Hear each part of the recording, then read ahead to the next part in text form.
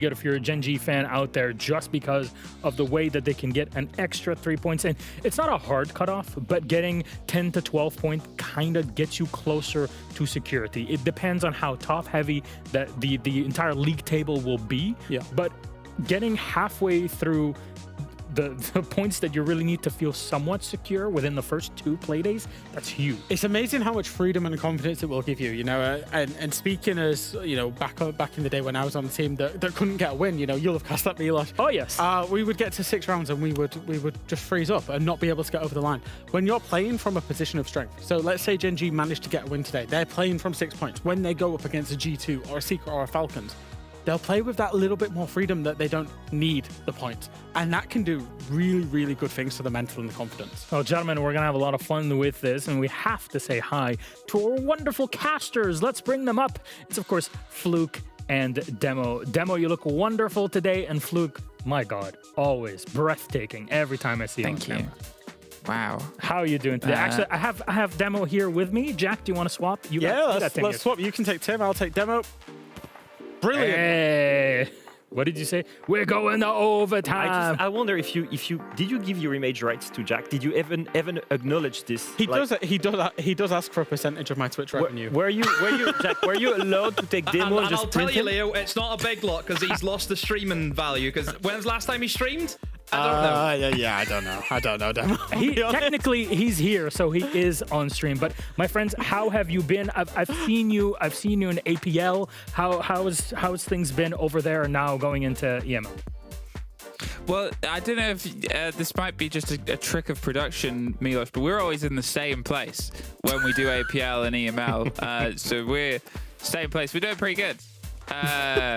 You know, I missed you, Emmy. Yeah, I've seen that you were trying to replace Tim and replace me. I'm not really happy we about this. successfully replaced you. Bonjour. Do you really think that sounds French? Yeah. How would you say it? She did live in France. Bonjour. For 2 years. There Exactly the same. It's not exactly the same. The R is pronounced different. This is why we didn't get served well in the shop back in Paris.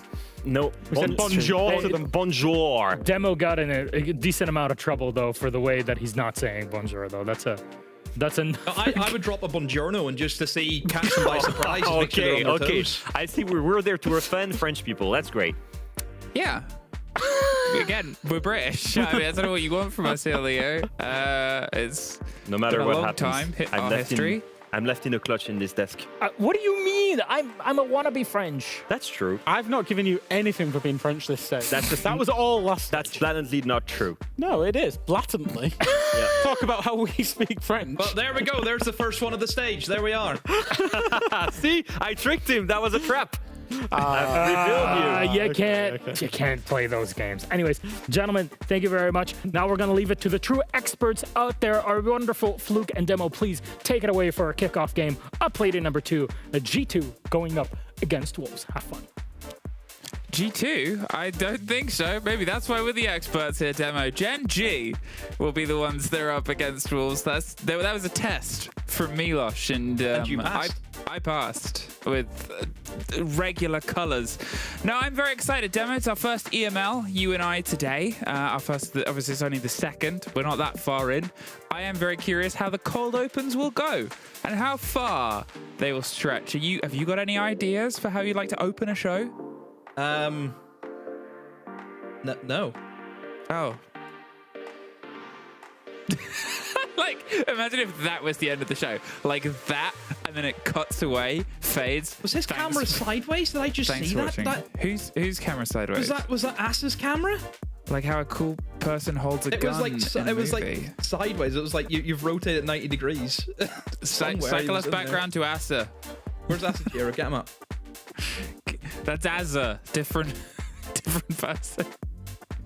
The fun we have, Demo. Indeed. I'm excited to see these two teams butt heads again. Obviously, there's been a slight change in the rosters between these two teams. Gen G, they have just changed analysts behind the scenes. But Wolves, Creeds is in, Crex is out.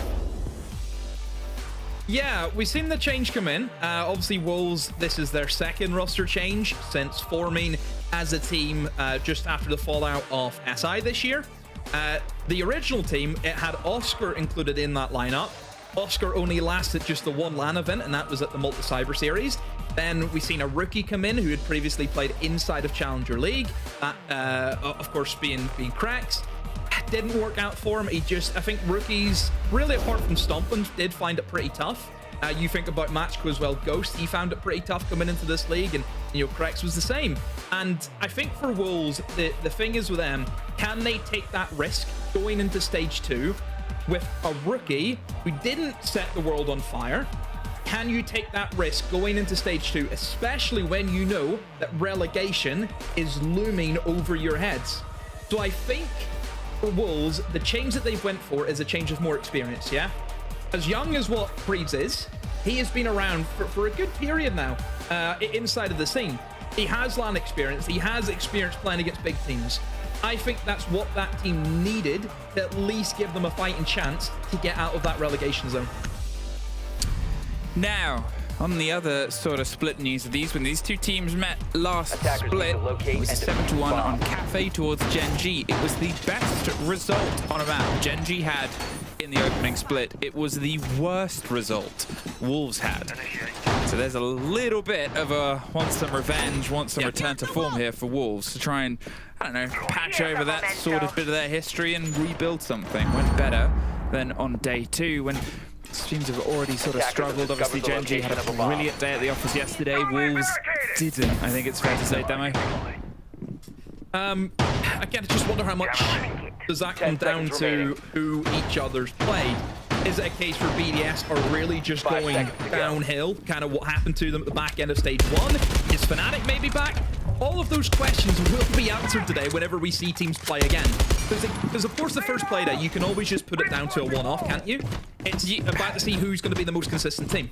You can. It's like when you go, oh, it's my first game of ranked today. Yeah. You can say that. It doesn't mean I'm in the right to say it when it happens to me, but I'll still say it to make myself floods in. I'll say it to make myself feel better. Oh yeah, it's the first ranked game of the day. Of course I'm going to lose that. Oh, it's the first ranked game. Of course Creed's is going to be the first one that's killed. Tough one. Yeah. Creed's gone. Blackbeard out of there. All the conversations you said about having an experienced voice, silenced, muted, deafened, kicked out the call almost immediately within the opening 30 seconds, and they lose them to a peek from Skybridge by the looks of it. Oof. Now Gen G have a lot of time, and Wolves do not have that front man, that point man, and that start of a push in towards the side. They try to start entering elsewhere, get the buck in underneath, try and shepherd the players to more awkward positions and start forcing your way around. But you're looking at now a creep round towards top green, slow and steady on towards a fight that they're not going to have any part of. Wolves, they found themselves knocking on the door, but Azox doesn't actually really want to answer. Instead, he's locked it, bolted it, and stepped back into the living room.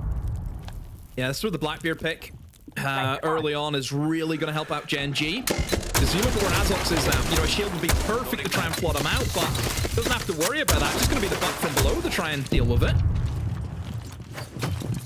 Can't quite get anything though. They were sort of dabbling the pressure position, but you can't sit around here. You're in a man disadvantage, and well, now it's balanced.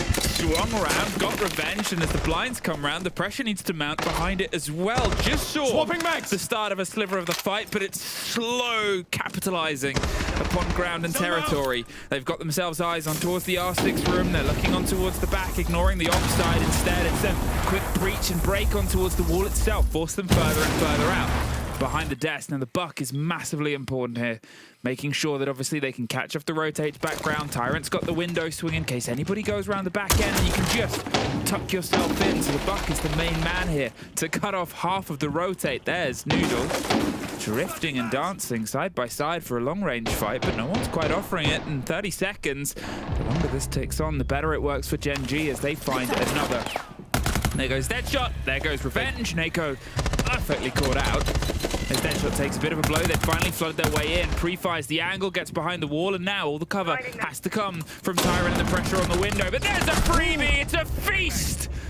And Wolves are chomping at the bit for it. Oh, Gen G! 2 people holding one angle. Why was there 2 of them holding the window? They knew the Ying crossed because there was the guy on the other side who's seen Leader walk right across the open bomb site, get his way up right onto the art window, and then just they were surprised that they got swung. It makes no sense. 2 people in one angle. You're going to get punished for that. I mean, for Wolves, not the greatest of attacks. You know, you could see the idea. You know, the vision was take in from storage, open up into our 6 room, try and use the buck to cut off anyone who could be moving in, you know, through the rotates into our 6 room. Have the guy outside of paint window, outside of art window, obviously holding onto the door, which we've seen Tyrant was in that position. And then you walk in and go for the plant. But you lose the Blackbeard, so the initial push in, using the shield to get into a plant position, is gone. You lost the buck. But then Leader just somehow dry swings, picks up a kill, and then just keeps going forward. And then finds the 2. Yeah, Gen G, I think, just a lapse there. Just a little bit of a lapse. It looked to be a good start from them. You know, they held in towards storage. They fell back when they needed to. But just that one moment, you know, and again, Siege, it's a game of fine margins, especially at this level. One mistake is all it takes to get punished.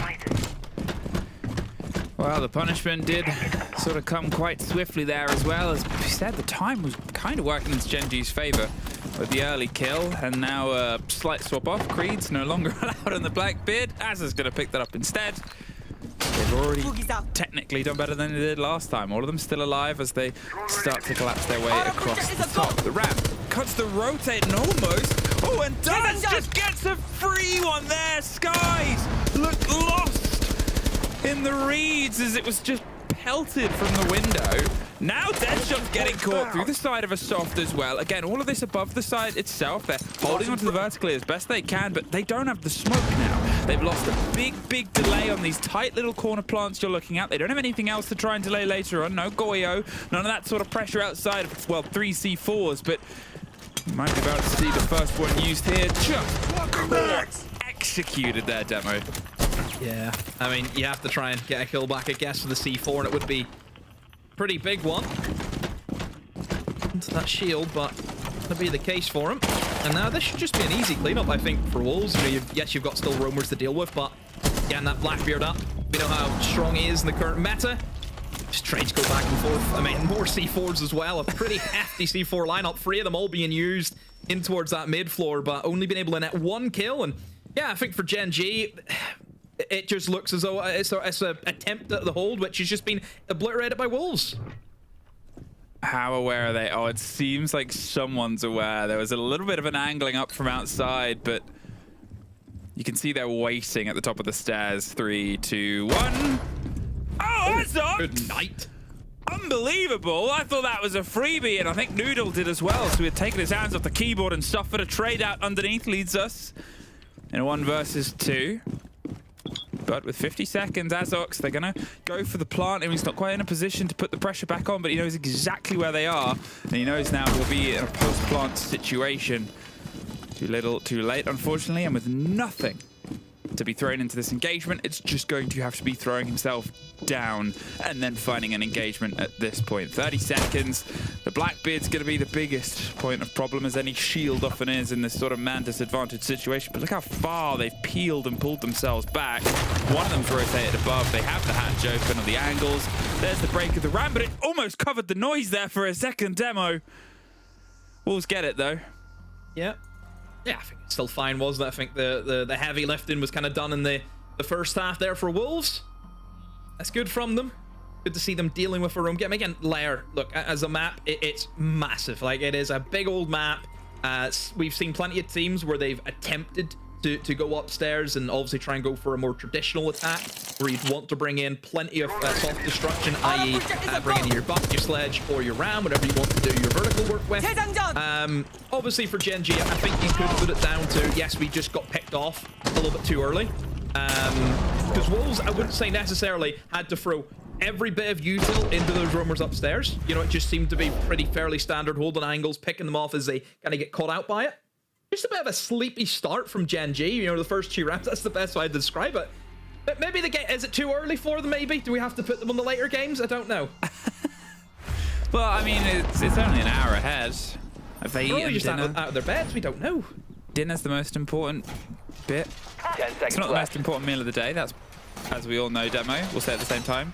Yep. 5 seconds left. 3, 2, 1. Breakfast. Okay.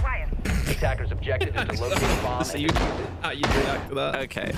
I was actually gonna say like Thanksgiving or something there. So I was waiting for you to do something. Like I knew you were Something gonna silly. say something silly. I didn't Yeah, expect just silence, leaving me out to dry. You've been baited. I have. Well, we'll see if it's something that, as with Gen G, us both need to wake up a little bit and realize who we're up against, or in my unfortunate case with. There's the mirror trick played against the breach with the impact, just getting a smash onto us the first Selma, but I think that was more of a Hail Mary hope they haven't noticed to get that Selma off more than anything. Bad news, Bears, they're there, they're watching and waiting, so instead, pressure elsewhere. Maybe they'll try and opt for the Operum side. It seems like that's the first lead in. Quick break on towards it. The Selma will just force that wall so you can't comfortably play rafters, but at this point, it doesn't really feel like Gen G want to. Yeah, Gen G are happy enough trying to play around with you know, the heavy utility operators that they have. You know, it's a fairly good lineup. You've got the Miri, you've got the Izami. Obviously, that brings a lot of just protection, doesn't it? Because you have the mirror windows you can sit behind and hold pretty safely. The Izami has that portable cover. You're great for the upside hold, as you know. See the mirror window being used to full effect. Not having to extend, of course. Have that safety of the window. But it's all about this buck. I think Azur has to play on top of his game here, using the skeleton key to, of course, create that reverse destruction from below. The only operator who can really do that safely is the buck. Unless you're just like a Dame shotgun, for example, that also works pretty well. Almost there from Azox. I mean, again, swinging the verts. It is risky. Almost paid the price for it, but this is really good time management over the Wolves. Have already burned away all of the toxic babes, and there's still a minute left. And if you look at Denial, all there is C4s. You know, you're not having to go up against the Goyo. It's really good pacing here from Wolves. All they have to do is just not botch the execute, which is a lot easier said than done. I was going to say, you're about to try and hit against this mirror window. They've got the blinds and the candelas, but the fight through the mirror window outside is the first blow. But think about who that was and what they had in their pockets, Demo. That's now no kit. They're just sending it on towards the open angle. There's 3 people. Sorry, there's 1 person because everybody else is dead. Demo, professional opinion, what just happened? Just don't botch the execute. It was so easily said, wasn't it? Like, you know, it just dominoes. And I don't mean pizza. Other brands are available. You flick it and they all fall down. One by one dying. I mean, they've obviously went different approach, because last time they forced the Ying coming in for his storage to try and hit the bomb site. The Ying this time was solo pushing ops, which I don't really get why. You obviously can see that Ops has the Izami, right? Playing up against that, even if you are a Ying, is not going to be easy. So it really surprises me that they've went down that avenue.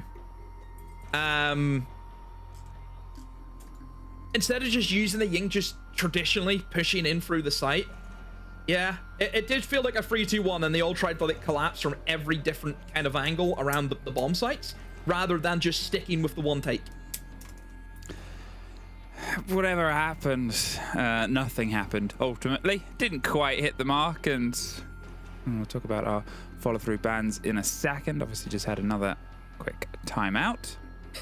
I love the camera difference between Pirate and Noodle. It's like one person is in the pits of who knows where, and then a nice bright lovely room there from Noodle. Look at this. Look at that. So I well mean, flashbang, lit. that's how bright it is. Honestly, hey, I've watched enough Grand Designs to know a big window is a good thing. No, you just gave a content idea there. Grand Designs on each of the players' bedrooms. That's what you need to do. We'll come in and say, no, darling, this has to go. We're a young couple just trying to move to the country. Yeah. This is like such a specific bit to an audience I'm very familiar.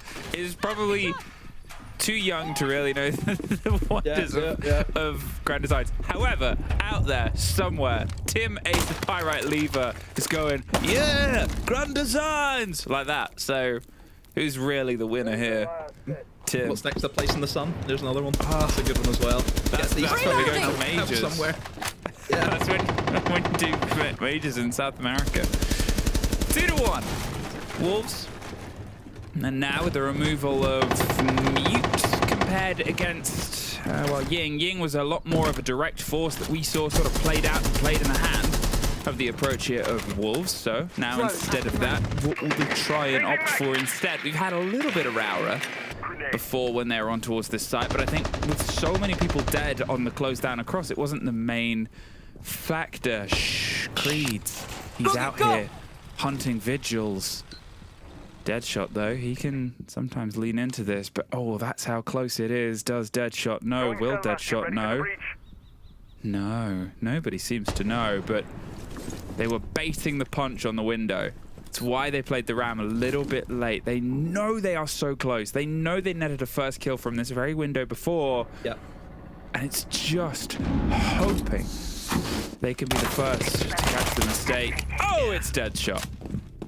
Really good adaptation from Gen G. That window caused some issues last time on their obviously extension hold that they're going for and towards the mid floor. Still, Wolves have been able to push in from the same place as last time, and that's got semi-decent control over towards the weapon side of the map, but still roamers to find, and Pirate able to get one, but I don't think Azur knows Deadshot. Actually a really good wrap position, prone as well. I don't think Azur has any idea he's there. Deadshot has to buy his time, and he'll do so. Great swing, double kill for him. Eliminates the Blackbeard. Asa has been downed and has since then also been picked up, but 2v4, this is going to be tough for Leader and Noodle. But if Deadshot gives picks away like that, who knows? Game on. Wow, there it is. Now suddenly Wolves not operating entirely.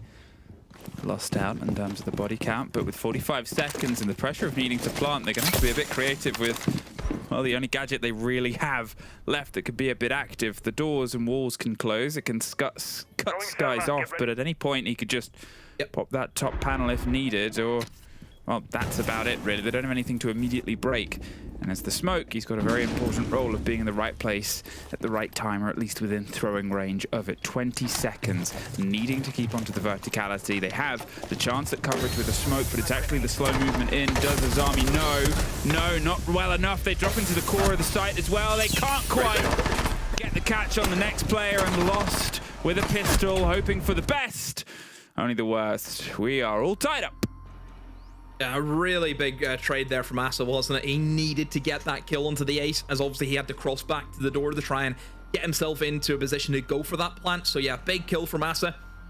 And almost there as well for Wolves. You could see what they were attempting. They were going to use Aurora, obviously cover off one of the doors to allow Leader to push in through Boiler, and just, he just has to front up kills, doesn't he? He was able to get one, but just could not get the second. But again, you have to give credit though to Gen G, the way they adapted. They knew that Creed was going to be sniffing around that window, the exact same window we got a kill from the last time. So what did they do? They placed the Azami on the window to block it up, and then at the same time, as soon as Creed started mind dumping into that Azami barrier, in goes the Vigil, who was hanging around Skybridge the entire time. So lovely little play there from Gen G. It caught Wolves by surprise. 2-2. Gen G have responded well. Located by attackers. What other choice, truly, did they have at this point? With how rocky things had started, with the mistakes of just double watching and miscommunicating towards the great adaptations, great changes, and great resurgence. Hey, we finally get on towards the tertiary site itself. One where if you're not taking the vertical, you're not really taking anything at all. You and I actually cast this map as we do. It's our job, technically, in a different region. One of the scrappiest rounds on this site I think I've ever seen. And I'm kind of hoping to not have to go through things like that again. Different region, and I know what you mean, but look, this is prime time, isn't it? This is EML, this is prime time. And we do expect better off our own region, don't we? We have that. I think we've seen that. That plays out at the start of the show. It's like, this is prime time. This is EML. This is the main event. I mean, we're not mid card anymore. Yeah, well, we had Asia before EML went live. You know, that's your undercard there, isn't it? Yeah, it went on. It's the heavyweights. It was a long one today. You and I had a sort of quick day, but enough about them. Let's talk about hot pings and the pressure coming in. Still scared about the swing round behind as they force the players slowly further and further back. And as I said, it's a game of verticality. Now you've got Tyrant on the back end, and a Nook of Creed's really trying to be a surprise factor here. There's nobody on the stairs to catch off, but they've got them cornered to a degree. It's going to be the first swing left, an important first fight. Oh, he's chasing and he's able to get the kill now. Swings round, the shotgun just got the range on there. He looked like he dropped for a second, but at this point he's waiting for a return. He needs more wolves to start offering some nips and claws and support. But in the meantime, Gen G, they're out of there. They're going to bolster themselves on towards the side of green, keep Deadshot inside the site and watch the verticality. But otherwise, what else can you really do here, Demo? Yeah, so really good lurk there from Creeds. He absolutely loves this gun. He plays it on Legion, he can play it on Ying, he plays it here in the Nuke. That shotgun in his hands is a very scary prospect. And obviously that has been enough to just rattle those players in towards that top floor to give up control of our 6 room. And as Simpson have to fall back to areas such as storage and over towards green. And well, this is exactly where Wolves want them. They want to have this full top floor. They can now move in and start playing the verticals. They don't necessarily have a traditional vertical operator, but they've... Oh, no, that's disgusting. Nah. He can't do that. He can't do that. Nah, scratch it. Chalk it. We've seen some great plays and some great moments, but as Noodle sells that up, you know, this just feels cruel at this point. There he goes, pushing up with a shotgun. Will he get another? Probably. Yeah, there it is. Triple kill for Creed. Why not make it a quad, mate? Go up around the back of them. And just a strangely paced round. It's actually Tyrant that wins that one out. But still, for all the compliments paid towards Gen G, I think that's a write-off round. That's first round of the day, mate. First round of the day. How you're allowing just the Nook just to drop into sight and nobody have any idea about it as well. Yes, I get it's Nook, but it still makes noise. It's not like old Nook, where yes, you could be permitted whenever she is like stealthy and you can't hear her move, but obviously that has since changed since the olden days. I mean, certainly for Gen G, it's the lack of trades there, wasn't it? You've allowed the Nook just to maneuver around that map. You know, get this first kill. There's a guy right beside him, by the way, in our 6 room, and just no attempt at a trade, no attempt at a refrag. I mean, that is obviously just a disgusting kill. Even this, you know, nobody just aware. They took the extra seconds to aim it up as well whilst being shot. And was like, and there we go. It's just, hey, that's Siege. Okay, 3-2. Back and forth. It's not just going to be one way or the other. They're not going to find each other and get them. 5 seconds to insertion. Instead, Wolves, they've been able to find at least some success on the tertiary, but this is where the problems start to come back to how great they were on an opening round in some regards. To be honest, they were gifted a little bit to how shut down they were in the second here, Demo on the top floor. What are they going to do? Go back towards an approach and towards pressure on our 6 room, or try and make ops work again? I mean, if you look at the lineup without having that Ying, means they have to get a little bit creative with the other operators, and it looks to be the choice will be the Capitao. Now, I think trying to go ops with the Capitao probably wouldn't be the play, and the reason I say that is the Capitao would only then be used at Mez.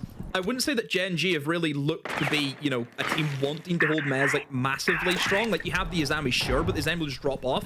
It's different if you're having like a, you know, like a Clash or something holding Mez, and yes, we see Capitao get really good value for those Mez attacks. But I think with the Capitao, being able to obviously fire off you know, the vault room, even in towards the other bomb site, if you want to try and cut off the big double door that connects the 2 bomb sites using the flames, then yeah, that makes a lot of sense. But I still think it's going to come all in from that storage, have the guy outside painting window again, the kind of traditional attack that we like to see. However, you look at Tracer, look at the position he's in, ready to actually push up in towards Mez. They're actually just going in dry. Like I mentioned, there was no attempt of a hold here the last time from Gen G. They just have an Izami who very quickly falls back if any sign of pressure gets applied. So Gen G just completely given this side of the map does enable players like Creeds now to take this space and take the ground that is gifted to him, and then use this shotgun at these close range engagements, and again, hopefully find the opening pick for his team. Oh, Izami. I think they realized that they were sort of being closed down on there. They didn't trust that they're not going to be directly in front, and Mr. and Keeper Panic is going to Can't really buy them anything but a second to slip away and one less gadget to use. But here, there's still not been a kill netted. So as the Deimos starts to absolutely dissolve the ground beneath Deadshot, and there's Noodle with the double and the attempt on the plant. They have verticality. Smoke canister won't stop the plant, but Noodle's going to get a lot of damage getting it cemented. Can he get out? Just in a post-plant situation, and almost one less player. There's that shotgun again, that danged shotgun. Last time we were here, it was a flawless for one team. And we are on the precipice of the reverse and the revenge for Wolves. That is it. Creeds, 4 kills with that shotgun over 2 rounds. 2 more rounds for Wolves, and they sit pretty. 4-2 up, Demo. And a Deagle kill as well, don't forget. Sure, yeah, true. I cannot forget the Deag. 5 kills, 4 of them with the shotgun that is maybe the funniest sounding weapon in the whole game. I think for Creeds, yesterday he started off pretty rough. I think it was 0-4 he started in the game against Fnatic. So really rough start for him, especially considering he just came back into the league.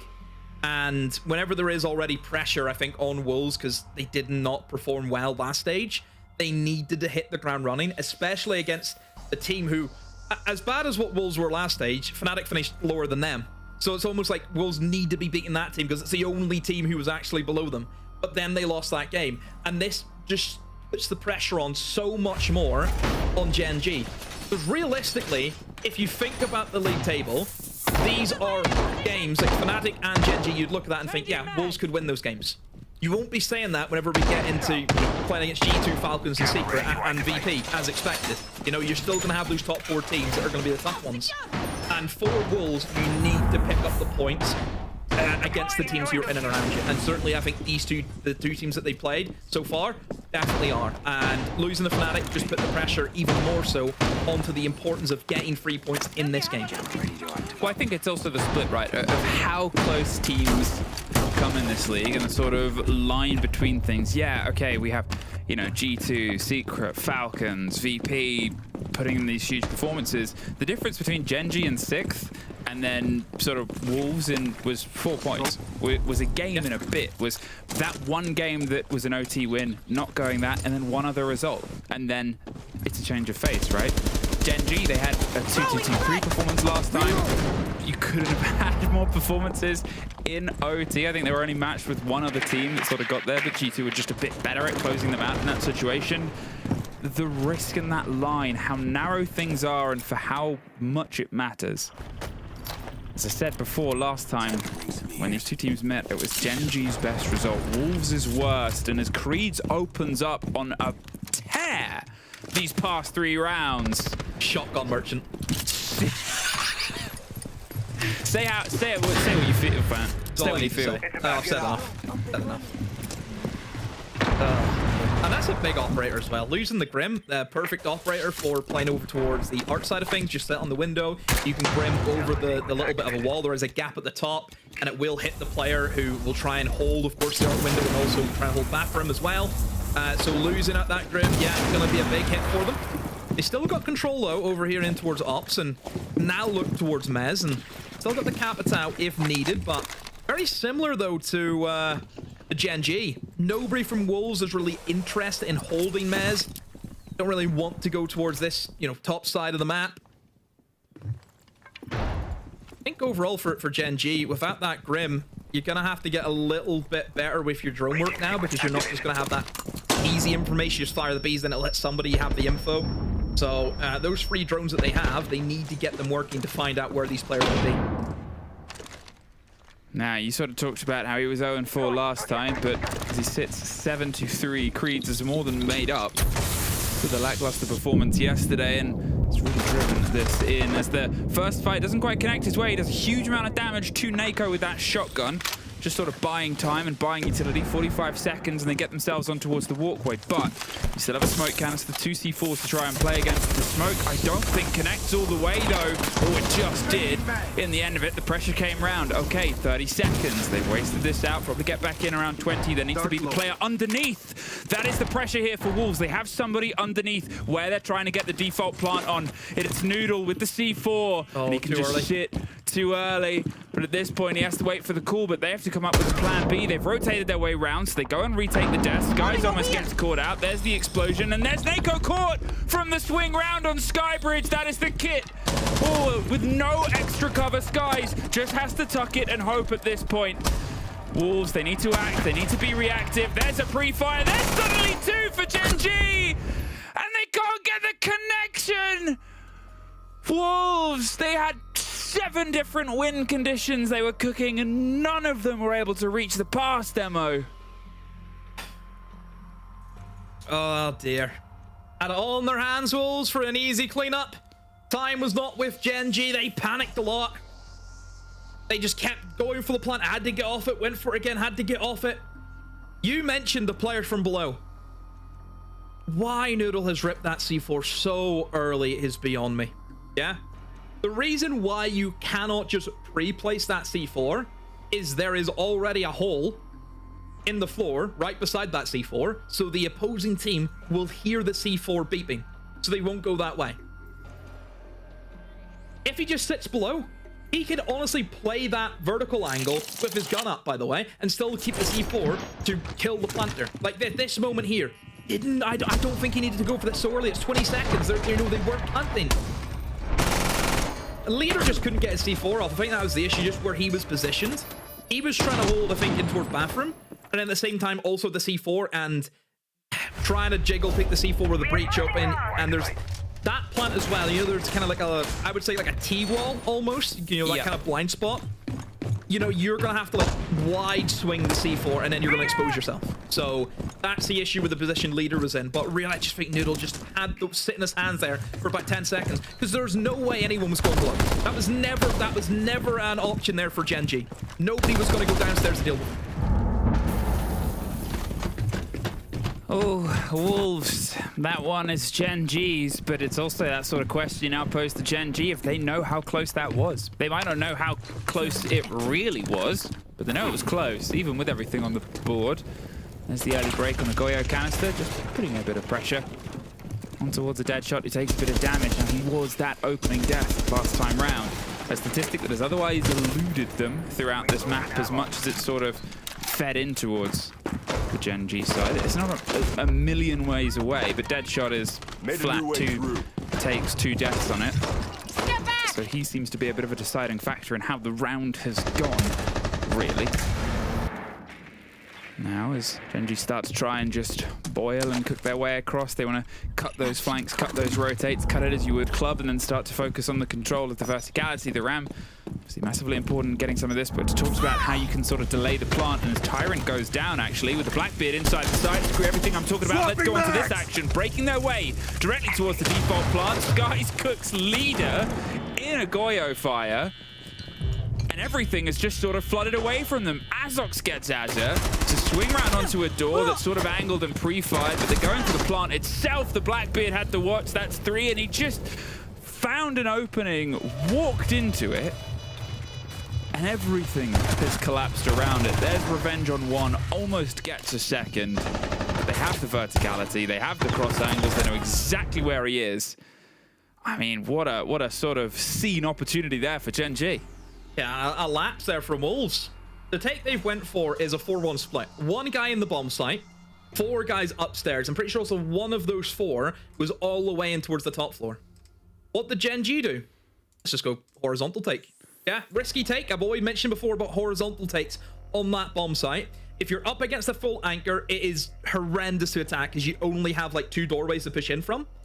But if there is 4 players off site and only 1 guy, then that 1 guy can only hold 1 door. And that was kind of the scenario there for Wolves, was they had 1 guy in sight who was just getting pushed by a Blackbeard, and of course the rest of the team coming in from the doorways, taking bomb site control.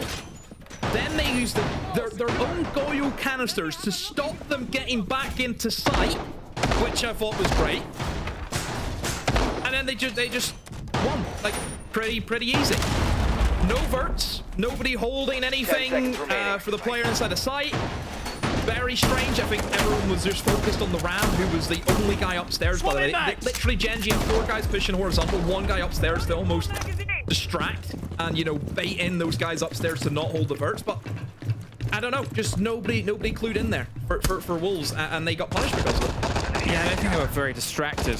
I think it was quite a clean and easy push there from a Blackbeard, and job's done. Move on to the next 4-4. That lead that Wolves had scratched out on this map has instantly been sort of erased and pushed over. And I said it before, like, Gen G, they knew the previous round was close, and then they just operate around like that where it looked so easy because they saw an opportunity, had the confidence to full send for it. And it's one of the things that we complimented the team on so much in the first stage, was exactly those kind of motions and exactly that kind of way of playing the game here. They've got that pressure towards the verticality. Talked about it more than enough. Last time things got a little bit strange here with a triple kill from a Nook.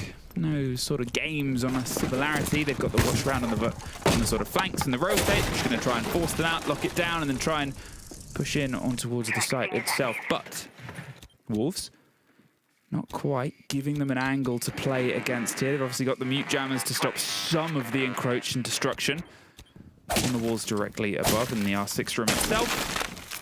Time might become that factor here once again. Slow and steady in first eyes on towards green, but again, just concern that a Wolves player is going to suddenly appear behind them. Surface secured. Steady approach. Gen G, they then lost that back rim. Opening pick, that heavy util operator, just not getting the value that you would love to see him get. So Deadshot with another opening death. Gen G, it just feels as though they're hunting just for that one pick, aren't they? But I think Wolves are doing a great job at just playing around each other, not wanting to take these one-on-one fights. You know, two guys in storage, one guy in R6 room, that makes it kind of triangle where you can all trade off each other if somebody does die. This is good for Wolves, just patience is all they need to do. Gen G's doing nothing to actually pressure these defenders. Left shotgun out the door, Tyra gets one, and flies a bit too high, but locks it in for the second. Now there's pressure to his left-hand side. He might not know about it. Well, he did, but he didn't. It's a 1 versus 3, though. They're able to win out their fights enough. It was a bit of a chaos of trades there, but well, the team that's sitting pretty is Wolves, who are able to just be in the position to make things like that happen. Noodle gets the last, and Wolves, as you said, you know, there wasn't a lot from Gen G, and Wolves didn't have to do anything. But when they hit that point, suddenly they did something that threw Gen G's approach. Whether they knew it was about to happen, or they were like, well, what else can they do right now? I'm going to lean out this door with a shotgun, get one, get the swing onto green. It's back and forth, but we took that first step. We took that first swing, and an eye for an eye doesn't leave the whole world blind, Demo, because one person will have at least one eye left. And that is what Wolves hoped would happen. This is a very weird game. It feels as though the rounds that have been won by either side have just won them really convincingly. And then they've also lost rounds just really convincingly. They're taking it turnabouts that absolutely dumps for each other in the rounds. Really weird. It's not close. It's not like a close round situation where it's down to, oh, crazy clutch. Oh, somebody's blundered, and then the last second. Apart from the one round, which was semi-close, where the diffuser almost didn't get planted, everything else has been swift. It's a 4-5, but it doesn't feel like it. And it's a 4-5 when no team has been able to thread more than 2 rounds together in a row. As his attack timeout called from Gen G. They want to make sure that that is not the case. They don't want to be sitting on the wrong side of map point. They know how precious this all is. You sort of, you know, you come into this game after such a strong performance against BDS. As you said, is it because they were strong? Is it because BDS were weak? Which is always that sort of question.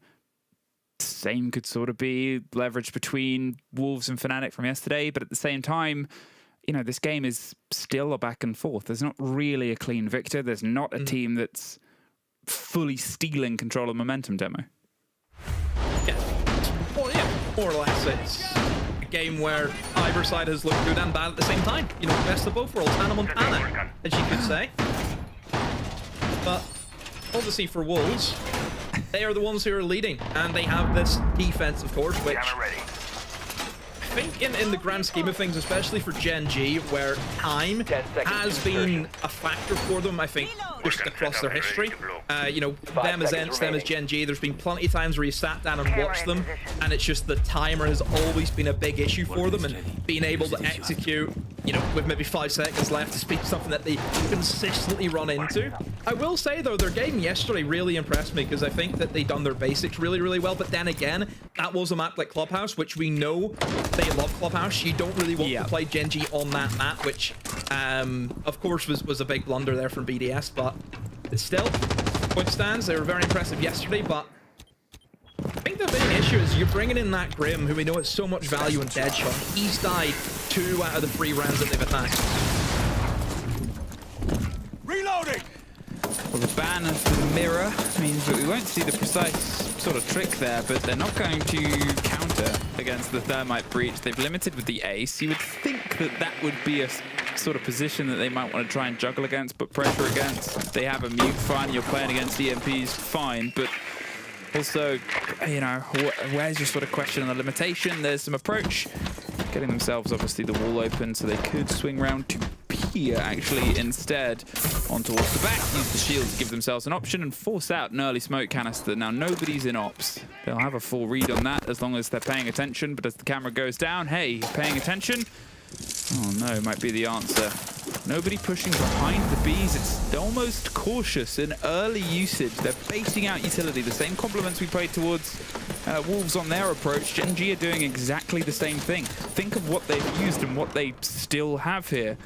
They have a lot to try and operate on, and they've taken out all the smoke canisters and one of the C4s with 1:20 left. Now, a shield close and toe-to-toe, basing out one fight. There's the grenade round the corner, but they're under a lot of pressure. They get the man behind. There needs to be somebody else for support, but they couldn't quite get there in time. They ran out the window to try and get a fight elsewhere. The grenade comes around, but underneath, bottom of green, you've got Noodle about to try and creep their way up there. Oh, almost an engagement. Push round, but caught out. There's Deadshot for one more as well, and it's just these narrow margins coming together on the side of a Blackbeard. There's a break against the shield, but it was all just the bait and play. And a Blackbeard caused all the problems in the world there. Just another round where it's so one-sided. You can't make it up. Yeah, Gen G, a pretty standard traditional take. Having that Blackbeard coming in through storage, we see that all the time. You need a shield pushing into the midst of that.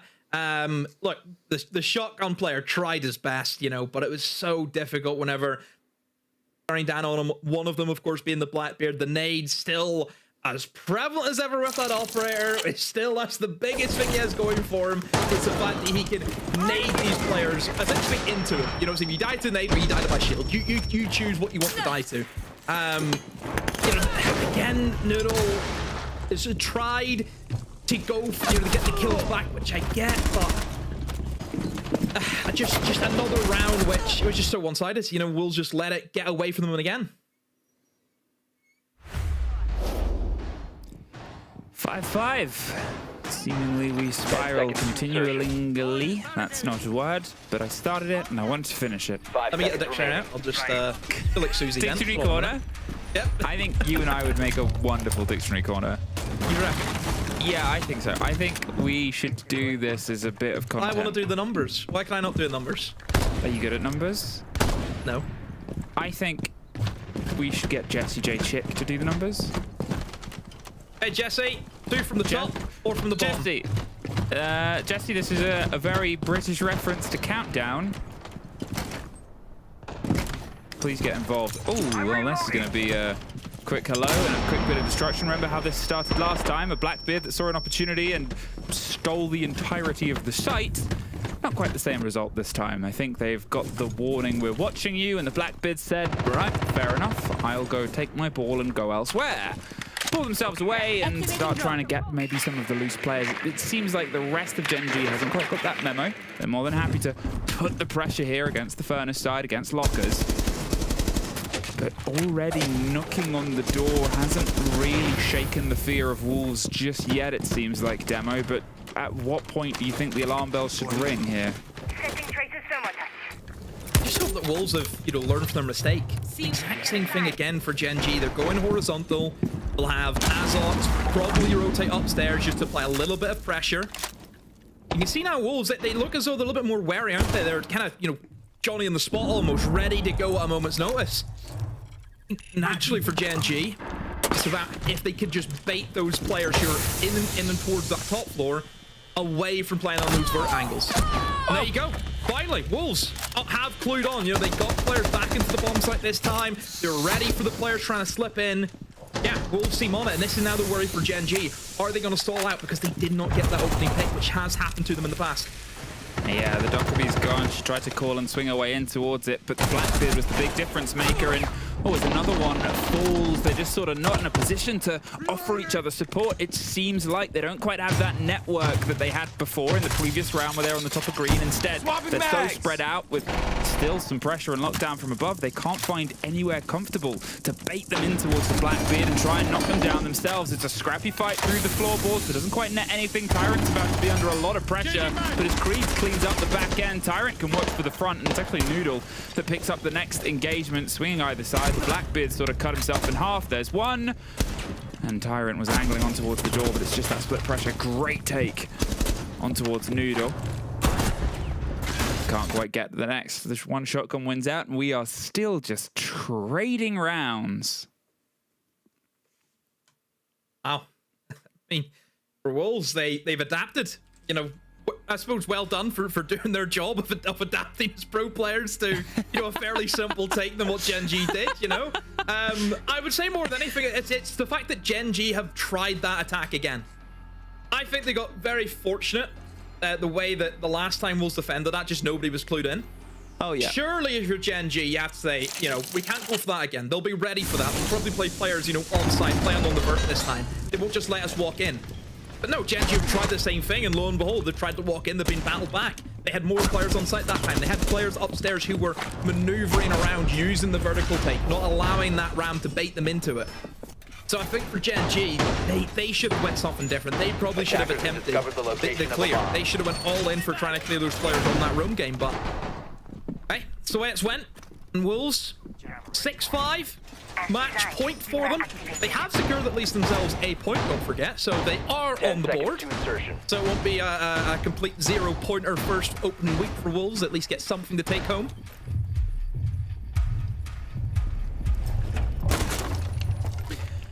At this point, Wolves, I mean, yeah, they've had growth, but they want that full 3 points. They want that clean difference, especially as it was something that was not in their favor yesterday, where it was in so many of their competitors. The less of a divide they can keep between them. As I said before, the difference was, what, 2 points technically between 7th and 6th, 4 between Wolves and 6th. And this was a game that they got nothing from last time round.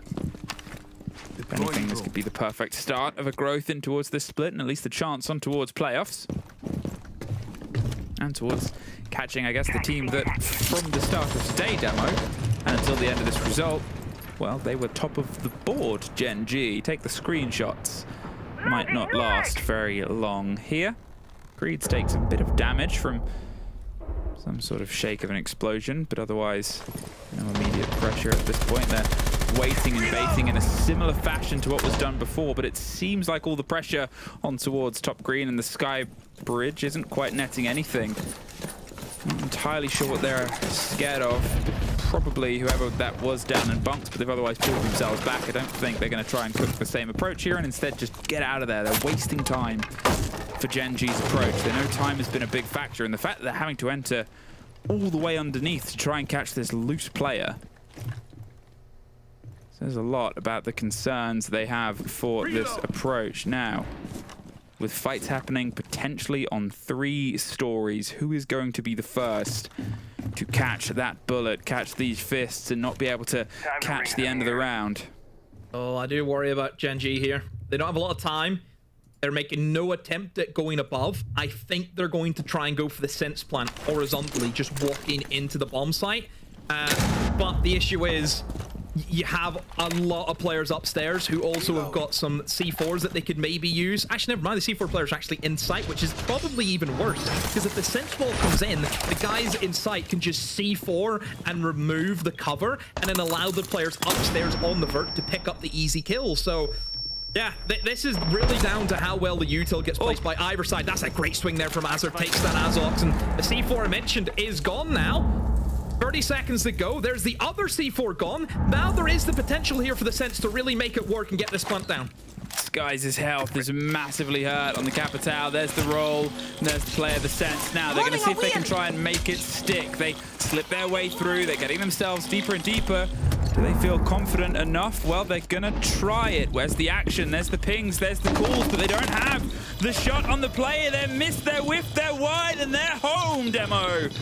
7 players standing and a kit sitting. Can they get themselves that 7-second window to try and get this 1-round leader? Massively hurt, and crouch fight's about to happen on every single corner. The first is capitalized by Deadshot. Nako gets another before it's traded out. 2 versus 2, and they're partially inside the site. Tyrant's on the kit. Who's going to stop it? They've got to move. You've got to make a move. They're too little, too late. It's a difference of millimeters, Demo, but Wolves just hold on long enough and get themselves the full 3 points. Oh, Wolves had to move quick to figure out how they wanted to retake that. Honestly, if it was anyone but Gridlock, if it was anyone but a 1-speed, I think Gen G would have won that. Honestly, that's what that came down to, was just the player was just playing a slow operator, which is insane. Really good retake, though. You can see the trust that both of the players had in each other. One guy defused the other guy covering the window. Noodle looks as though he may have aged a couple of years based on his expression of that game. But honestly, fantastic work from Wolves. They get their 3 points. I mean, Gen G just so... There was really fine margins, I think, for Gen G today. I think they start off slow. That may be what could have cost them those first 2 rounds. Wow. Where the replays roll and they get 3. Let's throw it on over to a break before we're back with the desk to talk about it.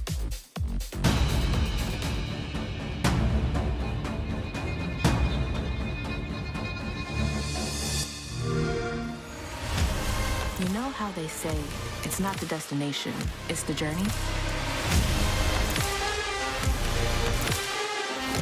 And the journey of 1,000 miles begins with a single step.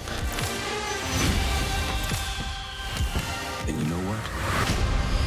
They're right.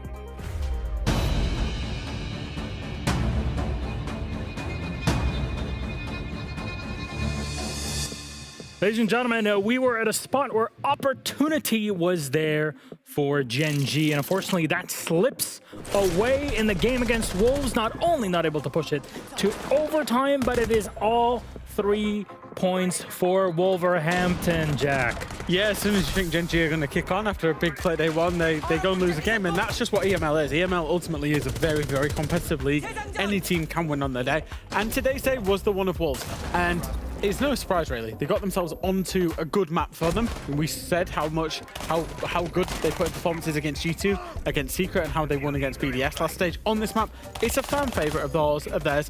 Leaders very clearly are comfortable IGL on this map, but also the way they played. Said it yesterday against Fnatic. Wolves will have success when they can be disruptive, and these rounds coming up on your screen, they were really disruptive, you know, doing things a little bit differently, nook shotguns and clearing random angles for each other, and almost just being presence inside the map that you wouldn't necessarily expect, I would say, traditionally, and they found success off the back of it on their attacks. Yeah, I really like the style of the attacks, especially when you look at the first round leader with the triple kill on the Ying and the way he used the Ying to be explosive on the bomb side, the way they abused the Blackbird as well, the way they abused the knock shotgun on crits that gives them the 2 last rounds in attack. I think all of these are examples of the legacy maybe that ITB had and Kendrew had as a leader on ITB, and that allowed them as well to have a very specific and peculiar identity. And I think that identity gave them way to then qualify to international events. It's good to see them here. It's good to see them apply that to this new roster, because now it feels a little bit more like a team. There was a lot of doubt that was being cast over the squad yesterday and today, but Wolves showed up and you could see it in game, Jack. And this is very similar to stage one in that, you know, they really struggled at the start of stage one and they came good towards the end. They started putting in performances that we were expecting them to put in towards the end. This roster is incredibly talented. I think when they find their style of Siege, how the Siege can be played that works best for them and the players that they've got a lot of players that can be quite creative with it, that can be quite fast and on the fly. I don't think if they play traditional Siege against, you know, some of the better teams, they'll find too much success. When they can be disruptive, they can be very good. We saw that today. Do we have any visuals maybe to We actually do, yeah. So they brought Creeds into this roster and he played that Nook shotgun in rounds 5 and 6. Now, he's a very, very good player, is Creeds, and we was expecting to be like a primary entry. And yes, this is an entry kill, but it's on very much a lurk operator in a lurk position. And I know, Leo, you say that Nook is a useless operator, but it basically won Wolves the game here. Now, this was Creeds on his own in round 5, but in round 6, he was basically using his teammates for that utility. He was bringing the Capitao along with him of leader, and he was forcing the players around him to create the space for him to go and then abuse. And that's what, you know, we thought Creeds might do coming into this roster. I struggle to see the adaptation on the side of Gen G. I expect more from a team that has so much experience. Where's the Denari? Where's the Ela? We saw it on the last round, but maybe that's not enough. Where's the Melusi maybe? I needed some trap operators. If the only way for Wolves to win against you is cheekiness, then just bring trap operators and be aware, bring camera, bring intel. And that's the adaptation that I liked. Most of the time, that's the big difference between a win and a loss. Well, gentlemen, a win here for Wolves means that we get to have a chat with them, and actually joining us, the man himself, Kendrew. Good to see you. Hello. Back on here, old friend. Now, it's a big day. Yesterday was one of its own, but today you really came into your own on Layer. First of all, talk to me about the map pick itself. Was that premeditated? How do you make that choice? Well, we actually prepared for other maps. It was kind of like we knew exactly what we were going to ban. With no disrespect to Gen G, like they are really good on like 3 maps: Club, Cafe, and Labs. Like they're really good at those 3 maps. So I was like, we're just going to ban them. Like no matter what happens, no matter what they ban, we're going to ban them 100%. And then obviously Leia was a possibility. We didn't expect it, but I mean, we're just the better Leia team at the end of the day. I thought it was a bit of a weird pick, but. Kendrew, looking at your past stage, how did it feel, you know, as a coach to be there, and like what was the key learning, especially after a stage that I'm sure was a little bit disappointing for you? Oh dear. I mean, obviously first stage is like really rough. You know, new coach, I'm like learning a bunch of new stuff, like, you know, how to deal with interpersonal relationships, how to deal with different strategic stuff, like having different visions for the game and stuff. I mean, one thing that we've really tried to improve on this stage is like our mentality. We're working with esports psychologist, or just psychologists in general, named Edward Cleland, who Wolves have. I've got to thank Wolves, and he's been like monumental for us. Like our mentality has been a lot better, a lot more mentally resilient, I would say. So like for this stage, it was just about unifying and really trying to like work on the mental side of things. Like with strategic things, it's fine. Like we've got some decent heads on the team that have played the game for ages, so strategy is always going to be easy, you know. But it's more the outside of the game stuff that I think is most important for us. Kenny, what would you say are the expectations for this roster for this stage? I mean, obviously everyone wants to make the major, like that's what we said. Like the major is the goal. Anything less than that is a failure. But I mean, I don't know. In terms of expectations, like we haven't really thought about it. It's like we're just you know, one thing that Ed has said is just like unifying on one goal, and that's the major. And you know, everything every week is just trying to get towards that goal. Fair enough. Very focused in that way, and today you definitely did achieve it. You showed us your comfort and adaptation against Gen G, which we were all impressed by. The whole time we're like, wow, this is actual good timing, good adaptation. So for I guess this week, what's one big lesson that we would have learned off of these 2 play days to work on and prepare for and hammer in for next week? Not to hesitate, because in the Fnatic game we definitely hesitated quite a lot. Like we need to be more just like demanding with what we want to do, and if we're doing it, we're doing it. Like I think the perfect example is that the round that we played yesterday, that we tried to rush Bakery and like, oh my god, there's a Goyo, oh my god, there's a Rooney, but we haven't used the correct utility to clear it. Like we just need to go, you know, like trust ourselves and just go. Fair enough. Well, thank you very much, Kendrew, for being very honest with us, going through everything. It's always a pleasure to pick your brains about the matches that just happened. I wish you a very good rest of the week in preparation for our week number 2. Have a good night. Thank you very much. Hopefully see you next week. Hope so too. There you go. Always good to have Kendrew on here. There's a lot of history for all of us, kind of having seen Kendrew competing and then all the way here. A lot of reform that got him to this position. But ladies and gentlemen, BDS and Virtus.pro, they're getting ready as we speak for game number 2. However, in the meantime, we thought maybe it's best for us to take you on a little trip to the Netherlands, and we'll be with Freck and his mom, Mama Freck, and we get to know the Dutch prodigy better and hear about his physical struggles from competing, all that after the break. Yeah, like my fingers are overused, is what my doctor thinks. It started before Rio.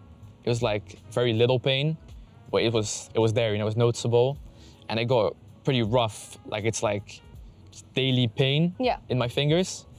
And looking at stage 1, I don't think it hindered me at all because I played a really good stage. But it's becoming a problem, and I'm going to the doctor, and I'm working with Carl out from SSG. He's trying to help me out with some exercise and stuff, like getting the blood flow in. Yeah. I think it's helping.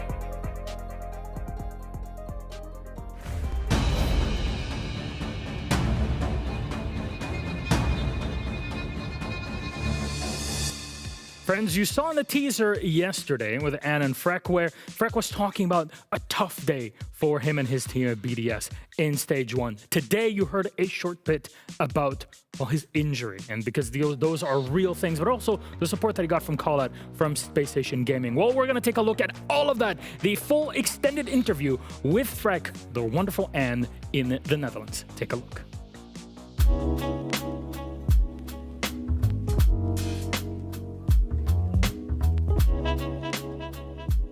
Welcome to the beautiful, sunny Netherlands. It doesn't always get very sunny in here, so I think it is a great day to speak to one of our very rare Dutch players. We don't have too many, but we do have a rising talent. You might know who that is. It is Freck, and he should be in the spark right here, so we'll ask him some questions. Hey! Oh, hey, Ann. How you doing? I'm good, good. You? Yeah, me too. Doing good. I like the shirt. Thank you. Gotta represent the team, you know, new third kid, so. It's quite new, yeah, it's nice. This is also really nice. I mean, here, do you like go here more often? Sometimes, you know, to clear the head after a tough game or, you know, tough times. Yeah, makes sense. So let's talk about the games and your career as well in general, because you started gaming and, well, competing from a very young age, didn't you? Well, I started playing like when I was very young. I started playing on console, but I wanted to try transition into PC. Yeah. So I remember I had like 1,000 euros left in my bank. And I said to my mom, this 1,000 euros, I'll make it back. I promise. So I just went and bought a PC, and eventually with the YouTube I made it back. Yeah. Mom was already very proud, but now I'm making more, so. Right now, obviously you've had the first stage here, but there's actually something you're struggling with. You told me about this a little bit, but your hand is not making it easy for you to compete at the moment. Yeah, like my fingers are overused, is what my doctor thinks. It started before Rio. It was like very little pain.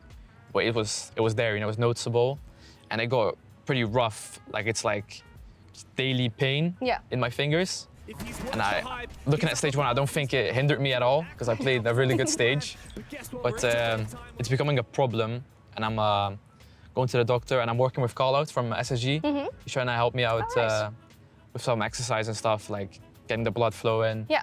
I think it's helping. So hopefully it's gonna get better. Maybe you didn't achieve what you wanted as a team with BDS to make it to the playoffs. What are your thoughts going into Stage 2? What are you and the guys focusing on? Well, first off, Stage 1 is pretty depressing, to be honest, because we were on such a high. I remember on bootcamp we beat Gen G. You know, it feels so good. You just win. I had this crazy clip with the L as well, you know, big ego boost, but it felt so good. And then you go from that high to the low, like losing to Fnatic and Wolves, which are both low on the table. Of course, no disrespect, they're still great players. But you're expected to win those games, and we had to win those games for playoffs. And I remember, like, after we lost the game, no one said anything to each other the whole night. It was so depressing. It's a hard time. But going into Stage 2, we're just practicing a lot because we know we can do very well. We've shown in scrims that we can do very well. We've shown a couple games that we can play very well. Even against Wild, we battered them 7-1. But it's just showing consistency because I know like the players we have, like the skill and the talent they have, it's crazy. So I know we can do very well. But it's just finding that and showing that in the actual games. Yeah. And I think regardless of what happens, one of your biggest supporters has to be your mum. Yeah. It'd be so nice to ask her some questions. Do you think we can? She's a busy woman, but we can ask. Nice, let's go. Let's go. Right, made it to the house. I'm excited to meet Mama Freck. The one and only. Hey. Alles goed? Ja, zeker. Jou? Ja. Hier is Anne. Hey, Anne. De enige echte Mama Freck in hele eer, wat leuk. Ja, zeker. Super. Hartstikke mooi. Ik heb het druk, dus ik moet naar boven. Succes. Veel succes met het gesprek. Dankjewel. Dankjewel. Jij succes met scrimmen, hè? Hey, doe ja. Dit is ook waar jij en de familie samen ook kijkt, hè? Ja. In de woonkamer, op de tv of op je telefoon? Ja, zeker. We kijken hier allemaal, gaan allemaal bij elkaar zitten hier, en dan kijken we. En de chat die volg ik dan op de telefoon. Dan hou ik mooi allemaal in de gaten dan. Hoe is dat als moeder om wat langs de zijlijn een beetje te kijken zo? Ja, ik vind het hartstikke leuk. Ik ben zeer trots. Dus ja, daarom volg ik het ook allemaal, hè.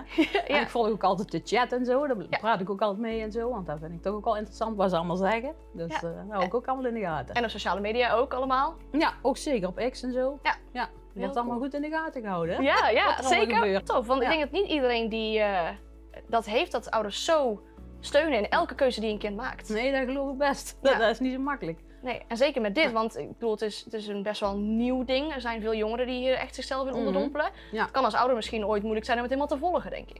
Ja, dat klopt wel. Dat is dan moeilijk te volgen. Maar ik doe mijn best. Ja. Dat zien we zeker. Ja. Ik zie ook echt die trots in je ogen. Dat vind ik heel cool. Ja, echt een trotse mama. Dat is heel tof om te zien. Dat is toch mooi. Ja. Zeker, ja. Kira, je zei, ik ben ook best wel op X en op Instagram en zo. Ja. Ik ben er wel heel benieuwd eigenlijk wat je allemaal de wereld in stuurt over Davy. Ja, dan zal ik eens laten zien op de telefoon. Ja. Deze, die is van de EML volgens mij. Van Ja. En verder, je hebt bijvoorbeeld veel herplaatsen van filmpjes en zo. Ja, dat doe ik allemaal. Zeker, ja. En te plezier en leuk. Ja, dat was een mooi filmpje. Ja. Oh, ook PSV heel belangrijk, ja. Zeker. Dat hoort erbij. Oh ja, een leuk moedersdag cadeau. Ja. Ik dacht, misschien gaan ze dan winnen, maar... Ja, nou dat was best wel een moeilijke game inderdaad. Ja, dat waren echt allemaal moeilijk, hè. Maar je houdt wel alles in de gaten en ook alle accounts ook, want ik zie verschillende... Ja, ik ben overal op geabonneerd. Ja. Ik volg het gelijk, ik hou het allemaal in de gaten. Allemaal observeren. Ja. Precies, ja.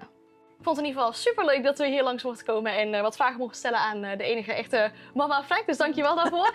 Heel leuk. En ik denk ook zeker ongeacht wat de toekomst brengt met stage 2 en wat daarna komt, dat we jou zeker nog wel een keer terug gaan zien in de Dat denk ik ook wel, ja.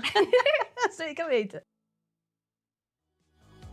This ear-to-ear smile is not lying. This is one of the cutest pieces ever. Thank you very much.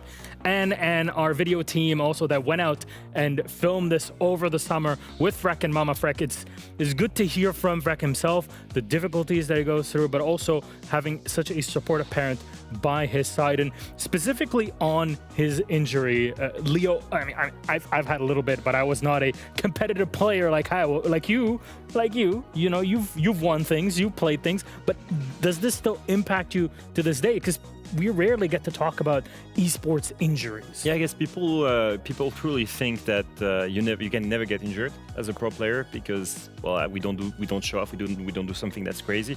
But the reality is when you play, you always repeat the same gesture, always the same moves, and so I was what we call I don't play with the forearm. I play here with the wrist, and so it meant that I was always lying the wrist on the desk, and so I had the beginnings of the carpal tunnel. So I had to see a physician, I think, physics therapist, and so I had to all the time stretch it, and also have tendinitis as well here. So you will suffer things if you don't warm up properly, and that's a message to anyone that's out there and that wants to make it a living. It's very important to warm up. I know it seems dumb. It's video games, but listen, when you're repeating the same gestures, it can really affect your whole life. And I still have pain to this day because of this, because of 5 years of grinding non-stop. So obviously it has impact for sure. Even a Mira player can get it. So there's a lot for us to learn in this, and genuinely out there, this is something that's quite serious. Even if you do just play for fun, just watch out with the ergonomics of your setup, whether you play on console or on PC. I've had my own university papers that I wrote about it in my own days, about 17 gorillion years ago. And it's a very important thing. Watch out, take care of your health, and make sure that you can continue on playing and doing the things that you love the most. There's our little kind of TLDR for everybody there, but a beautiful piece. Thank you again to Anne and our video team for having shot that and for us to have a chat about it. However, next up, we talked about Fick. Well, BDS is playing against Virtus Pro. And we're going to start the chat with the Bears, because yesterday we're talking hibernation. Well, they had one person that really popped off. We'll talk about Pasha in a sec, but he saved the day for them and got them the 2 points. Today, it seems like they're going to get extra hungry for all three. Oh, absolutely. I think yesterday was a matter of them having to react to a game plan, right? It was clear for a while they were going to go to bank. Always, when you play VP, you know which map you're going to lean on.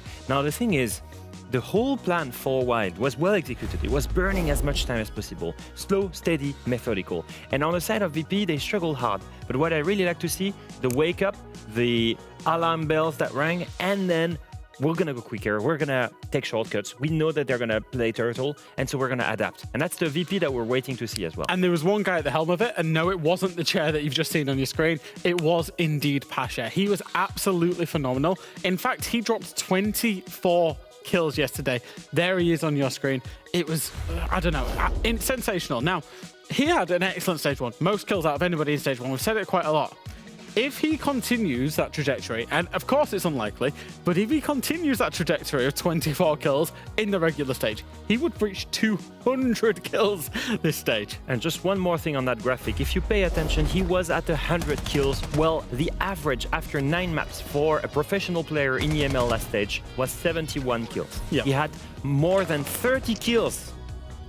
30 kills more than any other player in the same amount of maps, or like the average player, sorry, in the same amount of maps. And so yesterday, 24 kills, that's already more than a third of what he needs. All I'm hearing is Pasha stonks are up and VP fan copium is at an all-time high. Maybe. I mean, the thing was, the bank was still weak. There's a real concern now. There was a concern on map wall. Bank has been shown to now be weak. That's now a new concern for VP as well, just to balance it out. Well, let's talk about BDS on the other side, because this roster with Freck at the helm, of course, we talked about the Freck show in stage 1. Yesterday, there was a bit of that again, but not in the same ways as stage 1. Yeah, I guess he had some late finishes where he was quite strong, but I will say in average, the whole team was extremely poor. They lost, 1-7 against Genji. The first round was great. Yeah. That's it. Yeah. Like, literally after that, it went all the way downwards. It was a really poor match, and I will say this: it happens to every team. At some point, there are matches where you will just disconnect. It's completely fine. It's also fine to do it early in the season. You need to wake up now. The problem is it was against Genji, a direct competitor to playoffs. So my thing for BDS and my whole thing is I've wanted to see them play more as a team. I didn't want it to be the Freck show. However, we still saw so many hero plays coming out of BDS yesterday. In fact, we actually clipped them together. So look at what's happening here. As the full execute's going on, Freck is kind of just holding a very, very passive angle. And actually, as his teammates are running in and dying, he's not anywhere to be seen. The next round, or a couple of rounds later, we see Lasmo. He drones out Skies on the main stairs with the Yin Candela. But actually, what does he do? He makes a hero play, doesn't use his utility, doesn't throw a single Candela, gets hit by 2 Denari traps on the top 2 steps, and then just jumps into his death. In the very, very, very same round, we then see P4 and Freck trying 2v1 onto Azox. However, Freck peeks before P4 throws the flash in. P4 then jumps in and dies to Naquo, who is playing under a hatch that Virtue is looking at the floor when this is going on. So the desyncs that's happening across BDS, they could have unwound a lot of those issues they faced yesterday by playing better as a team. I was expecting them to play better as a team in that game because they've had 2 months during the off-season to get better at that. It didn't happen yesterday, but it's got to happen today. I already know the full stuff. I already know Liloon was fuming watching this for sure. Because you see those small mistakes, but it's small mistakes upon small mistakes that should not happen. These small things, they're easy to fix, and that should be something that we need to see today, especially against VP, where you need to play together to win. Yep. Well, let's see what map we're going to be playing on in this series. I can bring it up on screen for you. From 9, we're left with what the hell are we going to? Why is everybody taking VP to bank? I mean, it's the new weakness, right? VP are always going to ban the same things. As you can see, the Skyscraper, the Night Haven, the Consulates, the Lairs of this world, right?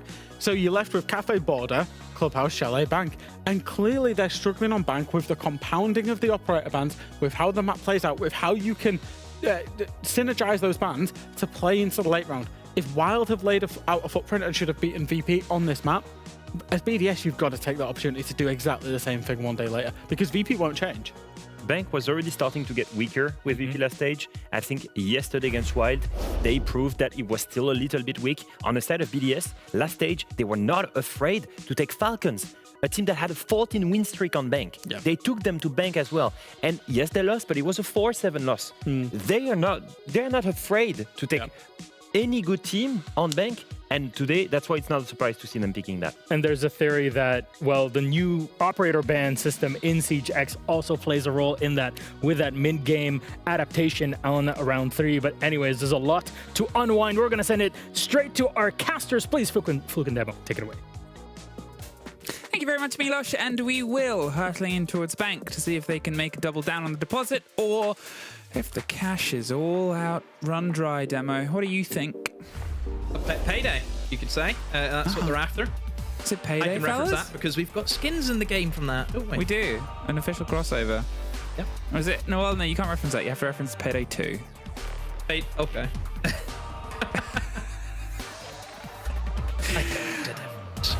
Well, what will be the difference maker here? Obviously, VP won OT against Wild yesterday. BDS lost 1-7 on Club. They had the roughest day at the office from any of these teams, so they're definitely trying to rebuild themselves. And after, I guess, Gen G, who took that victory against them, fell short today, maybe this is a perfect opportunity to level the board, bring everything within sort of boxing distance, and have ourselves a brawl in the middle of the table. Now, Virtus Pro, obviously, they're one of only 2 teams to find themselves on split points after the opening play day yesterday. So they're sort of desperate to try and keep that momentum going, get themselves a full fat win here, because if they can't pull it off against the team that is already technically bottom of the board, the team that couldn't really find success last time round and was in the sort of lower 4th, regardless of how close it was, it sort of spells a bit of a worry, I would think, for VP's futures. Attackers have discovered the location of a bomb. Oh, well. What a shock. We see Horror Breach band on Bank, lo and behold.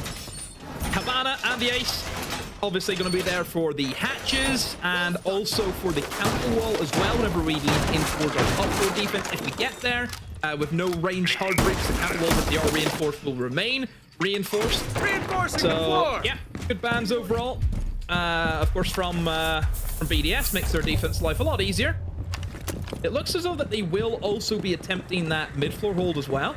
So into open area is where they will head. They're going to have obviously strong operators like Nizami in that position, using that portable coverage. There to waste a bit of time away from VP. VP in terms of their lineup, you know, fairly fast in terms of the operators that they have. You've got Deimos, a Grim in there, which again for the info is going to be fantastic to have. And also that dreaded fuse where you don't really know where he's gonna go. Dreaded fuse is a specific word. You say dreaded fuse. I mean, it feels like a lot to say dreaded fuse, and you kind of, you know, have them in the position of putting themselves on towards the hatches, breaching, putting pressure down on. With joystick smashes their way above open, tries to force the players down the hatch, force them back down main stairs. I don't know, I think it's quite, in some manners, predictable. The glass is the sort of make or break here. You're thinking about how they come in for their execute, right? They've got a lot of frag grenades to get rid of anything potentially bounced on the other side of the door from the side of frag. They're going to have to juggle against Virtue on the smoke canisters. At this point, it's going to be an attempt to plant behind the smoke, and then you're looking at who P4 is playing. They could be the most important person to delay and sort of deny the approach here. There'll be a quick roll of a grenade, just get rid of all the utility at the top of the blue stairs. But a shotgun and 15 seconds of a slow burn here, Demo. And like I said, where's the surprise fuse? I think they're going to start operating to try and get the pop here. As we can see, that removes any of the utility, hopefully, around and stops anybody trying to trick on towards this hatch. Yeah, it will eventually get opened up with that Cade ban, of course, from VP. But just that time denial again, it's always the name of the game for your basement defense, how well you can waste the time in that room game and the hatch denial. And of course, work your way in towards the Goyos and also the smoke spot. It's this guy top floor, that's the issue that VP have to go up against. And there should be an easy push with that shield, of course, and that fuse pistol, let me tell you, it'll take you down 2 hits, but it's not needed. Dan is there with that damage track. Takes down P4, but is this enough time? Have they removed all of the Goyo canisters? Well, this is it, right? As I said, he could be the counter to the smoke, but there's the Goyo canisters, but then there's also Virtue on the smoke of their own. They're going to have to try and drive the plant in, get themselves a bit further. Probably takes a lot of damage there, but it's a D-kill with the fuse charge! Oh dear, oh dear, oh dear. Maybe one of the most common sights this game has had since the very beginning. A fuse charge and a hockey puck getting a team kill. The grenade does find the end of Virtue and the plant will be secured because they locked the smoke off. They have the verticalities to watch. The Glaz gives himself an exit strategy, so they go for what they can only do. The 2-body retake here up towards the top. Fick gets Shepherd. Great take. Are they expecting this fight onto open? There seems to be a drone that's giving the ping information, so they go above. Maybe they're going to hit stock in just a second and rain some bullets down. No. They eyed on towards janitors and going to hit the square stairs instead. Joystick, more than ready for Freck. And now Joystick's going to make their way in towards the site themselves. There's a shield and Lasmo getting captured. They know where the fuse is, but it's always in Joystick that have the cross angles, and VP have the first round. Yeah, no surprise for VP to win at that post plant. It is the most difficult post plant, I think it's safe to say. You get that down, being able to retake it is just It's just poor. You know it is. Obviously, for BDS inside that round, I think that you need at least some form of pick, didn't you? I think they needed to probably take out a big utility operator. You know, imagine if they were able to take out the Glass or take out the Grim, for example. I think that would have helped them out a lot with actually trying to just stop that plant going down. I think the Glass was a nice addition as well, though. I have to highlight that for VP. Whenever you think about the issues that you have whenever you go for the default plant on that bomb site, it's the threat of somebody swinging with a C4 or obviously that smoke. If you have the Glass on that long wall over towards the server rack, he can smoke himself and he can look straight down the opening where you would see the guys wide swing with the C4s, where the smoke would be positioned. It's the only person who can hold that angle safely, because obviously the defenders can't see him. And that was a really nice addition with the Glass, I thought. A secret sneaky Caveira. Wow. Is she going to be able to actually strike some fear? There's a lot of places that you can get a very confident flank on, but you also got to sort of test them. Oh, that's not going to do anything. Demo, I don't think that's how that plan... I don't think that's how that plan was supposed to go. I mean, you've tried to be a little bit cheeky, and lo and behold, it hit back on them. I love not working. So just on like a breakdown of P4's round there, they hid, didn't do any setup, ran into the sort of back room, and died. Just make me in ranked. That's a demo classic. That's all that is. Like, the rest of the time when we play ranked, it's not unheard of for you to just say, I hope you have fun in a 4 versus 5, and then just... See, before I pick the cav, I usually say, you know what, I'm trolling. That's usually what follows out of my mouth beforehand. Well, maybe that was as well. Virtus Pro, gifted 1. Freck fights and bites back. Joystick, one of the last alive before. One of the first off at this time round. Early on, and it's a long rotate round on towards those windows. So if it's a position that needs replacement, you've got to get on it sharpish here. Always is a bit alone, and if he drops, then that's the cold kit that Pash's going to have to go for the pickup on. He's currently just watching and waiting to see if anybody potentially jumps out or goes for a bit of a revenge or a refrag, but otherwise sat waiting here, and Virtus Pro having to slow and steady cook their way through. There is still a lot to eat utility on the push. You're looking at the ADS and those discs potentially littered across the other side of the windows, which might mean that as soon as they try and get themselves in with these Capitao bolts, the smokes and the flashes, they'll unfortunately be a lot less blind than they'd currently like the defenders. So instead, they're gonna have to get internal. Start to get their eyes up here towards the spiral stairs, start to focus on towards the push on Kanto and hope that the player up top swings them, but Freck gets himself a second here. There goes the Capitao bolt. They're looking for the fight onto Lasmu, who's tucked inside. Janitors just slips past the side of Dan. Dan doubles back for a fight, but they've left. They've rotated off, and at this point, VP very spread out, Demo. Yeah, this is not looking too appetizing here for VP. You can see that the Buck's really trying to find a kill from the Verts, and he's been able to do so, but there's Freck, the real big savior of that BDS team throughout the entirety of last stage. You know, you wonder where those points were coming from. If it wasn't going to be for Freck, and he's on for the ace. That's the quad. All he has to do is find that Buck. Oh, never mind. It's Robbie who picks it off instead. I thought Freck was going to have it, but still, he's emoting again. Get the emotes going.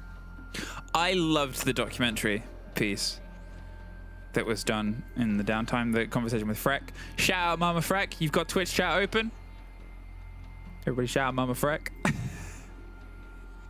It was great. It was lovely. And just going into people's houses. she does that from time to time. It's a bad habit of hers. She's famous. She's a streamer. She's a host. She's a darling. Just because she didn't take anything. Yeah. Then that would cause issues. Walking into the house and taking stuff, man. Can't be doing that. I like that we also got the version of the subs, not dubs. Oh, yeah, we needed that. As is the true way of watching any international content. Subs, not dubs. Get the emote done. Get the 4K. Get yourself locked in. Wow. Let's get ourselves a rolling. BDS. They battle back. One apiece. A full start from P4, but I mean, powered up by a documentary about yourself. What's better, right? 5 seconds to go. If there was a documentary about Heading you, out to defuse a bomb. what would you talk about? If Anne knocks on your door, Yeah. she's there.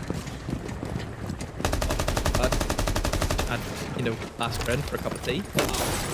She's in another house. That's how she works her magic. What would you what would be the demo story? I don't know. It depends when I get asked, isn't it? I don't really have a story. Get your dad on. You get Paul on. You Get want? Paul. It would not be. It would be like his third time on broadcast. Mm-hmm. Historic Paul. Get him a Indeed. Wikipedia page. Yeah, no, let's not do that. Wow. I'm calling blast. There's pressure on towards the back of the open site here. Now they're fully aware of Valk, but she's also aware that you're aware. So how are you going to get this closed down? I said it before, they're a little bit slow to cook and burn last time round. Sat watching and waiting on windows. So instead, always great pickup here from our wonderful observers of a Valkyrie cam that just reads all of this. And the big cavernous space this is. Pasha removes Robbie's eyes from it, from the long-range fight, and now we can push forward! With the back of the yellow ping, picks up a freebie. BDS caught pretty unaware here as Virtus Pro just screamed upstairs, Demo. Yeah, this should be round done and dusted. That was way too easy for VP. They got one kill from sitting on lobby rappel and killing a guy who is on top of main stairs, and obviously always just got an absolute freeb. So yeah, should be round done and dusted here as long as VP just work through the motions now, get the vertical open, hatches of course as well, get the Monty into position where he can try and go for that plant, make sure you know where the other remaining defenders are, and one of them has been spotted out. Freck is really in the hot seat now, and yep, that's an easy pitch from VP, just as easy as you like for them. That's a good attack, and yeah, 2 more to find, minute left. There'll be no problems at all. Well, with Virtue at least getting one, it's not going to be a flawless, and one more, and suddenly things are a lot closer to even. But P4 is in a risky position here. He's immediately caught out. Virtus Pro, how aware were they? Didn't really matter. There's at least 3 for 1, but 2 back on towards Virtue, and he buys himself a little bit more time and a sneak around away. Found himself toe-to-toe with a shield. He is, I was going to say, maybe not entirely aware, but as he baits out the motion, always he knows exactly how to play this. He's waiting for his 2 teammates to come up there.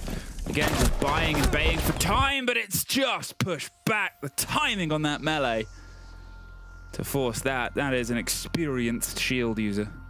Yeah, that was good. Again, from the shield, just doesn't have to go for the kill. Just has to give out the information to the rest of his team. Bide their time. Easy kill. But yeah, simple for VP. Really, really simple. BDS was just gifting 2 kills within the first minute. And what did VP pay for it? Absolutely nothing. So big worry there from BDS. It's just, yes, it's okay dying in those positions because, you know, you're playing aggressive in towards that top floor. But you need to get something in return. You just can't go up there and die. There's no point.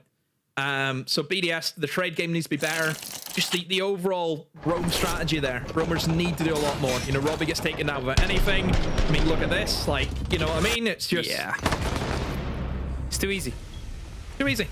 So, poor round from BDS, but again, VP just working for the motions as they do. You know, VP are the team. You give them an inch.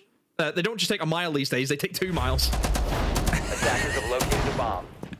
It's a great drive from Virtus Pro, and they're a team that we've always talked about their drive, we've talked about their engine, we've made many references to cyborgs and robots over the years, and there it was, just sort of locked in. But I think, you know, as you sort of pointed out, the onus there is more on the BDS side. It seems like Virtus Pro, they're trying to knock Virtus Pro's approach. They're trying to put them off balance. They're playing things like a pocket cav. But also, ultimately, it's not working. They're not operating at the right time. They don't just have a keen enough awareness on where Virtus Pro are, even with the doubling down on the map choice, right? That's where you expect more awareness. It's where you expect more sharpness in response to teams. Still, early doors, 3 rounds, and new bans. Zami and Grim are gone. Grim, a pretty frequent pickup there by Virtus Pro. You're thinking of the pressure on towards Blue, as we saw last time round. You're thinking of the drive before, but they've gone with a slightly different approach here. No glass, none of the play on that sort of plant. Instead, still with the fuse, still with the shield, and maybe still with the hope of just getting more firefights out of them, Demo. Yeah, I mean, the Cat the Tower makes an easy substitute in, doesn't it, for the kind of util dump that you'd want to have, of course, for this basement. You can clear out areas such as red. If there is a guy playing on blue stairs, again, you can flame him out if needed. So yeah, line up, no problems at all for VP. What we expect from them. BDS, full anchor. Full turtle. Nobody interested in going for the roam. So they've gifted full map control all the way to VP, so they can move into the map, just do their drone work, and yeah. So essentially now, if you're going for the anchor, okay, if you're not wanting to roam and you don't want to waste time and take gunfights and waste util, what VP now have is a clean slate. Okay, this is probably where VP, I think, is a team where their fundamentals are amazing. This is what they want to have all the time in the world with all of their utils still intact. Oh, it got shut out! Oh my. Now that could have put a big blunder, because that would have been the Capitao, which, as I mentioned before, is going to be a must here for VP. Now that you have all that util, and oh, what? Where's Pasha going with that? I've just mentioned how you've got this clean slate of a 5v5, and then you're just gifting a pick by sitting in main stairs. Where he's going is the wrong place, I think, Demo. Now they've rotated themselves around. Well, they're just giving themselves option here. On towards garage on the rotate. They're knocking on the door, though, of servers. They're going to just try and pop a pop through the wall, get rid of anything else that might be there, and maybe not get a team kill this time round. No, actually, it seems like they're not even going to do that. Instead, get the breach open and go for the reverse plant. Try and wait out some time here, but where's the counter? There it is. Well practiced, well rehearsed lineup will at least stop the default plant. Always now sits on half health. The smoke coverage goes in, but they're not going to be able to just keep trying to plant on the default spot. The timer, though, starts to tick dangerously. 2 more smoke canisters in the pocket, Demo, and they've got to be a bit sharp here. Still more damage, still more fire, always. I just don't think it's going to work there. You've got to try elsewhere, and this time, BDS aren't giving you the fights on the swings. They're not swinging that wide. Instead, well, they're keeping themselves at a decent and safe distance. More damage. There goes the kit. There goes 2 bodies. They just kept trying to make it work, Demo. There's still a smoke canister and still 10 more fires. This time, Dan, somewhere else. He's bleeding out. He's bloodied. He's the only one left. And this... oh, this is a BDS round. Well, the denial. Again, the anchor. Need it to happen for them. They've just said, let's sit on site. Let's use the util. The echo, the smoke, the Dechanka all putting in work. That first pick was so important. Because if you are VP in that position, where, yes, you have the Dechanka and the smoke, which are just causing so many issues, you need to then try and apply pressure to those operators. And the best way to do that is get yourself in towards garage. If they had that Dokkaebi, could have easily slipped somebody in towards garage, take that part of the map, and then get himself into position where he can stop the Dechanka and stop the smoke and apply, you know, the pressure coming in to split that bomb site in 2. And even at that stage, if you've got that cover, don't forget, if you can split the bomb site in 2 and stop them from crossing towards Red Hall, always could even run deep and in behind the bomb chassis as well, rather than trying to plant default. That's another option that they could have had. But because they were playing from the 4v5 deficit, they could never afford a man to go to that side. Oh dear. What's that? What's that? That's a network. That reminds me of whenever Maverick was out, and you know how teams would just sit there and Picasso the heck out of the hatches. They're a similar thing. Summon a demon if they're not careful. Oh my. It's intricate. Yeah, if you're unaware, the new Optinari. It's like Full Metal Alchemist.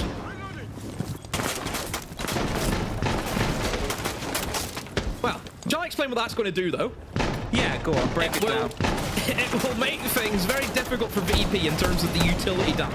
If you don't know, the Denari gadget will regenerate, similar to a Renegade, but the added benefit of you don't have to shoot it yourself to activate it back. So yes, you can burn through the Denari trip, but it will come back. So that has the regenerative ability, which does make it very difficult for the util dump. And not only that, there is a lot of beams that you also have to go through. There must have been, what, at least 7 or 8 beams there, all joined together. So you can see the idea from BDS, it's to stop the util dump coming in from VP. And if you look at the lineup, they've got the Capitao. They did have the Sophia, who's now gone. They're just going to make it really tough to have any say on those windows. Good pitch, though, there from the Capitao. I suppose Capitao's thought, well, I don't see any tricks on this side of the map, so I'll go and fire at the guy in towards the front desk. At this point, how will they try and break through this web they've weaved? Because there's the gate behind it as well. Which is just... I mean, that's not bad. What will it get, though? You know, you'd have to be super precise to get everything. There's this pressure as well. They're just struggling. There's so much burn here. We're almost back in the sort of utility burn meta. Instead, Shepard gets a kill onto Virtue from the deep windows. Firing across the long desk as well to put the pressure onto whoever that was, hopped up, watching and waiting. So they're at least alleviating some of that. But surely at this point, they need to go, okay, we need to try and get top square. We need to maybe enter internally, because otherwise they'll just have to burn through all of this anyway. And they have to do something sooner rather than later, because currently think about what they're doing is just hoping Dan and Always pick up some kills and sit and watch and wait on the back end. There's the break of 1, there's the break of 2, there's still 4 lines to go through. They're able to at least pop this and force that player out behind long desk, but again, this is still playing into the idea of the pressure from Dan, and now that's put back up, but it's still kind of working. Shepard, now on the upside down rappel, gets another here from the positions that are being forced. The BDS players, there's 30 seconds for 2 of them to survive, and the swing in comes in and ripped and round. At this point, it's a backline. There's pressure coming elsewhere. Pass is going for the plant in the meantime. They're still on long desk, but Robbie does at least stop the kit being confirmed. 20 seconds. Oh, and run timing doesn't matter to Dan. Brings the gun back round and goes for the plant. So here, this position, this swing round, he's on the other side of the stop, and he's not quite aware that the kit's being confirmed. I am wrong. Very wrong, and so are they. Look at the position of Shepard and Always. They're so far apart. They've got to try and drive themselves here for the cover. One's on the kit. Not for very long, Demo. P4! Oh. You miss 100% of the shots that you don't take. Simple as that for P4. Just hit the wall bang. Yeah, no problem at all. Great utter chaos. They just didn't have any info. I think that was the issue there for VP. No info on the square side of things. So they just did not know where P4 was going to be. Again, for BDS, I wouldn't say it was the greatest of rounds from them. I mean, the initial strategy, I think, worked pretty well. I mean, obviously, the Aruni and Denari combo, it did confuse VP for a time. They kind of looked down and thought, what is this? Like, what have they constructed? But they're still the same thing for BDS, so I feel as though they're giving picks away and not trading them back in return. I think that has been the biggest worry I've seen for BDS so far. And yes, they've been able to get away with that round because blunder from VP not having any info. And again, a little bit of fortune on your side there as well from BDS. But still BDS up 3-2. You know, there's the elements there of it, as I said. It's slow, it's a bit uncoordinated, and they're sat there sort of watching and hoping the pressure will force things to go their way. It did. In fairness, you can't really argue with the fact that Virtus Pro were able to pick up kill after kill after kill from 2 players on the window, 2 players just sort of putting pressure on laterally and across the front. But as you pointed out, it was so much time spent looking and staring at the lights like a moth that unfortunately they just didn't have the time to juggle it around. Those wide player positions were too far out to really operate what was really, what, a 4 versus 1 towards the end there, a 4 versus 2? More or less.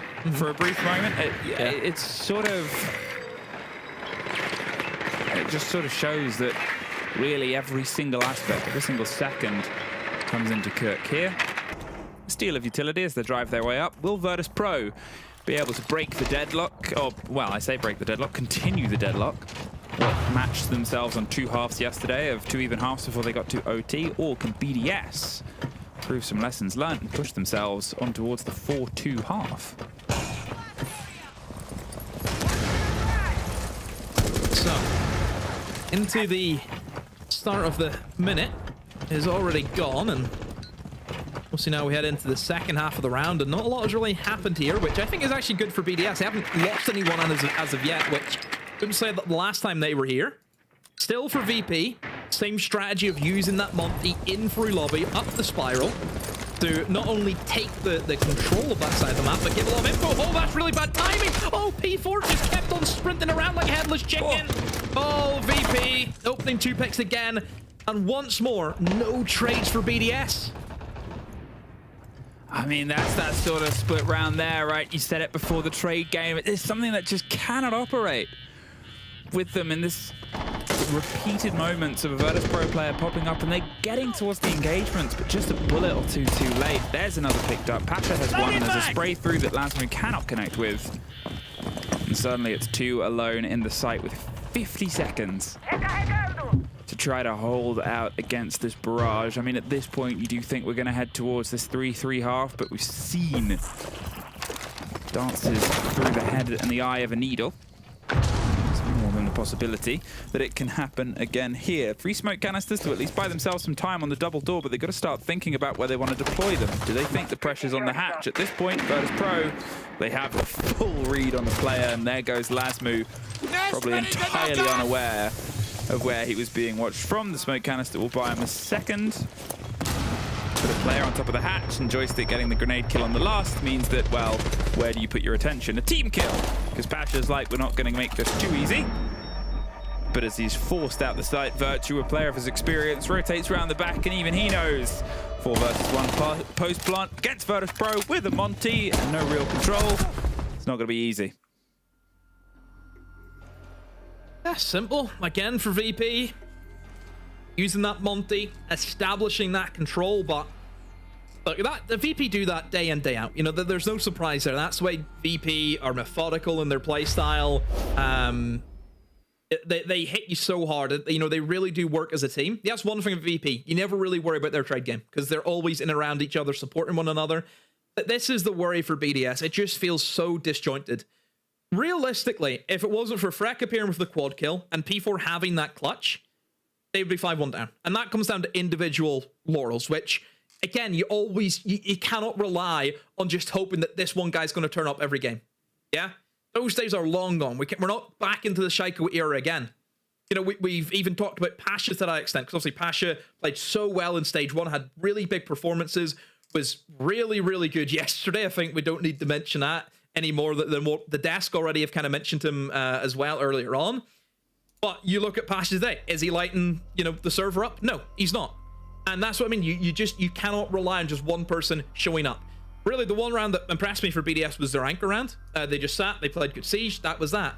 But really, it's just been their trade game, which has really let them down so far, and I think that's why they're kind of in this pickle. And look, I'm not saying it's a bad scoreline, 3v3, or 3 rounds to 3, it's not bad, but still, now you have to go into the attacks. And really, if you look at the way BDS played yesterday in their game against Gen G, they only got 1 attack win out of 6.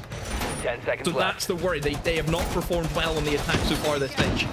The other side of what you're saying is, yes, the trade game is a bad thing.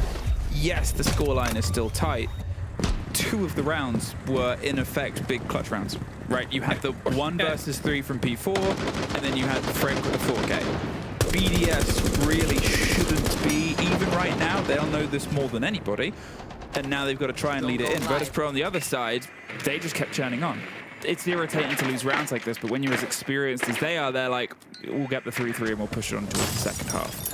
We'll get to the second half, isn't it? You know, yeah, exactly. They had us in the first half. Yeah, exactly. Not gonna lie, they had us in the first half, and this is where they can start to sort of operate. And you know, you've got Pasha showing up, Dan showing up as well. There's sort of usual suspects from the team, but as Freck does find the first, pulls back the Deimos on a lot of damage. I mean, who's going to have more pressure on them right now than Freck, then the star player, then the one that needs to try and win these opening engagements time and time and time and time and time and time and again. Steady approach. Either way, they've got rid of the Azami, probably one of the favorite to get rid of early at this point, as Dan sits in blue and watches and waits. Now they have long-range denial. The Chang can play against it. 2 things to go for the catch on the smoke pressure, but at this point they can just play with the Monty. And, well, with the body advantage as well, with no play against the Goyo. They could just try and drive themselves deep in as the first smoke canister is quite early here on the stairs, minute 30. BDS can double down on that pressure. They could really try and take the wind out of the defensive sails here. Yeah, I like these options here for BDS. Opening up the hatches allows them to have that avenue if they want to go down it, where, yes, backdrops can be a thing, especially if you have the Monty, one of the safer operators to drop that backside if you want to, but just think it's going to be used for a backstab, if anything, and maybe a little bit of phantom pressure even, you could also argue. As we can see that diffuser is going to be situated towards server alongside that Monty, so it will be the traditional plant. Now it comes down to how good that Tachanka and smoke combo is. We've seen it work really well for BDS. A good round from them. See if they can recreate it, but as you've lost the smoke, now it's just down to Shepard. Well, he's a bit concerned where he's being shot from at that point. They're watching around, as I said, you're just going to have to try and play the shield in a slightly different position, but the smoke cover of the Capitao is going to be that important factor, and you're just going to have to take some of the fire damage here, I think, at this point, Monty, and try and drive on. There's 29 seconds, but as the swing comes around and the force right back, Joystick cannot overextend. There's the plant behind the bomb chassis at this point, and a swing down green. The bottom of main gets another for the trouble. Virtue is back up and out with the shield, and post-plant 5 versus 1 now. Well, now the round's done. Demo? That's actually such a connector word for you now, and then you just kind of slip into overdrive for the last minute fun. I was like, wait, did I miss something? Yeah, I kind of... Now it's over. Go home. Thanks for watching. Oh, well, BDS. Great stuff. I mean, a fairly simple take. Traditional, of course. Clearing the roamers. Done that well. Used the Monty just to help them. Then move down in towards server. Had plenty of time where you can, again, sit there and waste up the Chanka. Waste up the smokes if needed as well. The fact that they got the opening pick and then also got a second one from a player exposing themselves from the red hatch, I think that was pretty big, just to allow them to have other options now where you're in the 3v5, players can start walking down main stairs, can start dropping those back hatches. What that does is it makes the remaining defenders just so uncomfortable because they almost have to watch like a million different angles, don't they? They have to be worried about every little area that somebody could enter in from. That's a possibility now because they don't have the manpower to hold it all. And they just crumble under the pressure of VP. So BDS, good start for them. They need to keep it up now.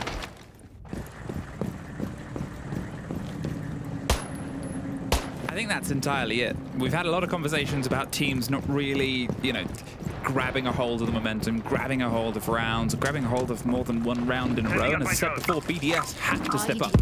They were on the back foot. There's no two ways about it. Now with that early round, at what point do Virtus Pro think, okay, maybe we can't just sit and expect Freck? What are you going to try here? The hatch synergy on this map is so good, so fun, and can be so immediate, but the risk, as I said, is so high for a player like Freck, who has to be that first point of pressure. It seems like more than happy to actually just drift his way up slowly and steadily. P4's underneath, putting a read in on any of these positions. There's a shield that's pushed their way up the stairs. Freck's going to make their way up around underneath. In fact, wants to hit the hatch at the same second. The shield is there for this position. Can they try and make this pop? It's an awkward angle.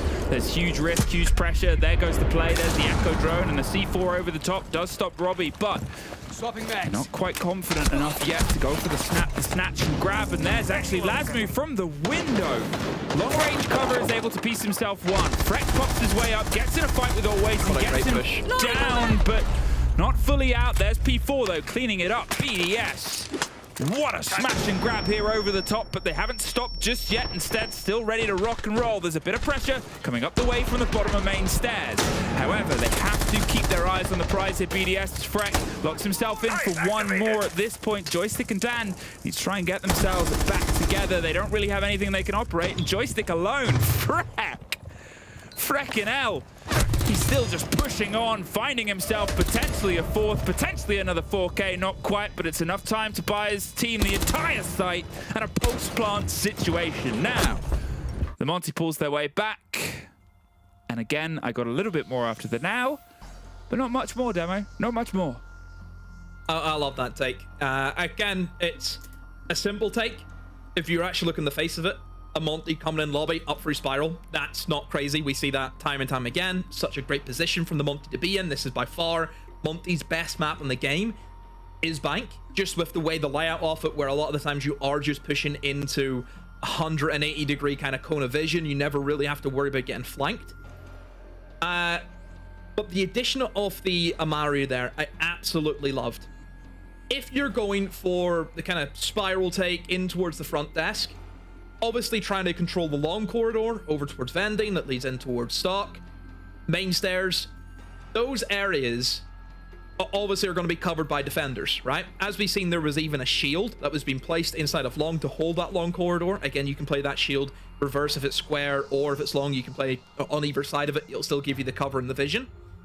9 times out of 10, defender's always going to be sat there holding on to the angle, where if you bend around the corner beside the elevator, they're going to be holding you.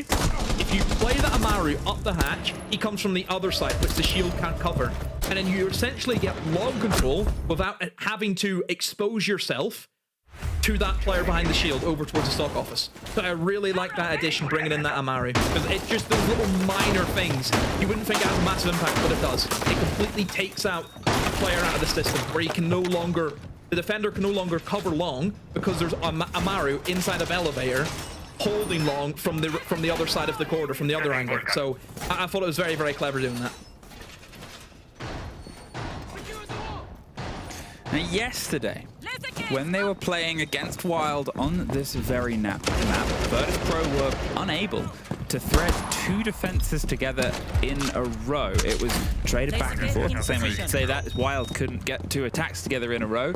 Here already, that sort of mold has been broken by BDS. Is this why they wanted to come back here? Was the research done on this side more than anything? Is this why they thought they saw flaws that they could punish with ingenious takes and quick zips up elevator hatches? It's been a very Mission Impossible style day, actually. Combined with that and the laser grid we had earlier, we're Ethan Hawking here, Demo. Dun, dun, dun, dun, dun. Is that, we should sing that now? Yeah, well, this is an interesting combination. So obviously you've got the Aruni gate that can be stepped off, so it will activate. You've also got the Koyo canister to buy yourself more time and put some damage in. They have to approach this. They have to approach this utility and utilize stuff against it. Fine, they can shoot that.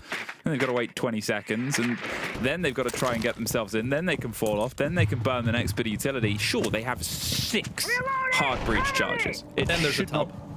Then there's a tub. And at this point, it's just a time game Virtus Pro are hoping to gamble on.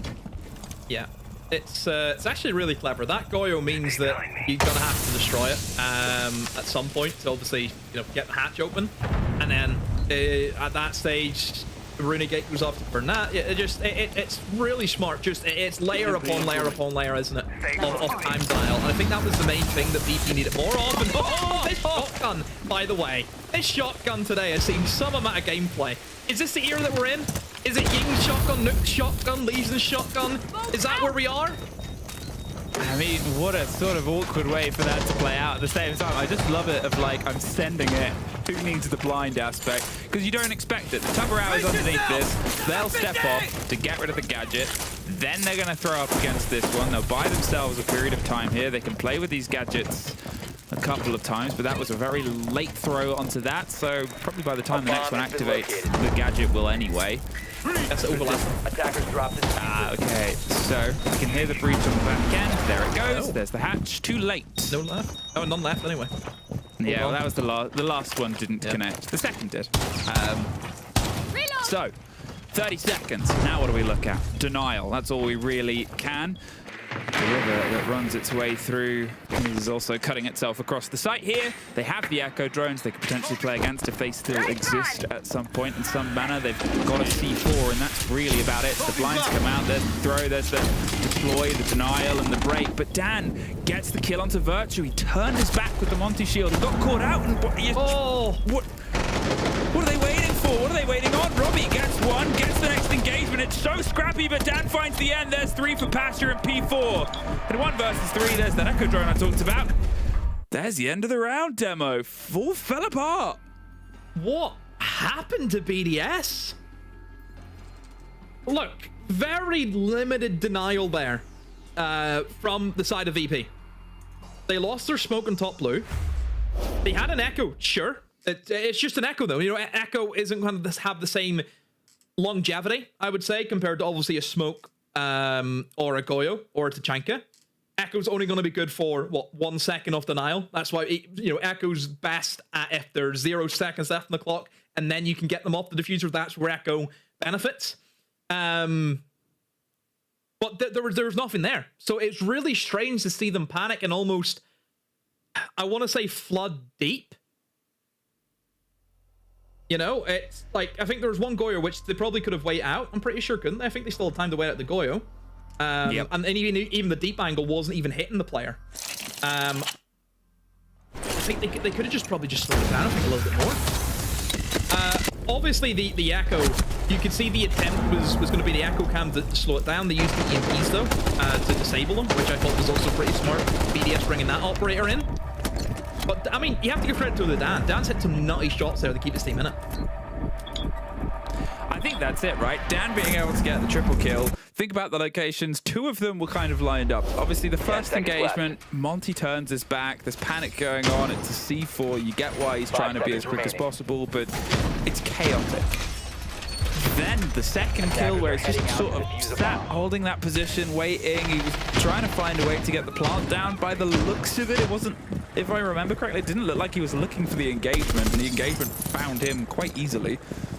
And then swinging around a very scrappy one, bottom of green.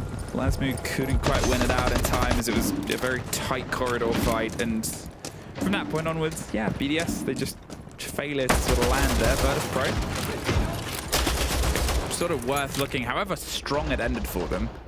Didn't start that way.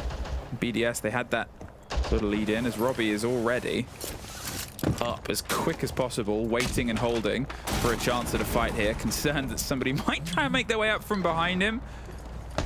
But Virtus Pro, they're sat on the sort of swing. You assume a shield is there. It is. Ooh, but he is not a million miles away from the fight on the rotate either side. Baying and waiting for any chance to cover. A classic sort of take here as the breach gets open towards top square.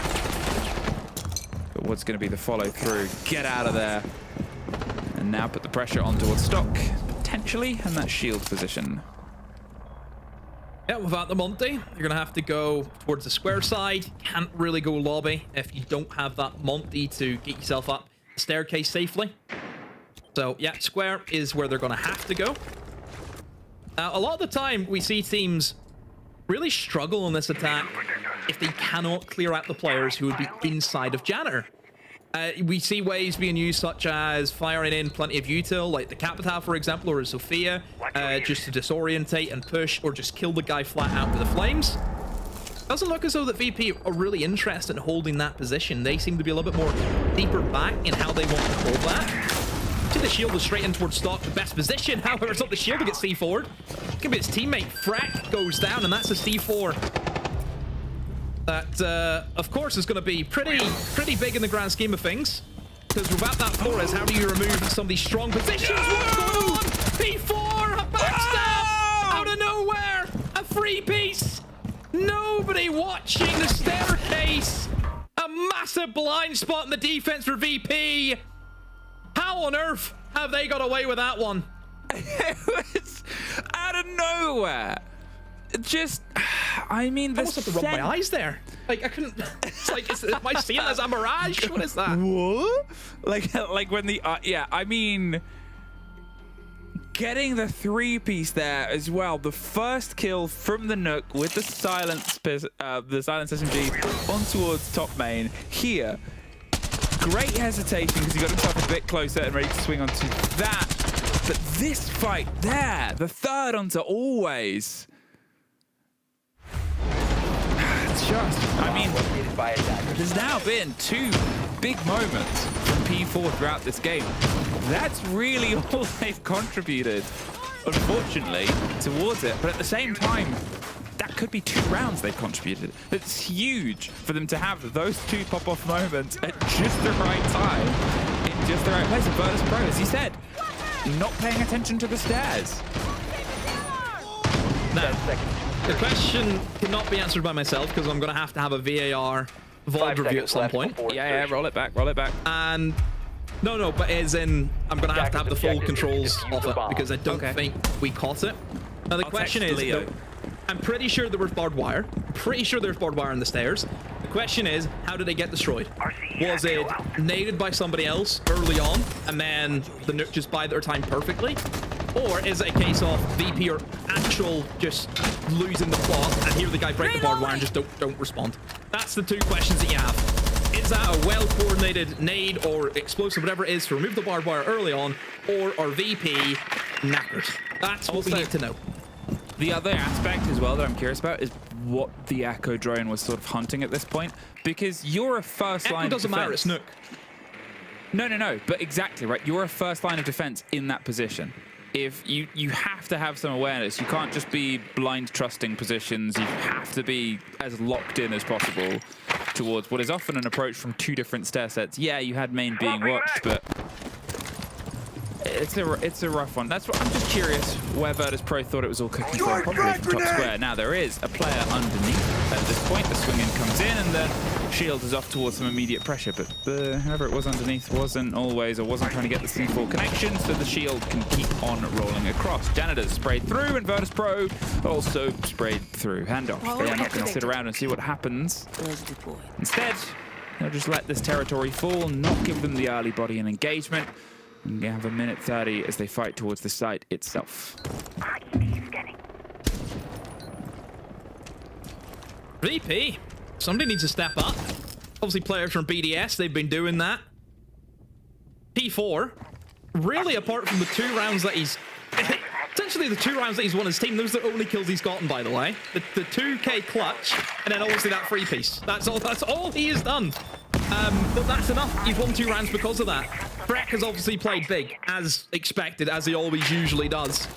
But for VP, somebody needs to get into gear and step up and see what they can do on the server, because right now they are in dire straits, and don't forget VP have dropped another point now. With that 6 being locked in by BDS, and what are you doing, Robbie? Why would you ever dry swing that? He goes down. There's a good trade though for last. Now he gets 2 in return. Always, where are you going out the breach? Another trade. Absolute carnage. I mean, they just sent it. Virtus Pro, they knew they had to win the engagements. The Blackbeard sort of scoffed it a bit, but there was immediate trades and then a trade and then a very shaky trade. But we're here with 15 seconds, a smoke with 1 canister and an echo with maybe a drone. They've played this game before and now they forced their way. But look at the BDS player's position. They've got to try and close down here. They've got to be active. There's a spray through. There's 5 seconds. Lads, you've got to get a move on if you want to lock it down. There's the trade out, and they pull themselves back. P4 on the plant. Echo, no drone, you assume. So, it's the pressure on P4 and Virtue. A post-plant situation here. Shepard, the man who has clutched 1 million clutches, needs to make it 1,000,001 right now if he wants to keep Virtus Pro fighting, but he can't. BDS from the roughest day at the office yesterday to a return to form and 3 points. Our board is so exciting, Demo, as even after 2 games today, nobody in our leaderboard was on more than 3 points. I mean, flip a coin today, Demo. It's one of those days. Things are not what it seems. Well, we'll give our time plenty to sit back, put their feet up, and see what the analysts can crack about that one after a quick break.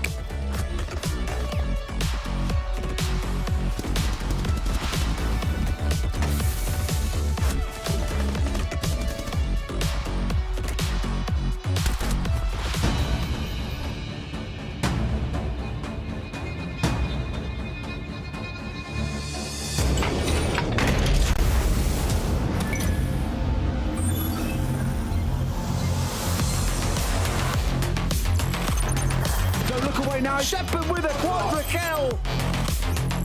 And now it's all up to Bassetto.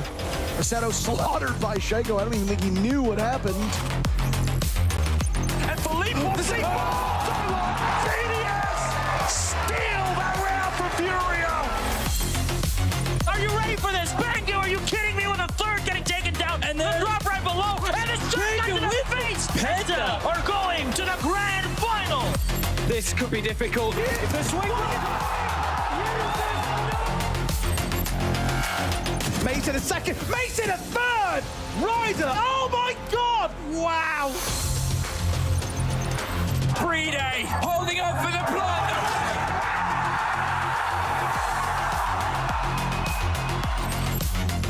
It's a 1v5. Attackers. They had everything going. 1v5. For a second though, just didn't fully commit. Waiting to pop the last available second. Was hoping he baited them out. Solomon's down. Pre-day's up.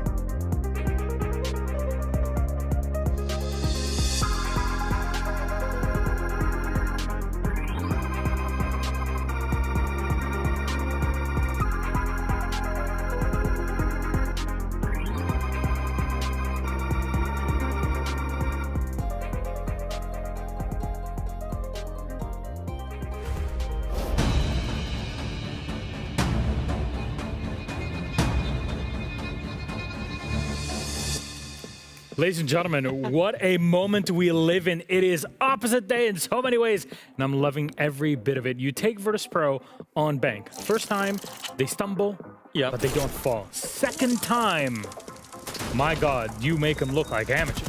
And he did not start the right way for BDS. If you look at these first few rounds, despite Dan getting killed by his own fuse charge, you can see it here.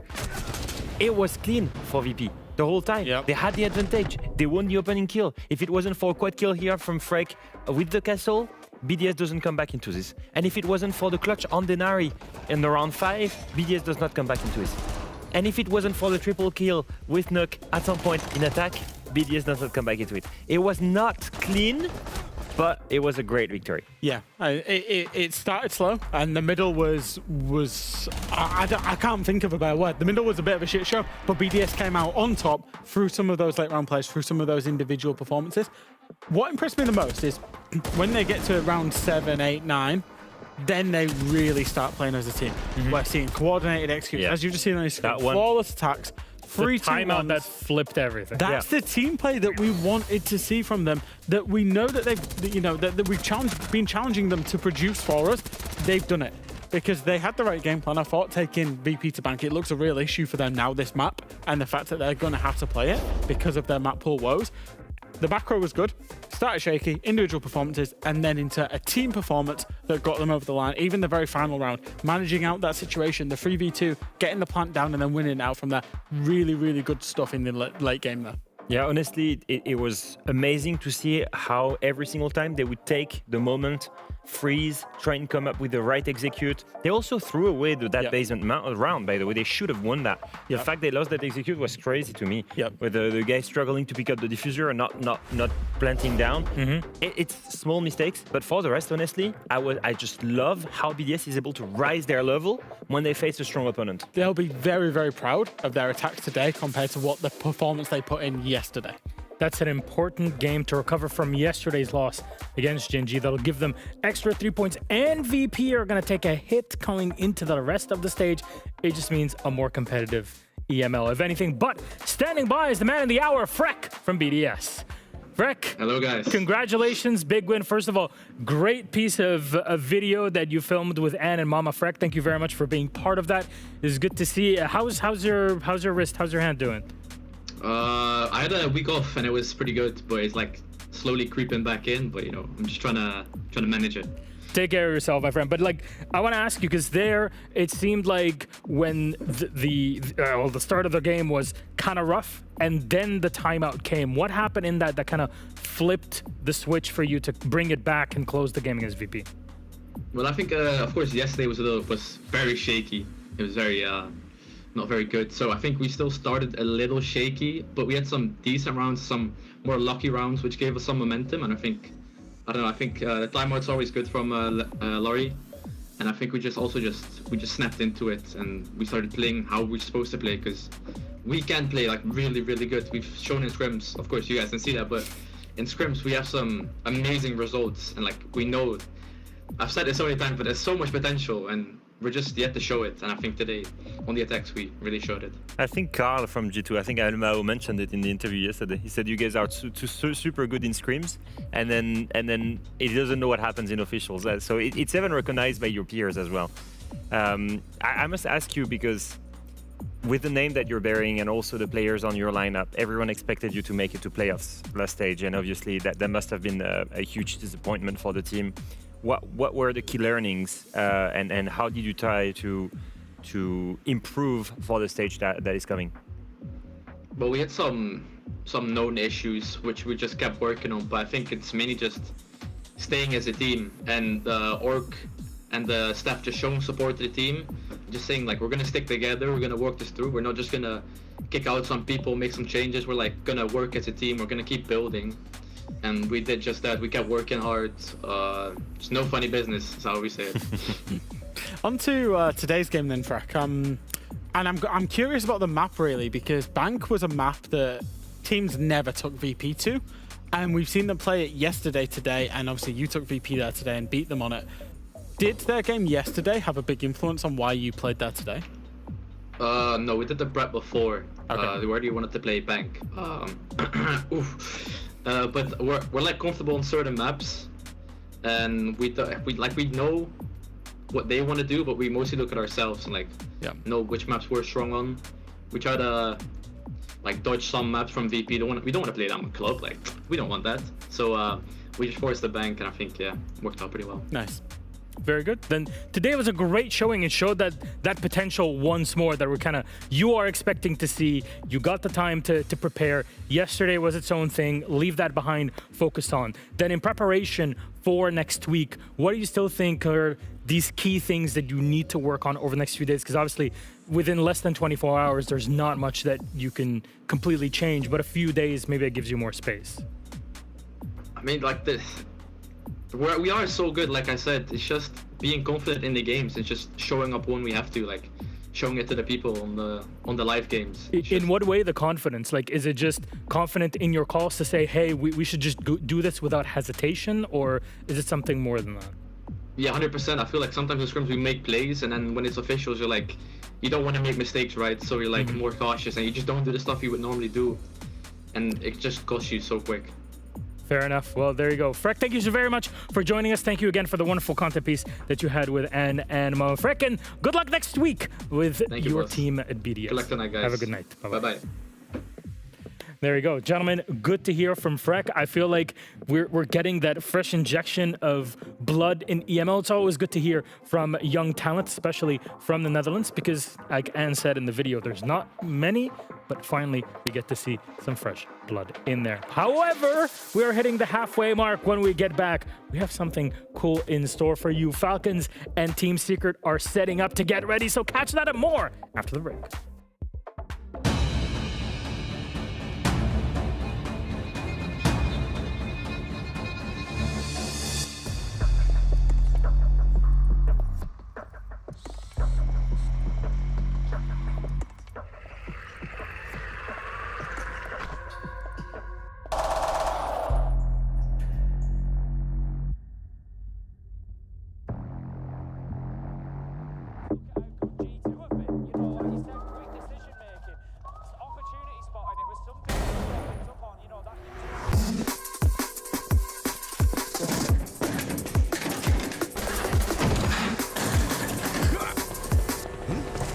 Easy, teammate. Oh, Jesus. Nice. All right, listen. There's a few guys left. I'm going to entry. You're with me. I need you to stay on cams and support us if we need. Got it. All right, with me.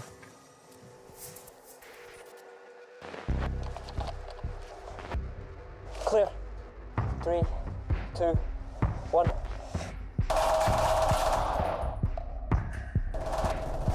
Cover me. Jack. One on the right. Oh, shit. No, call. Get off your cams. We need help.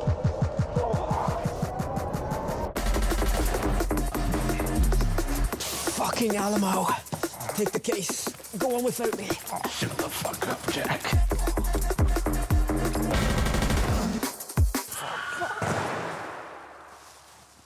What?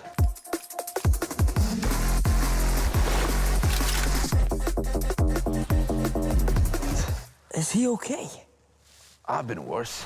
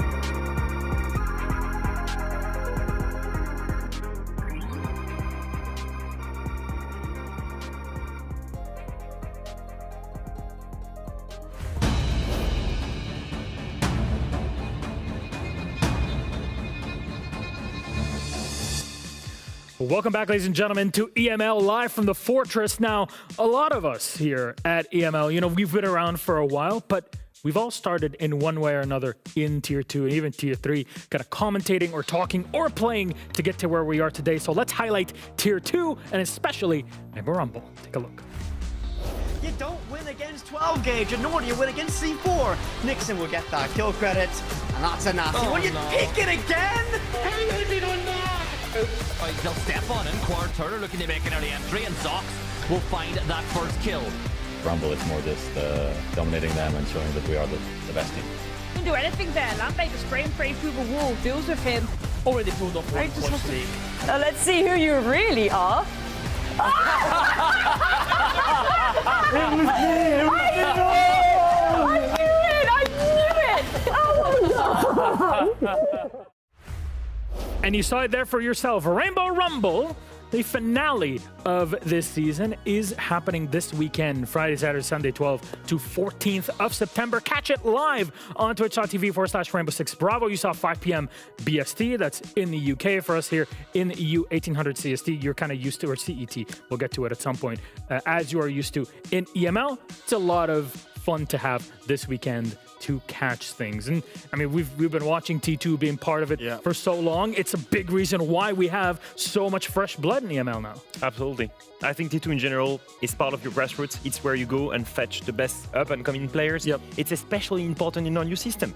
With Challenger Series now, the best Tier 2 teams are able to go into Tier 1. That was the case for Matchco, that was the case for Wild. And that was also going to be the case, and that's going to be the case for 2 teams that are going to be able to join Tier 1 in 2026. And there was a team in that bracket for the Rumble, GK, that have, you know, Pat Bull, Hungry. They've got some really good players that are probably at a Tier 1.5 level, maybe a Tier 1 level with some inexperience on there that could make that step up as well. That was the one for me that I was looking at. Of course, over the summer, GK and One for Another were playing at Central Combine. The finals were in Dusseldorf. They won. It was great to see. So now, not only is Rainbow Rumble happening this weekend, but starting next week, the qualifications for South Breach are also starting off during this autumn and winter. There's a few qualifiers, as you see, 1, 2, and 3 that are happening on these specific dates. The registrations are open, so go to the link right there over by Jack, and you can sign up and play and compete. And maybe we will be talking about you on EML come next year, should your team make it through the gauntlet of Challenger Series and, of course,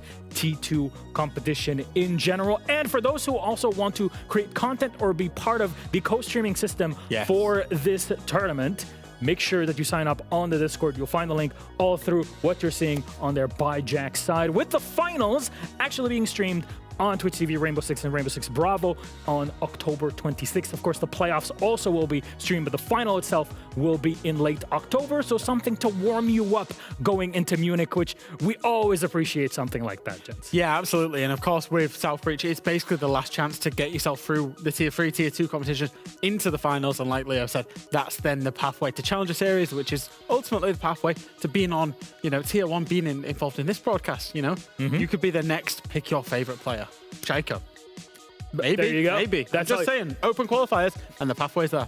There you go. You just have to win, not be second always. Anyways, you could be second technically because 2 teams can qualify. There you go. You could be the next Shaiko. Anyways, gentlemen, let's take a little seat together here because we have a game that really have to sit down for. It's of course going to be Falcons taking on Team Secret, which is a hell of a game. And let's talk about our teams one by one. Let's start off with Team Falcons. Why don't we? Because yesterday they just looked comfortable. Yeah, I think so. I think it was clear as day that there was issues, and it was quite nice for me that Leakfack actually confirmed that when we spoke to him in the interview yesterday. If you've not watched that and you didn't watch the game yesterday, go back and watch it, because Falcons, they put in a great team performance yesterday. It was probably the one thing that was really missing from them in recent history. They'd kind of coasted and relied on that individual talent. They've now focused on that team play. Leakfack then confirmed that was the whole thing for their offseason, focusing on the team play, the team play, the team play. It got so much better, and they put in a ruthless performance. It's not Falcons without Shaiko. Just looking at X just before the game. It's Dark Shaiko. It's just Dark Shaiko. He's just used to it. But looking at this team, for me, there are 2 big elements. There is the ceiling that they can reach when they only play in strong individuals, basically relying on the skills of the players. And then there's the ceiling that they have when they manage to work as a team, like you said. Yesterday, we saw both together, which is already a good sign. But one thing for sure is the individuals are still there. Look at Fick yesterday. On defense, in 2 rounds, he gets 7 kills. Here, pushed by multiple players, pushed by a blitz, pushed by the Capitao, single-handedly dispatching the entire squad that was coming to clear the room. And there's a Demos there, on top of the blitz. You look at this and you think there is no way he gets away with it. He gets a first kill here, will get injured, and then will turn away to look at the server window here, gets another kill, go hide in garage, gets another one. And at first you think, okay, that's 1 round, that's the first round of defense. The round just after, he goes and kills the Hardwich, and then goes to hide in strip and gets another double kill, 3 kills more. That's the kind of things that we love to see, because not only did they show great team play, and they even said in an interview, we look like a team, but also the individuals, they're still there. Because they look devastated in their loss. Getting knocked out after 2 games, EWC, it's something that really hurts your ego when you've been in multiple grand finals pretty much the entire previous year. It hurts. And they were picked up for the reason of assisting Falcons in the club championship for that event as well. So it must have been devastating for them.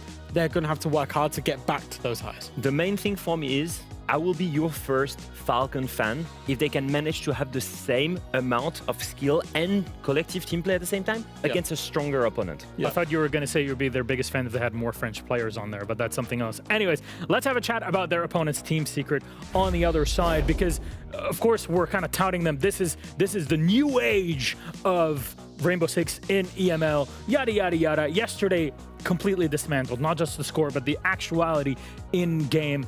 That teamwork was not that present. Yeah, I think so. I think it's maybe too early to say, but there is obviously this trend that we have in Rainbow Six where teams win an event and then fall off significantly.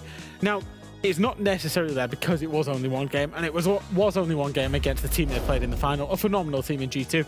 Secret didn't turn up yesterday, so I'm not willing to write them off yet or pass judgment against them yet, but it's certainly far from the perfect start. Literally, they only rely on their RGL. Savage was the only player that was putting on numbers when he's surrounded by fraggers. And that was the big thing for me as well. When I was talking with the team and I talked to Twister as well, he was telling me that it's not an easy thing to come back off a win of an international event straight into a new season. It takes time to kind of reset and prep yourself, but really, if we can focus at the tippity top of EML, right? There's 4 teams that really are the biggest hope and challengers coming into international events, and there's kind of a trend of what you're supposed to do when facing off against big opponents like that. Yeah, so this is from stage 1. This is our top 4, and the top 4 that we expected to be in stage 2. VP maybe kicking that curb a little bit.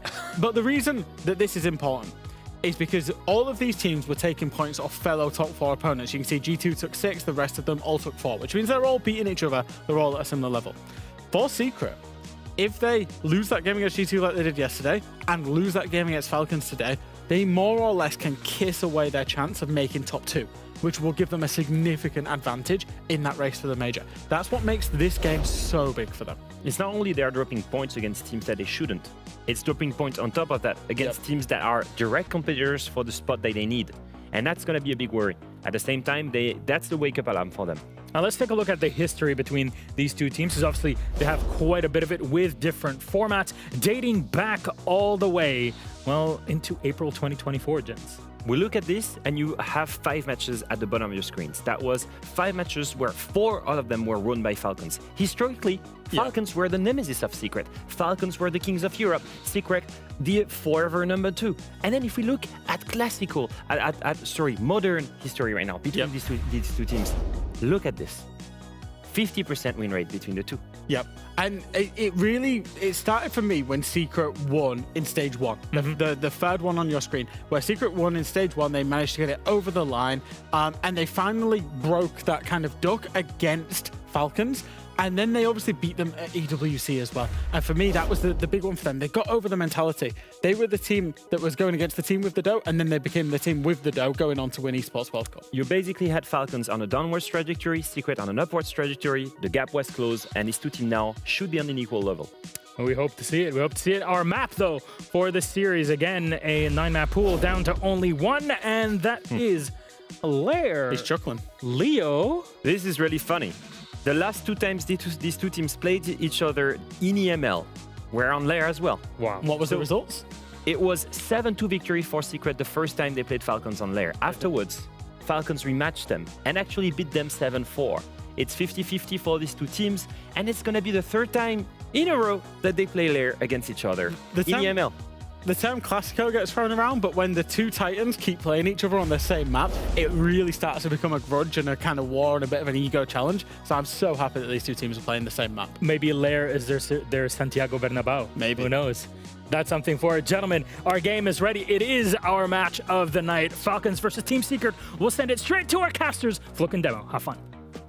Thank you very much, Milosh. And the other two, what are their names again, Demo?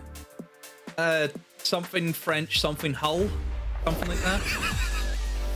Something French, something Hull, something borrowed, something El Clasico, El Bernabéu.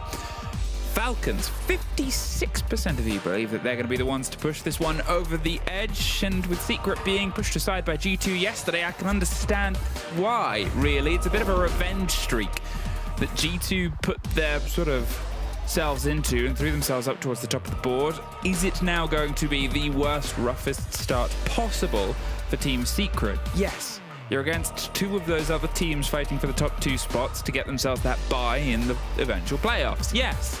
Of those three teams I listed, all three of them are probably expected to be in that fight at the end, but yes, 0 points after 2 days feels rough when pretty much every single other team has been able to net some of their own.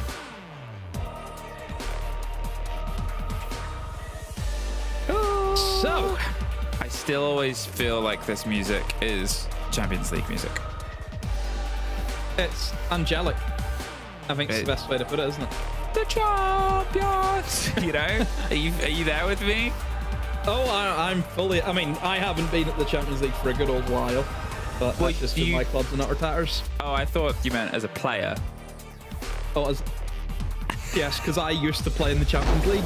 You did. You were a Champions League player. Little known demo fact. Okay, we're back in Lair. Now, the comments that we were going to make about this map, or the comments that we made about this map earlier, was that it never really felt like anyone was in control. I think that's fair. It was one side was really good, the next round they're really bad, and the other team was really good, and they switched it around. They took turns just wailing on each other, more or less. 5 seconds to insertion. I would say we'll see a different kind of affair. I think both of these teams understand this map very, very well. Look, it's a much different, higher skill ceiling that we're dealing with compared to, no offense, to obviously Wolves and Gen G, because they are not as good as what these two teams are that we're watching right now. Well, I think EFAC just exploded himself on a pipe as you were sort of making that point, which is why he's so hurt. We've got new pipes now on Lair compared to the last time we had it in the stage. Took us all by surprise, including him, apparently. Quick break on towards the potential mirror-tricked window. They're concerned about the swing round from the other side, but nothing. The impact comes immediately after, though. So they didn't play with the pop of the mirror window itself either side, and they slip by the other window to find Savage waiting. Oof, there was no way out of that. Actually, it's a catch and a half if I've ever seen one. They know that they're in Skybridge. They had that information. EFAC thinks he's safe, and a nope. Shotgun waiting for it, bottom of the stairs. On the way. Good start from Secret. They've been able to remove that mirror window. I don't know if they've got the wall completely open yet. I want to say no, because there's still two Selmas from Mowgli.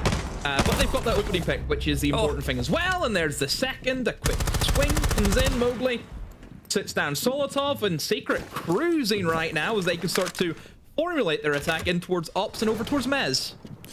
It's just been so clean so far. Obviously, we had a great example of a great 3-on-1 sort of catch. Every route out was covered, and then there was the expectation of a fight, and Mowgli doing what Mowgli really got good at doing recently. The confidence he has built over the past 6 months, taking that point, taking that performance, and eventually taking Falcons, the team that haunted him personally for a very, very long time across the rosters he's played on. The call goes out, and the shotgun goes out too. There's a trade elsewhere as Shaiko is able to at least get one to stop the entire onslaught, but it doesn't last very long. Bride, 1 versus 4 situation. Yes, some damage has been done, But unfortunately, so has all the rest of it, as they've already flooded their way into sight. And what a strong opener there from Secret. Yeah, really good. I think that the main thing there from Secret was they were not going to get caught out by anything. Everything was unlocked for them. They had the Influence Skybridge, they had the Great Pinch, where if you open up those windows, there's only one place he can go, and that's down the stairs. Savage was just great at just creeping around the whole entire map with that shotgun. You've seen the execute on the bathroom. 2 players going in together, making sure that if one does die, someone else is going to be there with the trade. Yeah, fantastic round overall from Secret start to finish. They had full control, never looked out of it. Falcons, again, they've tried to get the kills back, but Secret just ready for them. You know, obviously, if having Falcons understand against a team like Secret, they will try and be plant oriented if they can. They were probably one of the better planting teams that we had last stage. And certainly if you're going to give them the opening pick, or I don't say give them, but if you lose that opening pick and you're in a 4v5, you know you just can't sit your hands. You need to try and find a way back into that round. And they tried to. It just backfired on them. So we'll see if they can respond. At this point, Secret, they've got to try and keep that pace up. They've got everything to try and close down any of those loose players. The combination of Doom on the Jackal and the Dockerby Call should be able to make quick work of any of these routes and runarounds that maybe the Falcons players might explore. EFAC on the Valk, so it's going to be a potential problem to close down. But with an IQ, well, that's not going to be so hard, is it? Is actually the question that needs to be posed on it, because he's definitely got to try and put more back into this approach than he did the last time, where he was unfortunately entirely enraptured and wrapped and hung out to dry. Here, Secret still wasting no time getting themselves just some angles, some impressions on the top 2 floors, and remove the cameras as they cut themselves towards the vertical pressure. Noah can just sit here and wait. There's 2 players not a million miles away from him. Brede on the mirror is being pinged out. They're going to get themselves a bit of width here, but Brede actually wants to step in to the engagement for but a second, and then will he take the hatch drop as he sees the pings coming in behind him? Yes. Now EFAC is in this position. Does he want to try and get a route out whilst he still has an opportunity? The pings are warning him it's happening again. It's happening again. Get out of there. How confident will he be, Demo? Oh, well, they can hear him on the Dockerby Call. Now they're just slowly starting to work their way in. Now, oh, Adrian! Oh, Solotov tries a fire through the wall, but immediately in return fire is there, and yeah, down goes Solotov, the opening pick.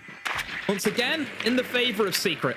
Now, Secret done a great job at clearing out those roamers, and really have, apart from, a Dockerby Call and maybe a few Selmas, that's really all they've wasted. They've still got plenty of util for the, the traditional execute going in towards that mid floor and getting stuff opened up using that RAM. Wow, I'm assuming a Valkyrie led that C4 up, which is why the IQ's trying to get revenge for Doom as they lose out the Jackal. The Jackal's work technically primarily done at this point, but still, it's rough to lose in that engagement. And yeah, the smoke's gone for that coverage. So instead, you're looking at what they've got, and what they've got is a blind fire and push in. Now, there isn't a huge amount to sort of waste time. There's none of that sort of smoke canister, long deploy. They've got a C4 to try and bait out one, but they need to try and get. So this is split control and pressure, and as EFAC gets let in, immediately let right out. Mowgli did not expect that little cubby tuck, and that singular bit of confidence has potentially flipped this entire round on its head. Now they've got to take a drop. Now they've got to put the pressure in with the man disadvantage. They have some verticalities. They're worried about losing it out. The breach doesn't quite get stopped. More than ready for the swing round, but Falcons, they're not giving them a wing. They're not giving them the pressure. There's a take from Brede onto Noah. Shaika gets one of his own. And this attack has unfortunately faltered and fallen away to a fair trade of rounds, one apiece. Yeah, you could see that was an important kill that EFAC got, in the grand scheme of things. What Secret wanted to do there was to have Mowgli apply that backstab pressure, while everyone else just goes traditionally in through boiler, tries to flood their way in through the site. If you don't have that backstab operator coming in, it's so easy on that bomb site just to sit as a defender and look one direction. I think back pressure, hatch pressure, really important for that bomb site. If you don't have it, it's so simple. You look at that mirror, just have to look at the one angle. Was never worried about somebody coming in from behind, knew that there was going to be a guy as well beside them to trade. If you were killed by Connector, you could have had somebody swing in from Lab. Didn't even need that anyway, so yeah. Again, for this kind of round, the way it plays out on that basement, it just shows that man advantage is really important, isn't it? Oh, more than anything in this game. You've got the ability to have a trade network. You've got the ability to trade a gun or a person. If you can do that well from 2 different angles, oh my god, you're winning Rainbow Six Siege. How have you done this? It's just the importance of that T on the cost factor in motion, and Mowgli being able to pinch and pull a player out and put the pressure in that situation reads things pretty well. But still early doors. Still great time to trade sort of rounds in this situation. Falcons didn't let Team Secret get a bit more momentum on the back of it. They lost the first kill in such a blinding manner. We've gone back to a slightly different approach. Double the shields. The first time we've had a 2-shield run of the day so far, but far from the first time we've seen 2 shields in a round demo. It will not be the last time, I would say. We'll probably see it tonight as well. I think there's still plenty of games to go where we'll see the double shield taking effect. Obviously, with having both of the shields, it gives you that option of hitting supply so hard and heavy. And the double shield can only really be stopped by either a brilliant C4 or obviously a smoke plate in that position. Now, if you look at Falcons, they do have said smoke inside of storage, so I think the shield should be shut down at some point. But it looks to me though that maybe Mez now is where they're going to operate, as the Blitz has taken control of Mez in towards the staircase, and now is starting to actually edge his way over towards Art. There's that mirror window, that reverse mirror window looking straight at him. Can't really do much because it is there. Bouncing the grenades on the top just forces users to do this. Takes the head off of Noah, takes the head off of their sense for any of those light balls, and also puts the Kid Cold outside. Doom does get EFAC. I'm not sure if he attempted something similar, but it is going to slow things down as the coverage of the smoke will pull them back and get them in a new home. Adrian finds Solotov, though, in the same engagement, struggling to get himself in, but as suddenly 2 kills fly back into the side of Falcons, well, it is just trading ups and downs. Mowgli talking over underneath. Well, he's able to get one inside the site itself, but now those moments will call. On the side of Green Stairs, Shaiko wins out the important fight and factor there, and that from Brede will make sure that there's not a trade. That important T on the back of it, back the other way. Well prepared for the approach there. As I said, the fight on the verticality, and at this point, the 2 remaining Falcons players just have to be set up with that man advantage demo. Just play together. Don't give them individual picks. I mean, heck, let them plant if you need to. Those are Savages in a great position to really be charging at them, and, well, he tries to charge at them, and that's what happens. Yeah, easy lockout there from Falcons. No issues for them. You could see that mirror window upstairs really caught them by surprise, wasn't it? You know, they tried to force their way in. The Blackbeard was actually just used as, like, just a solo player coming in through supply. I think there to try and drag the smoke away, because naturally if you know that a shield has exposed himself early, which the Blackbeard did, you hear the Blackbeard coming in you know, a mile off, the smoke obviously will naturally go towards that Blackbeard because he's a great counter to it. That then allows the Blitz a lot of free space. You know, Blitz was hoping, okay, if the smoke is over and towards supply, I can just run straight in through Mez, in through bathroom, whatever it is, wherever way I want to go, and straight into Art, knowing a guy's gonna be on my window. But boom, mirror window out of nowhere, and therefore he can no longer push that because there's constant info on him. Again, you always have the aspect of, oh, that could be a mirror of a C4 behind that, I can't push that either. So just a simple thing like a mirror window not being spotted out has been enough to just stop Secret in their tracks. So yeah, not the greatest, I think, of info there from Secret. You know, they should have spotted that mirror window early and thought, no, it's either we need to have the utility dump or we just don't go near that side of the map at all, but they just didn't know.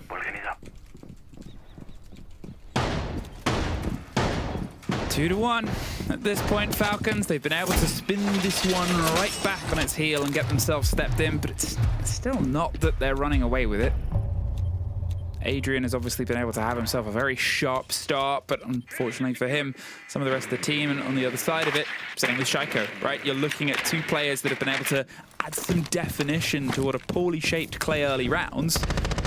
And it's the first for the rest of the team to get up, start realizing they're making sandcastles instead, and build something beautiful. Doom, quick in on the Deimos.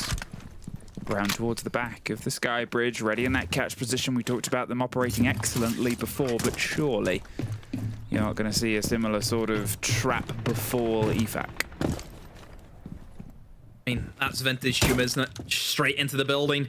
Yep. Dave him get himself set up for this bandit trick. This should be an easy kill. No, shoots the wrong side. Unfortunately for him, almost EFAC on the reverse. There's a little bit of damage to Doom, but this is a tense one. I mean, EFAC, look at this. Goes for the bandit trick still. Still going to go for it. I think he is. Uses it over for the cover. Do we see it happen? No. EFAC thinks better off it, but oh my. Oh, EFAC, he's a gambling man. He is a gambling man, I'll tell you that for free. Full risk for what would have been slight reward there. Credit to him. I am a bandit and this is my wall. And, you know, you've got to sometimes pull... Friends don't let friends bandit trick to their own death, you know? This is my wall. There are many like it, but this was mine. Oh no, it's an awkward breach. That's a it's a shame. hash job. Wow, that's gonna make things stickier and trickier. Doom almost took the head off of EFAC, who's again such excited. Crazy. This guy needs to get a slight eval. I'm not even kidding. Get him checked up. I mean, he's wanting to make them uncomfortable, and it's working in some manners. Doom's got the track on somebody, and Adrian again with that shotgun wanted to try and put some distance in. They couldn't quite get it. They're knocking on the door of the ops room. They've obviously got this pressure. They don't really have any other choice because the breach is scuffed. So instead, they're just going to see if they can try and get some control here on the top of the green stairs. No, in fact, Stamos is going to rotate round. Concerned about a flank round the back. It's the Monty with no health alone. Currently on the back, holding on to the start of this push. They've sort of swung their way rounds elsewhere. Shaiko's able to clean up Mowgli, and things are starting to be the end. Oh, There's just a flood of Shaiko, with EFAC getting a C4 in the middle, and I mean, Doom getting 2 before he's knocked out the door isn't really going to do much to slow 3 rounds in a row for Team Falcons. I'm pretty sure he just 180'd Noah. I'm pretty sure he did. It looked like he did, and then he snaps onto the guy in the breach. Wow. Wait, the guy's a freak. Wait, I've said this multiple times, what Shaiko is. I feel like you say like the guy's a freak, but you got to do brackets positive. Yes. The thing is with Shaiko is he played really well yesterday, and I think that momentum's just carrying on to today. And I think that's the worst thing that can happen here for Secret, is that he's carried on from his form yesterday. Yeah. I mean, I think it's always the thing, right? What hasn't been said about Shaiko? Or what hasn't been put in? What hasn't been done by Shaiko in a game as well? We all know what he is. It's, you know, you look at the dictionary and there's Shaiko and it'll just say total beast. You know, that's what comes up in the dictionary. 8-1 over these opening few rounds with no feeling like he wants to slow down. And it's just, in some manners, it's a bit easy for him. The fact that there's a lot of disruption coming from his team. We said it before, EFAC is trying to escape the map. I don't know if people have told him he's on defense. Someone needs to get the word to him. I mean, he should be in a straitjacket, I think, 9 times out of the 10. Shouldn't brackets, the way he plays Siege. Brackets positive? Yes. Yeah. Maybe. We'll put brackets, maybe, question mark. I think just even EFAC playing that chaotic Siege is really putting a dampener in Secret, isn't it? Because he's playing like brackets, total idiot. We're doing a little brackets here tonight, where he's running around swinging everything. You've seen him on the breach as well, what he was trying to go for. You know, that just put a lot of pressure on the Secret. They didn't know, oh, do we go for it, do we not? You know, it's making Secrets of basics not be so basic anymore, isn't it? So I do like that added chaotic energy that this guy has. You know, it's chaotic good energy, I'll say. That's what he fits on the graph. He's chaotic good as EFAC. Oh, entirely. And it's definitely something, obviously, when you look at what is falling apart from the side here of Secret, is that setup game. They're, as you said, pretty perfectly, the easy jobs are becoming very difficult. Noah's not been able to engage with both the hard breach side of the game, the objective side of the game, and then also, unfortunately, you know, getting 180'd by Shaiko, which means that it's tough to build a base. It's tough to build something to then build from here for the side of Secret. And on this map, where there is in part a lot of moving parts, you know, it's very quick and very sharp at points. Now, this fight being led around the corner, just a step too late, but a shield around the corner of its own swing round, but Shaiko still gets a couple of kills before he's removed. Solotov gets one of his own.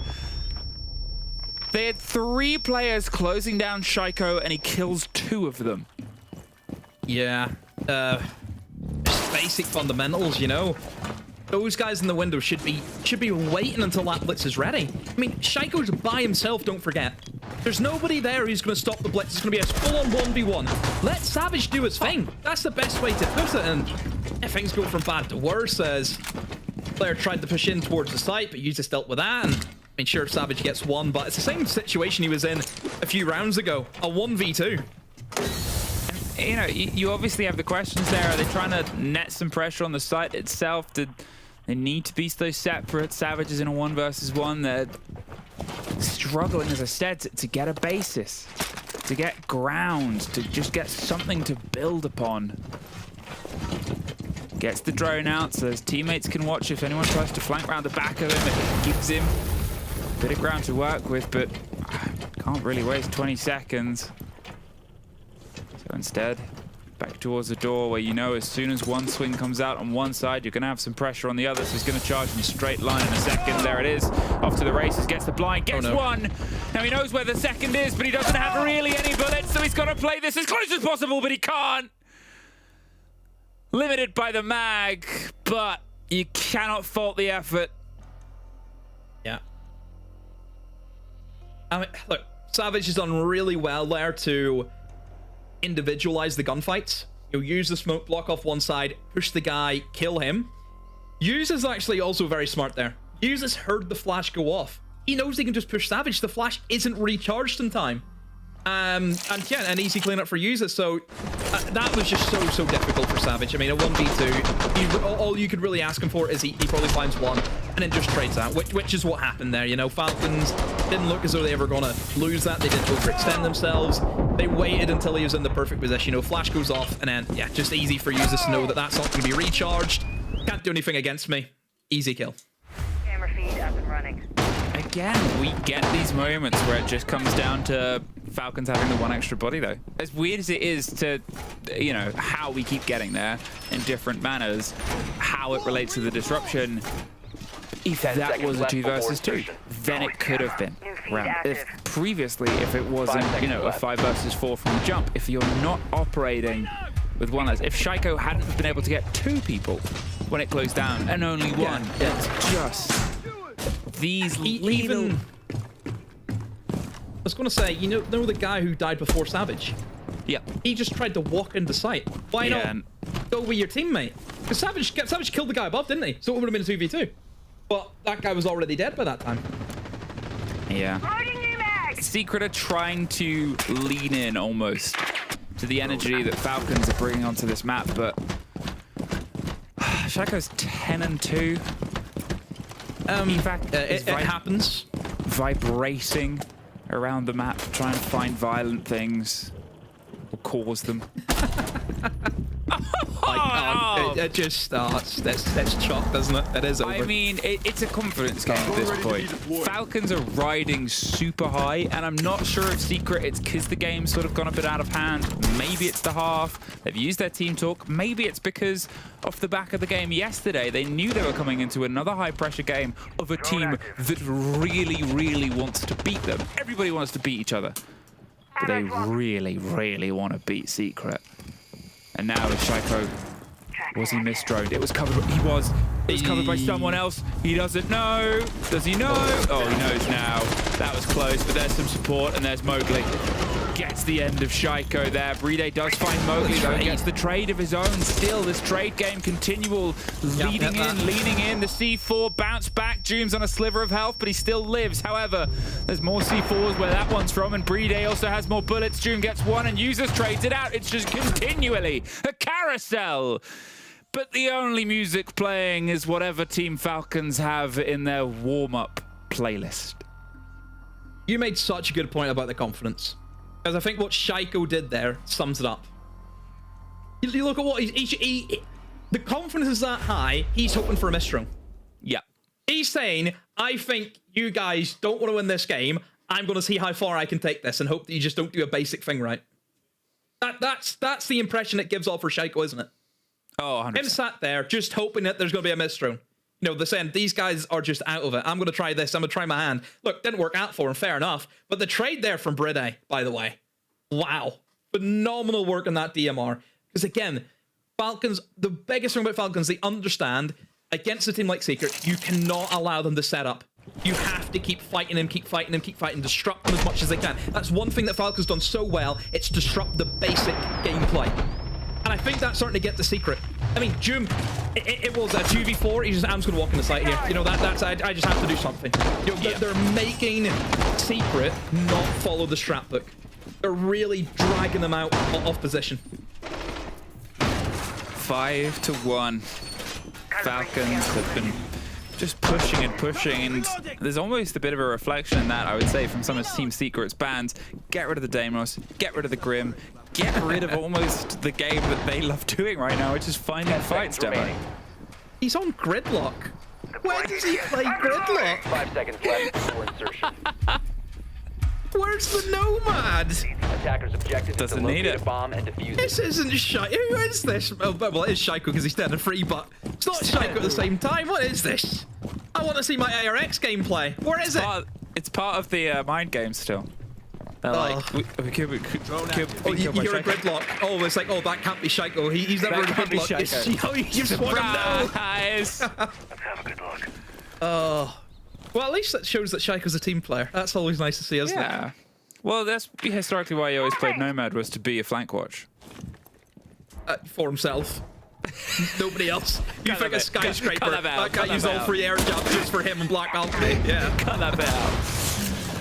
Now, instant pressure. Trying to be let in, but the big shield of Bride is going to make sure that nobody swings their way round, as again, scuffed and tricked against. You assume those 2 impacts from Mowgli were utilized to cause exactly that end result. Yep. But there is still 2 Selmas in the pocket of Solotov, so they have more than enough to try and get a bit of a redo, get a bit of an approach elsewhere. 2 C4 is probably not going to be utilized on that, but they have the chance to grow in, play a bit of angles here. Minute 40, they've got themselves some pressure on towards top green. There's some flank watch Gridlock set up and a smoke canister top left. They're just going to ping out, but they're not going to de-shield because they know as soon as they do, there's probably 2 swings that are going to come their way. So it looks to be green supply take with the Monty, pretty standard stuff. Yeah. But again, the supply player, that's always the issue, is there's always a smoke in this position. That's what we see the meta develop into, because, you know, smoke's really the only person who can actually deal with the smokes. Look at that, impact DMP to disable the smoke gadget. But is he going to be able to get in a position to shoot it off? Oh, it's risky, and does get out of there alive. And there's the last one also being used. This is really good time management. That's a minute left, all smoke's gone. A minute left, all smokes and all players still standing. So who is going to be able to get that sort of vacant entry statistic? It's Solotov. Finds Mowgli, gets rid of one of those power players. And at this point, where will they push here, Demo? They'll rotate. They'll rotate towards the other side of the map. They've completely bamboozled Secret now. Look at where the Monty is. Straight over to it. They can open up the wall, and they can go for the plant. They know that the smokes are gone. That's the whole reason why they played the Monty towards supply. Is to use the denial early from Secret. Oh, they're going to try and get the pop out. There goes Savage. He tried to make something happen there, Demo, but nothing really is. 20 seconds. Bit of time wasted. They're behind a big hop up and a lockdown onto the desk. They can just try and swing around it, but there needs to be, in fact, something else here. The C4 doesn't connect with anyone, but they do get rid of Bride, so the kit's cold, and they just finish it over. They led them all in. They knew they had to flood for the plant, so they knew they had to just do the one thing in response. Be ready to shoot them on the approach, Demo. Yeah, that's a brilliant attack. That's fantastic. Using the Monty, baiting out the smokes early on towards supply, and then completely rotating the attack over towards Mez. I think that's genius there from Falcons. Just didn't have the denial. Also, you look at the only other denial operator being the C4. Where is he playing? Inside of Art, trying to hold on to that side of the map, so he was never going to be in a position to use that C4. So fantastic work from Falcons. That is a perfect attack in my book. And yeah, 6-1 they lead. I mean, it's thoroughly deserved. I think Falcons, the game plan they've went into, of course, in the defense was fantastic. Disrupt. Don't allow Secret to set up the way they want to in the attacks. And then you look at Falcons just bringing through that confidence now, aren't they? And they're just making quick work here in Secret. I mean, 7-2 loss yesterday to G2 for Secret. Maybe a 7-1 loss today against Falcons. Yeah, again, two very, very strong teams you're up against. Two teams that you expect to be brawling with, but not like this. Not like this. Not after the form that Secret have had on sort of national and international stages. Not after the growth this roster's had. Not after the work they've done. To go from a team that, yeah, was often fighting mid-table to upper mid-table to in contention to being top dog. Yeah, be a favorite, yeah. 3 rounds, potentially, against 2 other top dog potential teams over 2 days. The only dog word for that, rough. How are you spelling that? Can we just get the, how are we spelling that? That's the real question. Double F? Yeah, I mean, that's classic. I'd have to ask a dog. I didn't study it. Milos and Leo, they speak a lot of languages. Yeah, Milos, do you speak dog? For the breach. Milos, you speak dog? You have to speak to him. Milos, how I spell rough? Yeah, maybe he'll know. He'll go back to us. Oh no! Shaiko. There he is again. Opening pick, and just look at this. Look at the confidence. Straight up the stairs. Look, he's dry swinging us, by the way. Just going off a duck we call. No drones, no nothing. This is Shaiko just in form. It's just eager for violence, eager to set a score, eager for one more. Now he wants to just keep pushing on. He's classic Shaiko, just face checking. There's 3, there's 4 against every single one in the middle of reloading. Give him the ace free day. Step back. What's his name? Oh, it's Shaiko still, but he's not gonna get the ace for it.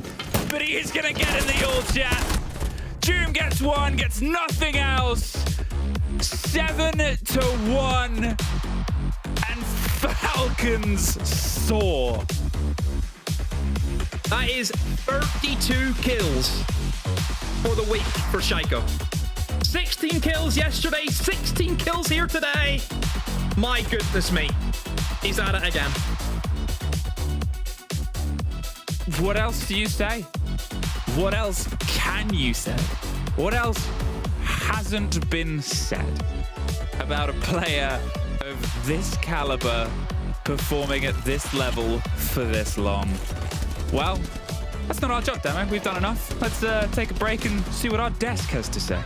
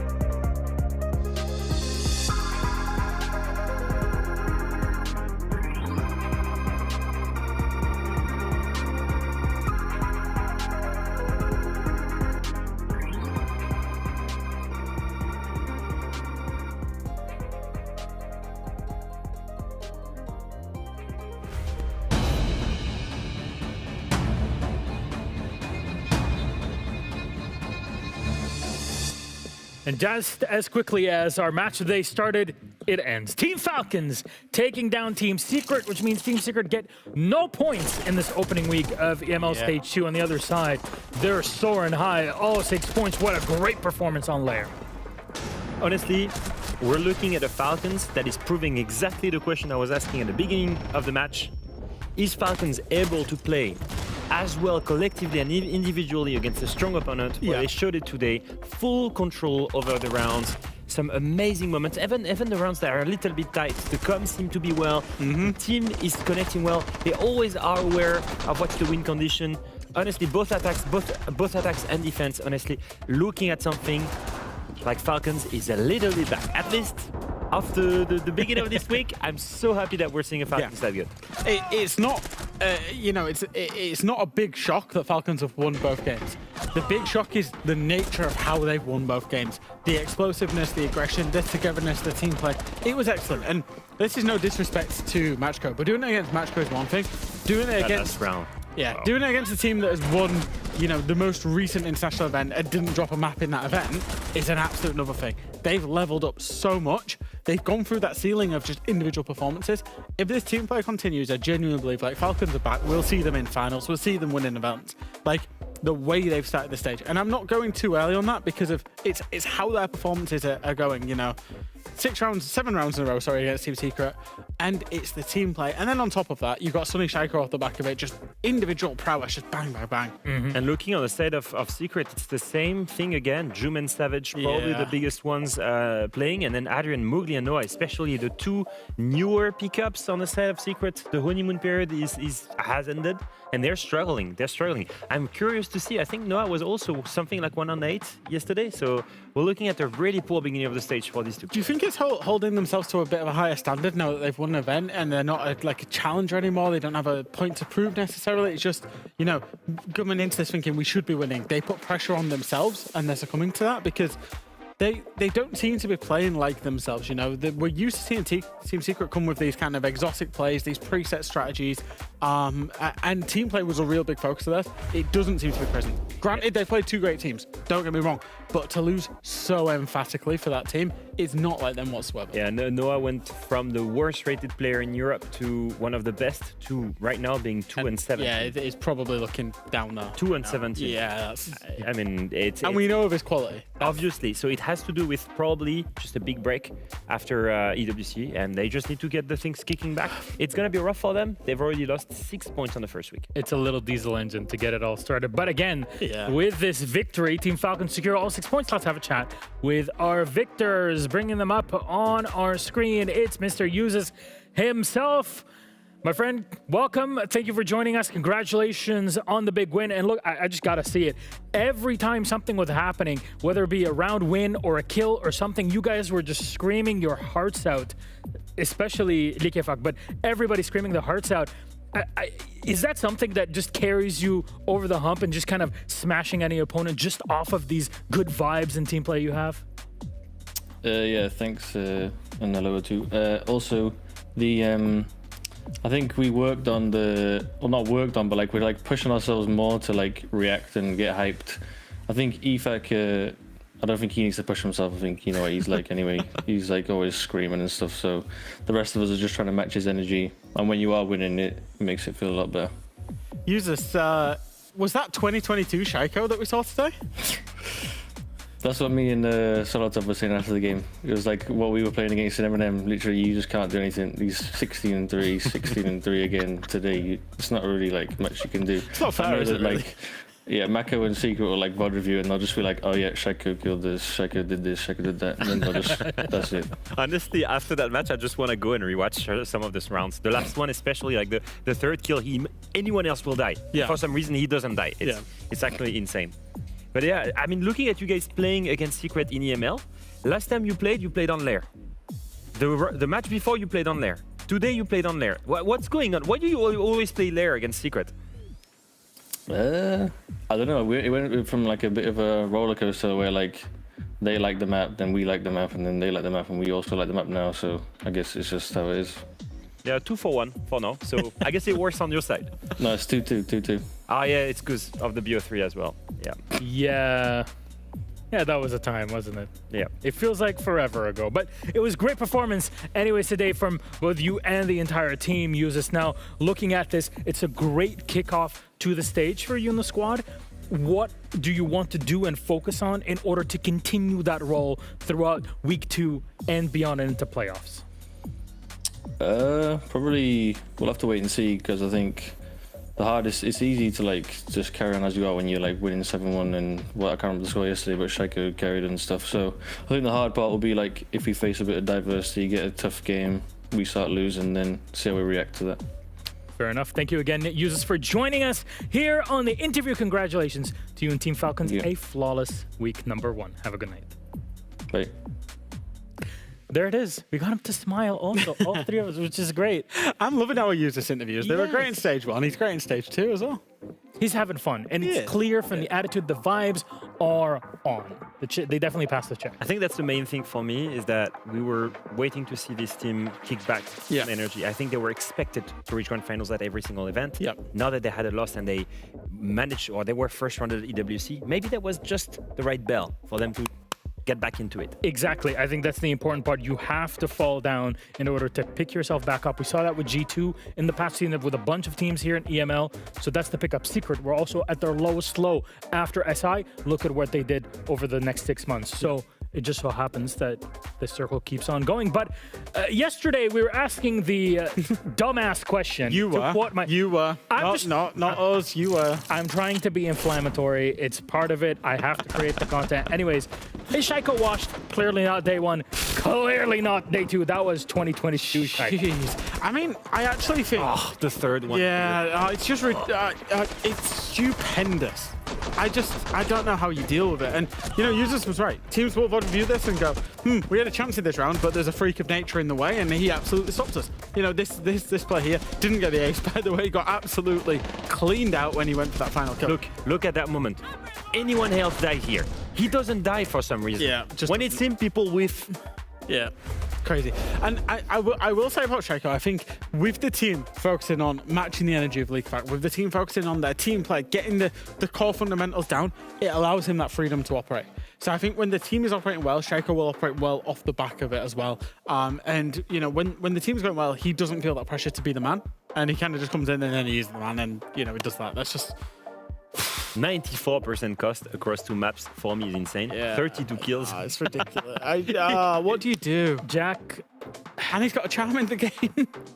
The man is just winning now. He definitely wasn't winning a month or so ago, but it's happening, and I can see it in your eyes. I feel like there's a lot of repressed memories, Jack, from the Chaos days that are kicking back off when you see Shaiko playing like that. Well, what's funny, actually, just as a quick, back in 2021, 2020, I can't remember, we had a game plan when we played against BDS on Chaos, which was to spawn peek Shaiko and to take him out of the game.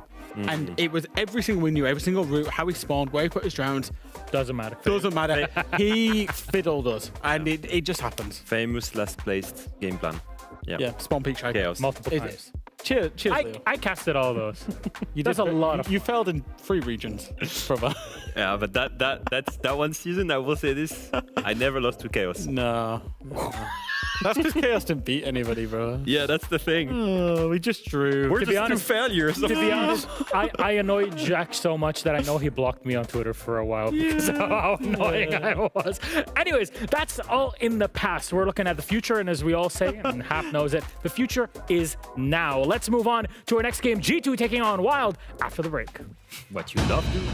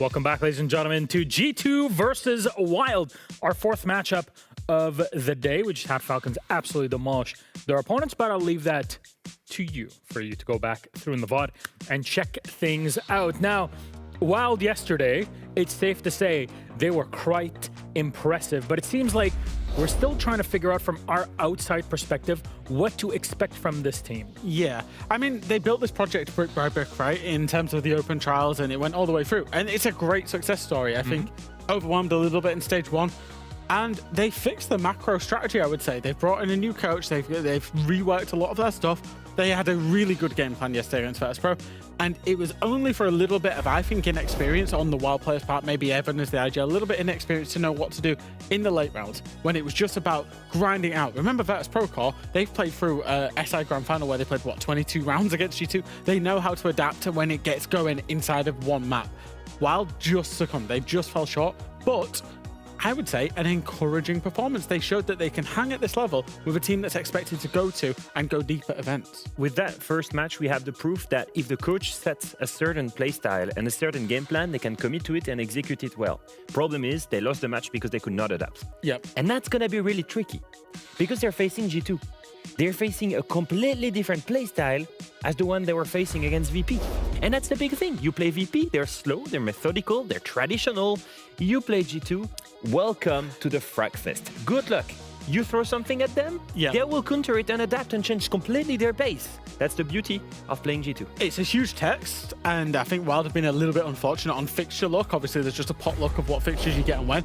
That you play Virtus Pro on one side, like you said, slow, traditional, conventional Siege, to G2, vibes, fast, chaotic.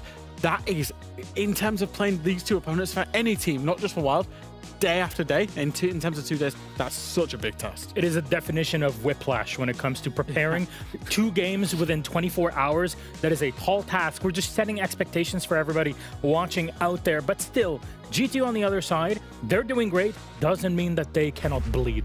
That's for sure. We've seen them, however, though, excel yesterday. Alamo with comfort also in the interview. They're looking like they're back. They've had some time to reset. Yeah, there's so much to like about this G2 roster. The players they've got are in the right positions. And actually, I want to highlight the fourth guy on your screen there, Blast. I think he settled into the roles at G2 well. He actually plays a lot of tricky positions for them. He plays positions that, Uno previously would have played that maybe would succumb and lose some of those heights and struggle statistically. Whereas, as you can see, Blaz on the KD, on the EPS, he's actually thriving in those roles. And the big thing that I like about G2 is they'll take teams to some of their better maps. They took, Secret to Skyscraper. They don't care. They just want to play teams. They want to demolish teams. And they don't look for cheesy ways to do it. They just want to run over the top of them. Well, Leo, what if we took something from Skyscraper and really tried to break it down? Would you happen to have a illustration for us? Absolutely. So the main thing for Skyscraper is it's extremely defender-sided. Look at G2 playing Skyscraper yesterday. We saw an attacker-sided Skyscraper. They won multiple attacks, and they're one of the only teams that can do that. And in fact, Alimao in the interview mentions that they're so good in attack on Skyscraper. So let's take an example of that. We're looking here at the Expo bomb site, but you see a full room clear on the side of G2. They're trying to room clear the other side of the map. Tea Room, Karaoke, Geisha, those are your targets. And when you look at this, actually Secret, they invested a lot of money here, a lot of resources. You see Mowgli here in T, you see also Noah in Geisha, you see Savage in main stairs. That's a full roam you have to clear now. And if you look at the way they're set up, Stompin is ready to hold Noah if he swings. Doki is ready to move Mowgli in T-Room. And Alemao is there to cause chaos, as well as Blast from Geisha window. Everyone has got a certain crossfire, but they need to move, create a little bit of movement here and punish them. And so it's exactly what happens. With Doki sending his Lion charge, you will see he will take a gunfight. First of all, they get the information. You see the yellow ping on the Geisha player, the yellow ping on the T-Room player. They have full information on the roamers. As soon as Doki gets the kill, Stompin is ready to trade. And the trade comes as soon as someone swings. Then the Blitz runs in, and he calls for Blast to run in Geisha at the same time. And he will get the kill on the main stairs player, turns towards drums, boom, instant kill. In the span of a few seconds, we've killed 4 players and destroyed the entirety of the room. And it's not finished. Look at Blitz, still pushing. Notice the last player, he's pushing him downstairs into main stairs so that Blast can go and punish him as well. And that was, in a span of what, 1 minute 30? A full roam clear using Lion, Grim, Blitz, the KAB, all of the utility operators that will enable you to be aggressive. That's the beauty of G2. They're extremely good individually, but they're also so explosive and play so well together. It's so bloody good. It's so bloody good because that's one of Secret's best maps. That's such a defender-sided map, and it's so coordinated and it's so upfront. They're not skirting around the issue. They're going over the top of the issue. And then again, for me, shout out for Blaz, because Blaz was playing the supported role. He was the one behind the blitz. Bang, bang, bang, triple kill. He waited to the right moment to then go in the window and get the double kill. It was lovely. And it's really cool how you highlight the win conditions, the power positions within this setup that Team Secret have on this site. You isolate them, you take them out, and you push at the right time together. And it's great the way that you highlighted yourself on there, of course, with our observer to kind of give us a macro view of everything that's happening. Yeah. Imagine you're the IGL in that moment. You're thinking about all of these things happening at the same time to plan it. It takes a lot of effort, and it looks so beautiful when it works. However, let's take the I don't know what happened there. Let's take a look at the beauty of our next map. I almost tripped over my own words. We're not going to be tripping on this one. It's Consulate. Can I get in before Leo gives me stats and records here? Go ahead. Consulate for Wild attacking against G2 is going to be super hard, no matter if they've got a love for the map or not. G2 are feeling good right now, and the way they could run Wild ragged on Consulate starting defense worries me for Wild. Attack has always been the weak side for Wild, like many teams, but especially the struggling ones. G2's best side has always been defense. Consulate is a defender-sided map. G2 beat both Secret and Falcons to become kings of Europe last stage on this map twice. Do you need any more of that? Those were the stats I was scared of, Leo. I will say this. For the sake of Wild, they did only play once in Tier 1, that was last stage, where they struggled hard and lost 7-8 against Genji. So we're looking at an extremely favorable map veto for G2 on paper. So what you're saying is they really have to love what they do today. Because otherwise, it's going to be a tough road against G2. The reality of this, for sure, they expected it to be Consulate all air. That's counter-strat for sure from Rando Sando. Very well done. There we go. Gentlemen, thank you very much, though. We have a game to get into. G2 versus Wild with Fluke and Demo. Fun. Yes, it's us back again for the fourth game of the day. G2 versus Wild. And I would ask you, who you think's going to take a Demo? But I feel like I already know the answer. You think you know me? You think you know me? No more my trigger than you. Yeah, I do. I know you. 85%. You're in good company there, Demo. Most people think G2 should be able to push this one. I mean, it is. G2 fanboy set aside, nobody can deny that the team isn't good. Oh, no, it's true. Yeah, it's not as though I'm still sitting there coping as what I maybe was last year. Yeah, I now have, I recognize my club again, is the best way to put it. Game's not gone. Game's back. No, exactly. And I think I was watching, obviously, the broadcast yesterday, and we had the IGL Summit come on. I think Carl really hit the nail on the head talking about his team, where obviously he said that the replacement of Stomp went in for Uno, and it's not as though we're sitting here trying to discredit Uno and, bad talk him. It's the team need a new direction that they needed to go. Uno as an IGL obviously plays that more traditional style because he was around for so long. That team needed to evolve past that point. And whenever you had an opportunity to get this guy, who, speaks for himself and what Stompton's been able to do in his first rookie stage, naturally for that team, it all makes sense now since we've seen it really come together. It's always going to be a chance going for a rookie, especially getting rid of a very, very experienced player in the form of Uno. It was always going to be risky, but it's paid off massively for them. Carl said how it's really freed him up to IGL more. He doesn't have to play that lurk role, that opportunity spotting role, because Loira and Pomplin can do that in loads full. So yeah, just that really hit home for me. Was the way that he kind of talked about his team and how that change has just made everything work. I think it's also the element of, we've had potential prodigies, we've had potential star players. I'm just going to set up a trap around the teammate. We've had all these options, but they don't always hit the mark. They don't always make their way through super cleanly. They don't always sort of have the best time, especially when it's international.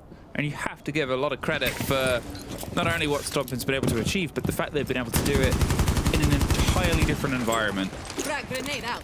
Credit to them. Now, the first bit of pressure. Over the top, on towards the aforementioned Stompin. As is tradition, we've cast him already, so we expect him to be the first name off the board in the top left, just because we complimented him. They're up, they're putting pressure underneath. He's in a bit of a lock-step position now. Is Boomsy going to try and hit this hatch and cut his way up? You can obviously do this in a couple of different manners, get your juggle in, but without the ability to burn what's on the other side, well, that's going to change some of the face. They seem to have a good impression that somebody's there, but they can't quite make the connection. It's shotguns at dawn. Nothing's quite hit either side. Are they going to try and move in on the back of this? The fire's stopping them. It forces the player out. They're just going to send it into the fire and hope that they buff the health through it. In fact, swing into the fight itself, but oh, it's a team kill and it's a bit of a fire damage. G2 aren't worse for wear as they get one and one more. Loira and Blaz lock it down inside. Even with the death of two, it's 3 for Blaz. Wild amongst the chaos. Almost got some clarity, but goodbye, Doki. The Glaz has 2 more to try and find here. Gets themselves a rotate, a root, and a new option. But at this point, with a minute and no drone to speak of and a cold kit, they're gonna have to fight through 2 very, very awkward angles here. And as soon as they swing this, well, Blaz gets the lockdown. Puzzling from Wild. That is, in my mind, not how you're supposed to attack that. Well, obviously that take, yes, can work, but the lineup they brought, I do not agree with. Okay, and the reason why is as follows. 1, you have an Amari. Don't know why I need the Amari if they're not the one he's going to be swinging in with the diffuser. He's never going to get an opportunity to go up the connector hatch. No, just absolutely no point in bringing it. You've brought in a Finka, for example.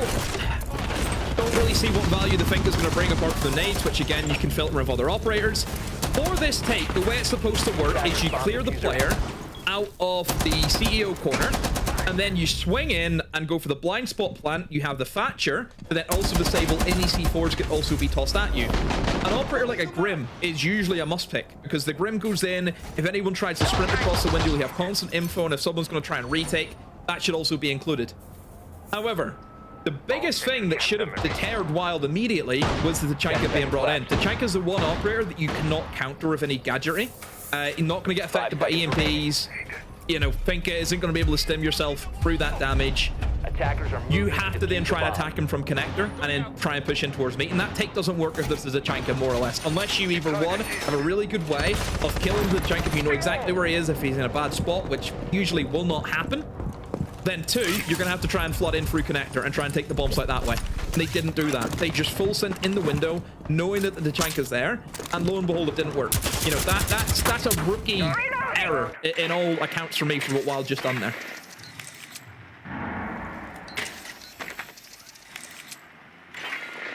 So, from this point onwards, they've got themselves that first step, but Wild tried something bold, tried something brash, and not quite.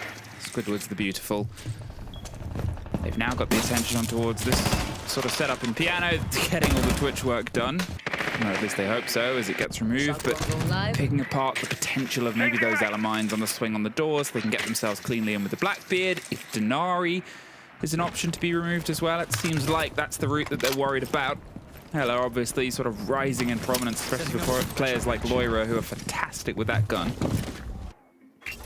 Give themselves the route round, the rotate, and more options here. Now, the Blackbeard is going to want to be that point man and point pressure, but he cannot just throw himself in without at least some of this vertical control. Sneak, living up to his namesake, deep underneath in the bowels of the site itself, just getting rid of anything on the other side of the window and going to join the fight above, because it doesn't matter if you've got that shield on your back, if you haven't got that verticality, there's a good chance that they'll make quick work of the approach in on top yellow and out on bottom yellow. Sneak did not sneak well as Blaz gets Evan, and there's just a free pick onto Garen. Yeah, this is poor siege right now from Wild. Don't really know what they're doing. Players walking in the map by themselves. No situational awareness. Doesn't look as though they had any idea where they wanted to push as a team. Just players off doing their own thing. Hey, I mean, Mats has been able to find 2, but a lot of damage done to him for that. Now is at the mercy of a potential goo mine taking him out, or just the potential Legion will do enough. And that's a 1v3 that obviously isn't going to be too advantageous for the Twitch. And yeah, there we go, an easy cleanup for G2. I mean, what do you say? It's there's no method behind the way Wild are playing right now.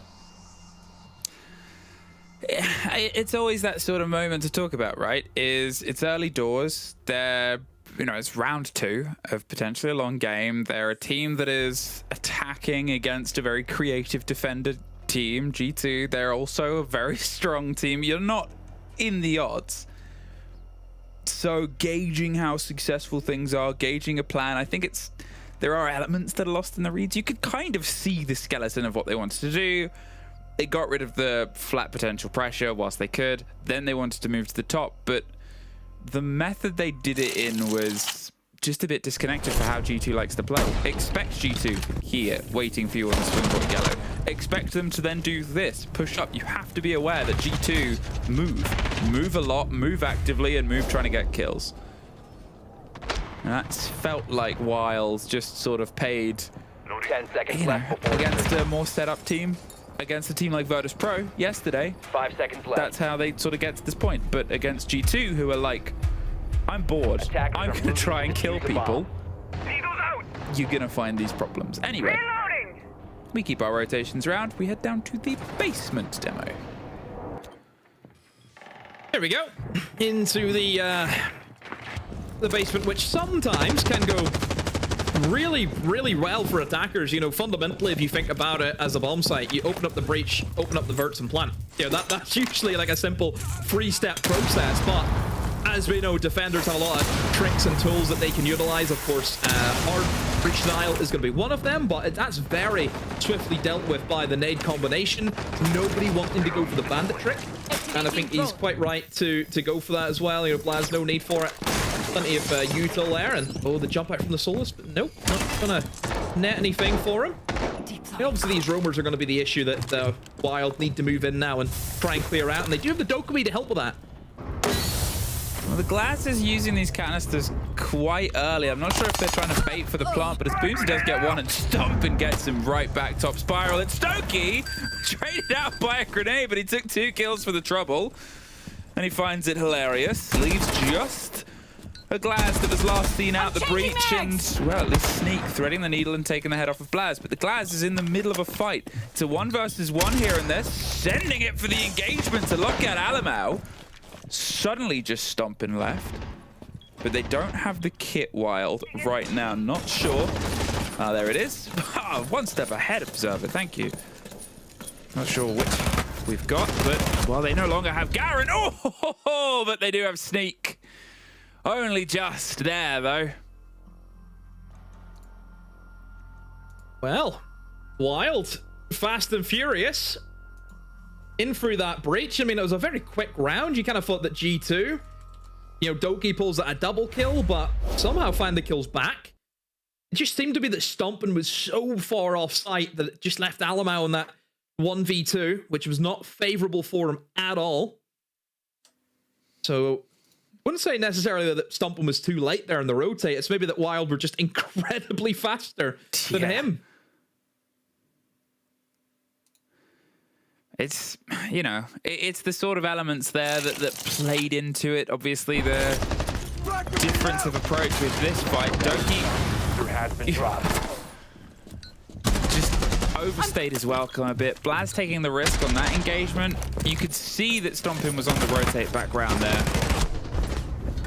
It did everything right in that engagement, but at the same time, you know, if it's coming down to flip of the coin engagement, you can't really build behind that. If that is the case, chances are you'll still end up trading rounds. Chances are it's still G2's tertiary. They'll find themselves comfortable. Either way, Wild. What do they love? Getting themselves a foot in. How many more steps can they take, though? Oh, I was just about to comment on that Raura before I got swapped out. Now I'll say no. It's gone. I'll say Ask me another question. Ask you a question? Yeah. What's your perfect Sunday? Oh, about Siege. About the game.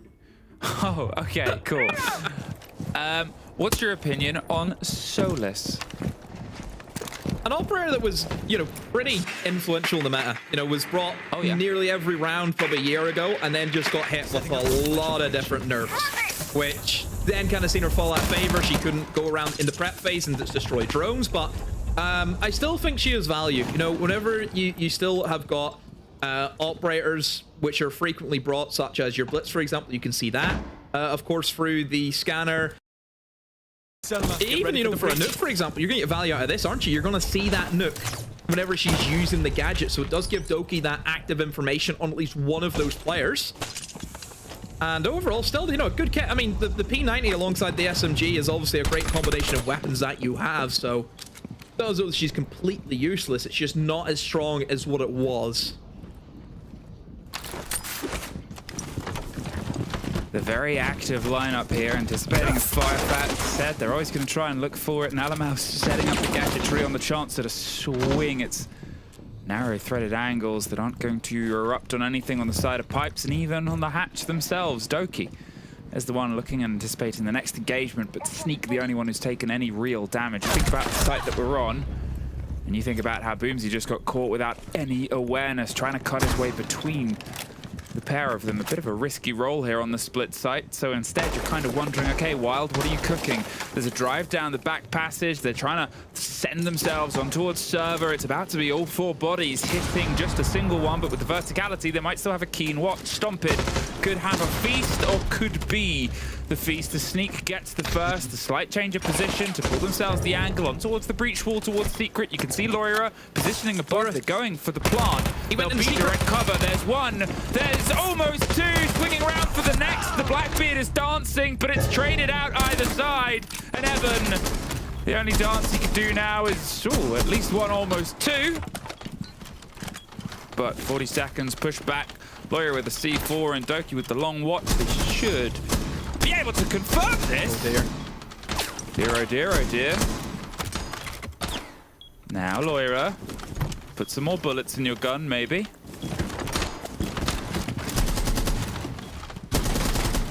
It's the Blackbeard. Cuts their way through closer and closer, but the timer demoed 15 seconds. The smart move here could be Loira to just put some distance either side. A Gumine on one side, the Mozzies ring around the Rosie's demo. It's just a game of cat and mouse, but wow. Loira has watched a lot of Tom and Jerry. He's so good, isn't he? Like, he really is. As much as what Stompman gets the praise, Laura, I said this last stage, he was the player for me for G2. Absolutely insane since he came onto this team. Did you see that, what he did, by the way? He jumped out of the Visa window straight into Secret and applied back pressure. He applied back pressure.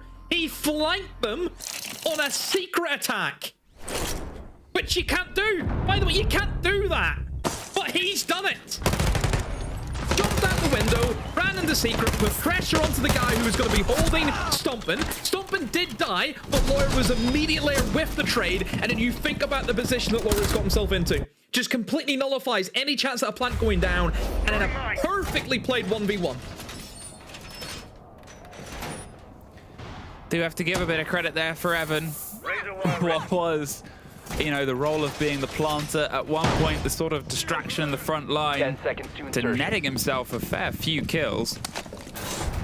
Just fighting it down to the 1 versus 1 and not being able to push it over the line. It's frustrating for anybody, let alone the person who is that planter role, who is that objective player role. But unfortunately, you knock down a great gunner on the side of G2, and uh-oh, there's another 2. 3-1 though, in G2. The same way they love to sort of stretch that ego, crack their knuckles, and sort of say, oh yeah, we'll play anywhere. They've been able to lock out the server tellers, and they'll rotate their way back round towards console office, which means they could run the rest of this half on sites that they have already won. I should pretty sure is a worry for the side of Wild if we start talking about primary and tertiary here. An Archives approach and some attention paid underneath, but it's a pretty standard lineup for what was to be the sort of watch and denial on either of those two plant spots. Deployed.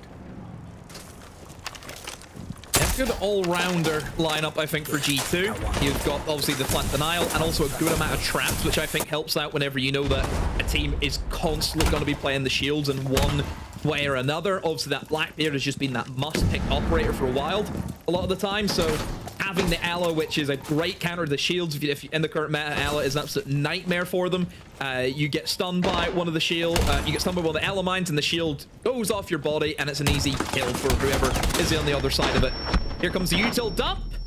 Somehow gets out of that. How Loira is alive. How he's not been picked off. He ran across an open doorway. Blaz has found 2 with the LMG also, by the way. I mean, there was also the miss on the player that was sort of grenaded out, cut their way across vending there as the follow through, and that's a 2 for Blaz on this site. I think he got 4 last time we were on this site, so 6 of his 7 kills have come defending the top floor as the Janker, which is criminal. But now, a minute left, a full rotate, no idea what the prep that they've done or potential chance that Blackbeard's put in here, but it seems like opening the spiral window means it's going to be a swing and a fight anyway. The spray's through, there's just 2 more.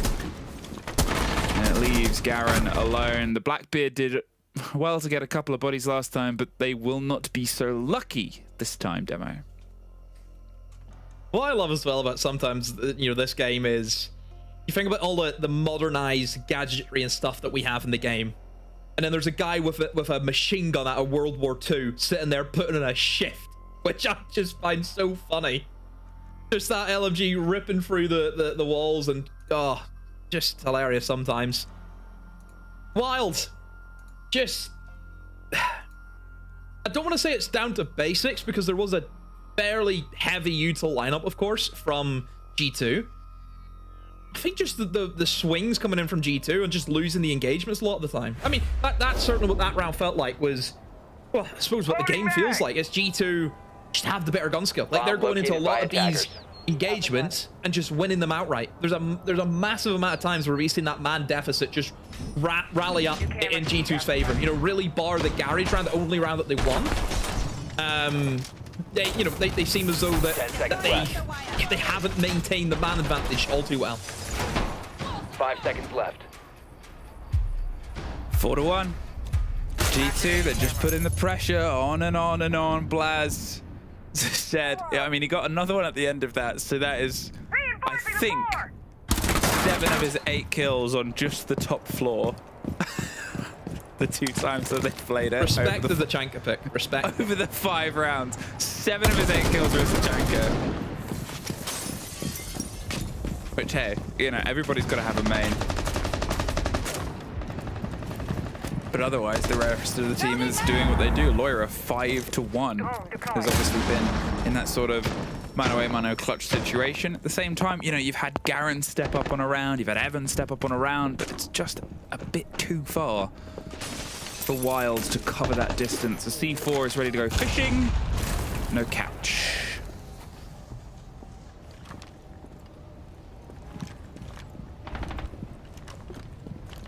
He's dead yet, which is good for Wild right now. Again, they need to try and take some form of map control, which is really, that's the biggest issue with Consulate. You know, that's the reason why it's defender-sided. It's getting into the map is the hardest thing, because there's no real exterior breach outside of the secret wall and also in towards the basement. If you want to try and get in through the mid floor or the top floor, you know, you need to go in through windows or doorways, which never the easiest of times. However, they have found 2 picks just by, I think, just sitting outside, more or less. Yeah, Mats has got one from the garage rooftop. Garen, obviously, in this position, found another. So G2 overexposing themselves and are giving away these picks. I mean, that's it. Suddenly they've started just slipping away a little bit on the dial. There's a C4 that's ripped and ready to hit that castle door as soon as it opens, but Wild don't need to. A minute 10. Okay, maybe they start to need to. There's 2 of them in there, and Stompton's got 1. The C4 will get the back of the Blackbeard. 2 versus 2. And the Keepers are going to give Stompton just a little bit more space to play with. The pistol showdown. Alamo is really trying to make it work, but as Stompton gets another 50 seconds. Both of them quite hurt. Oh! And even Stompton's expression there is sort of shared, I think, by all of us, Demo. What a shot from Sneak and the pistol. Use the nades, baits him out, makes him swing wide. Comes back to the rotate, pistol him. My oh my. Look, as much as what Wild haven't not been great on this side, coming away with 2 attacks on Consulate is really good, by the way. Like, this is not bad from Wild. Yes, 4 of the rounds are absolutely dumpstered in, but they still got 2, which is the main thing. At this point, that's it. You've put it perfectly. 2 rounds. That's the main thing. And regardless of how you get there, you get that reset. You get on your defense on Consulate, and you get a breath. You get time to try and control the pace a little bit from more of a passive angle. G2, you know, they'll always be G2. They'll always be in all chat. They'll always be super confident. And if they get this first round, it's only going to get worse. You have to put, you have to sort of put a bit of damage in. And that could be a way. Will they stick Caveira?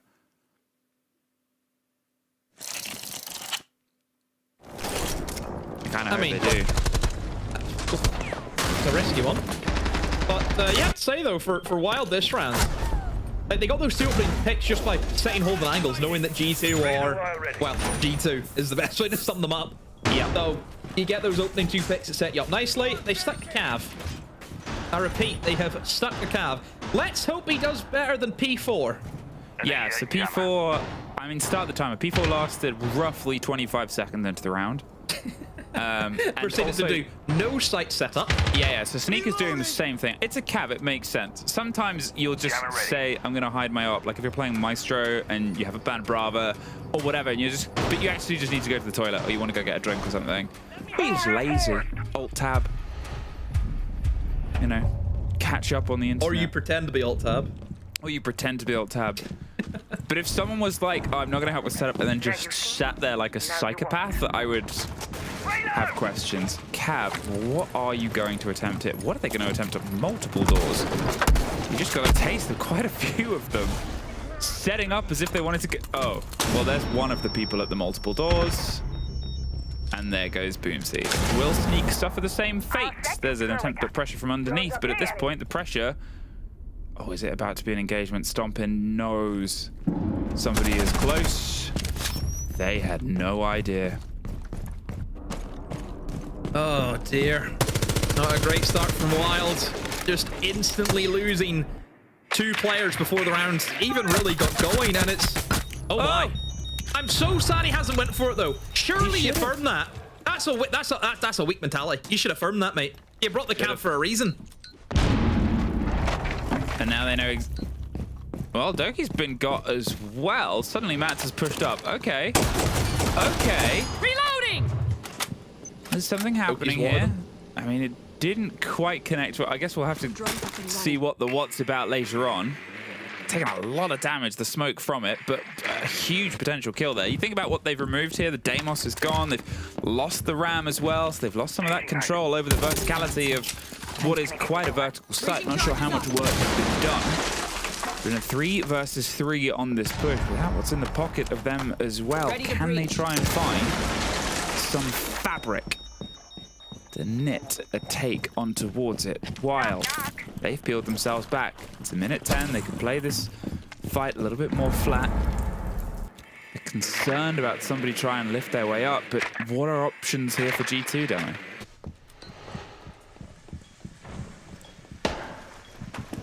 In terms of vertical pressure, they can still apply that. They've got the Ash breaching rounds, but then again, you would want to keep those for the mirror, so maybe the Jackal shotgun could be an option for them, which, based on the stomping and the shotgun out, it does lead into that. Hatch is open. they can go for the hatch drop, and also 2 smokes. So there is potential here. If they block off the right angles, you maybe could see the hatch drop. Based on where Alamau is with the diffuser, I think the idea is going to be smoke off some of the head holes and then flood in through pillar and go for the plant, hoping that your players upstairs are going to cover you. But those smoke's going to make things really difficult. But Alamau firms it anyway. Well, there's Loira getting himself another for his tally as Sneak tries to pull up round the back, gets the drop, but Loira, in the meantime, gets one more. A Caveira against the world. And they know there's at least a finish onto one as he goes bold, but 5 seconds, Demo. Doesn't quite get the net that they want. Goes in close with a shotgun and stomping. Had to win, must win, won. Oh, that was tight from G2. What a great kind of recaliber of what they want to do in that 3v3. Really had to play off the cusp of, I'm sure, some really good shot calling there from Alamau. You look at their position. You had stomping on the verts, on the hatch. He can smoke off the head holes inside a kitchen. That then allows Alamau to push in through the yellow stairs door. Has 2 options. One, does he try and go for the plant? No. He's going to be smoked off. That's not going to work. The second option is push deep alongside Doki, who is pushed in from Spiral, unchecked, unmarked. Nobody has came near him. And then you double up on the guy inside of security. You get that pick, and then now you can try and go for that replant. Really good decision making there from Alamau to run deep and assist his teammate. I mean, from where that round started to where it ended, again, you have to give credit to Wild to having the fight. There's still some decisions, right? You look at the tapestry that was shown on that round. The decision to have the start of all of that round and having the Vigil and having the Caveira go for 2 different peaks or 2 different doors. It went how it went. At the same time, the sneak up the top, stopping getting a kill there, it went how it went, and that's harder to predict. But then the decision to try and go for this big, bold rotate round the back, it's sort of in the same echelon of this is a crazy decision, but it works. Or it works sometimes, or it works half the time, or it has some chance at working against a team like G2. You've got to make plays like that. You've got to make Doki say what in all chat. Still don't really know. Still don't really know what that's about. Yeah. Seems like they've pulled themselves a little bit closer. That's their chest, and they slip and slink their way in towards Visa. A bit of control and maybe some attention down below. Just giving themselves options. Yeah, I think they should maybe try and go for the pinch. I mean, you've got the information on the castle downstairs, obviously Loira providing that. So I would say that there is an option if they want to try and go for the rumors that they can. Of course, this setup here from Wild is going to try and deny access over towards the admin side, and see that castle barricade was there as an ease of access up the Visa stairs if you rotate in through lobby. But G2 have dealt with that very efficiently. That Deimos is putting in good work just to bat back some of these defenders, and again gives himself maybe an option, but no, that castle barricade's there just to stop him. Oh, sees him cross. Should be a kill. No, misses with the pistol. That's not too often you see Loira miss an opportunity like that. No, should be a kill, wasn't. And that's sort of the whole statement. Sneak gets another stomping. Knocked off, and Matt finds Doki. Wild striking. Hard and fast. At this point, Alamau and Blaz. What do you do? What do you talk about? What's gone wrong? So 5 versus 2 is still far from catching up, but you've got an option to try and, you know, weigh some things up. Blaz, all alone. They know where he is, and they're not entirely throwing themselves into this. They're building, restructuring. They know he has a pretty tough divide to cross on vending, and they're gonna just lock off Coffin. Why not? Force him somewhere else. In between an angle where he has to push onto multiple different fronts, they tuck back. Playing this coy, clever, and cautiously, Demo. Coy, did you say? They're not in the league. Oh, yeah. Oops. Yeah, I think there for GT, obviously Loira missing out on that kill. And what wasn't to be. That was that wasn't to be. If Loira's missing shot like that, yeah, not winning it. Wild didn't sit back this time. They took the fight to G2. They actually swung them. They actually won engagements. That's great to build confidence, which is something that this team needs right now, is a bit of confidence against G2, who, as we know, was flying high. They'll swing anything that they want to. I mean, it was obviously a classic admin take coming in from G2, but you lose bodies, you then go down in the man deficit, you lose an util. Fairly simple then from Wild to stabilize themselves, play off the team play that they have, actually trading kills out, which I think is important to note. Even though they didn't even have to trade a kill, nobody died, but you could see the positionings off them. Whenever they were swinging, there was 2 guys swinging at the same time. It's that sort of malleability, I think, that you always need in this game, regardless, but the sort of idea of nothing is set in stone. No plan survives contact with your opposing team, especially if they're a team like G2. And the positioning of being able to get yourself on towards these 2-body problems, these 2-body solutions, a very vital aspect of beating a team like this. Another sort of Solace pick. And this is, I know I sort of, when you probed me for a question, I said, there's a Solace. In a panic. But she's great on this map because of how foxy it is in some manners. It used to be the classic of why Pulse was always played on this map, is you just get a full read of an approach.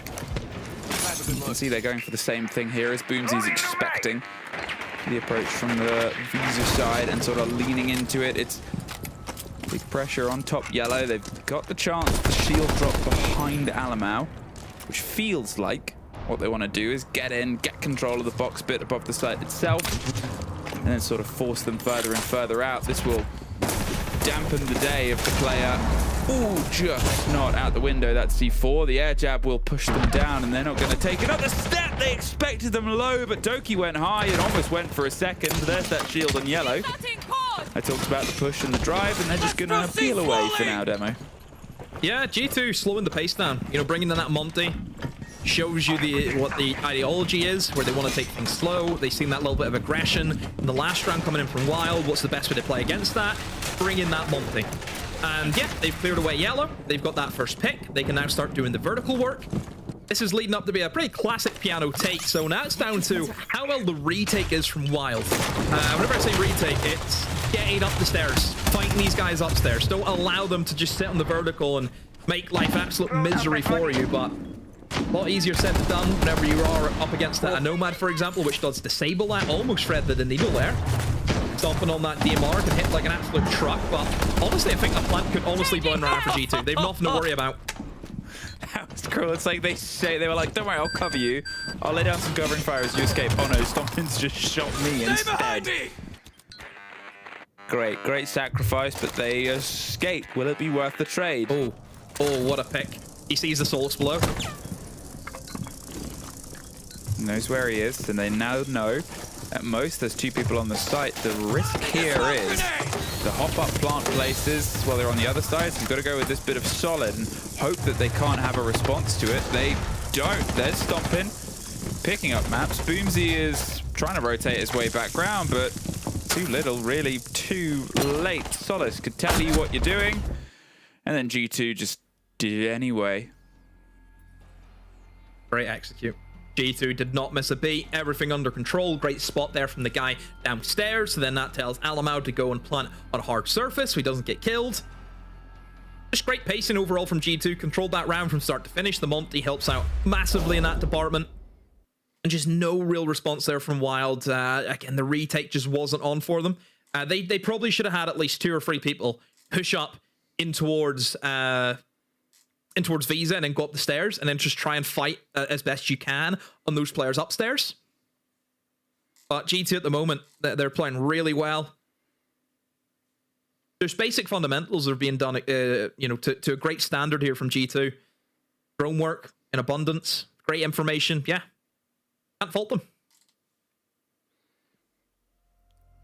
Well, from this point onwards, they've obviously just got to nudge this one over the edge here. The fact that Falcons have been able to double down their points is something that G2 want to keep up pace with.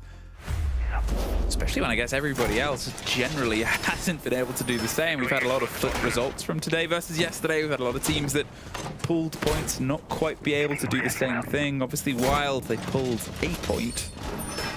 But Keeping themselves out of the bottom four is probably the main thing that they would have liked to have done from this day, and the main thing that seems like won't be done. At this point, obviously, as I said, G2, they almost need to just peel things back a bit. They've had these rounds, they've been able to get a couple of opening kills, and then suddenly things start to drift away. Suddenly Wild are punishing them in strange and unusual ways and places. And Wild, the team that was only 2 points away from being in the playoffs last time, just knows how vital it is. Every point matters. They'll do everything within their power to pull themselves back towards it here. Take towards the top, steady approach. Where will they go from this point onwards? As I said before, G2, they're confident with their approaches here. This was a site that they were able to net themselves a result and a reward on. But think about what was played last time here from Wild. They had the Caveira, doubled down with a spawn peeking attempt from Vigil. None of that anymore, Demo. Wall should be opened up with little issues. See G2 in the bans, obviously the Cade and also the Mute, so two of the wall denial operators. Bandit being the other one, but risky going for that. So yeah, wall opened up. However, 2 kills out of nowhere. The back take has not worked. Tried to walk their way down. Secret, Loira, and Doki have been dealt with. And now G2, similar to kind of how this round kind of reverse played out, because last time they were up 5-3, now they're down 3-5. This is a tough one for G2 now. They have to try and work their way through, and with only breaching charges as their only form of self-destruction, that can be difficult. Never mind, I just clocked it. He has a shotgun on the Thermite. Never mind. They've got plenty of vertical. Why he's got the shotgun? Questions will be asked. He's dry swinging with a pistol. Reloading. You know, he's run the numbers, and maybe they do math differently in America. The education system will not speak upon. Blast in the meantime. Plenty of talent to come back to that. You know, plenty of talent who has showed us the education system over there. Yeah. I've seen them try and count. Blaz has rotated his way around. He was obviously on the other side of the breach, but instead the push is coming here from this side a bit flat. More than enough time. You assume Evan is trying to get those echo drones in towards a lean in. Oh, he's just gone for it. Oh my. Well, there's one on the backstab. There's 2. There's almost 3. Just misses the player behind him. There's somebody making the rotate. He's pushed on and he looked away at the worst time. Boomsy gets the quad. Alamau now. All that's left as he go low. Oh no! Boomsy goes high. An ace. Oh, what a cluster at the end. My oh my. The ace drops the hatch, finds 2. Somehow takes an entire magazine, it felt like, from the Vector. But what can you say? I mean, an ace. And the thing is as well with Boomsy there, back up against the wall. Basically, like, apart from the first 2, the other 3 were just, he had to sit in the one position and got 3 kills from it. Oh, yeah. I mean, they didn't have options, right? As you sort of said, they didn't have the soft breach capabilities apart from a Thermite shotgun, but Stompin had other ideas, which was breach, breach, breach. And at this point, you know, an ace is nothing you can build a whole round about, but think about, he got the opening 2 kills. Boomsy set the pace. He had the intro, then he got the immediate follow through with the pressure on towards Secret. And at that point, G2, they just sort of tried to cut a path that was not as clear as they would have liked. So, conversation, cool things down a bit. Let's go a bit classic.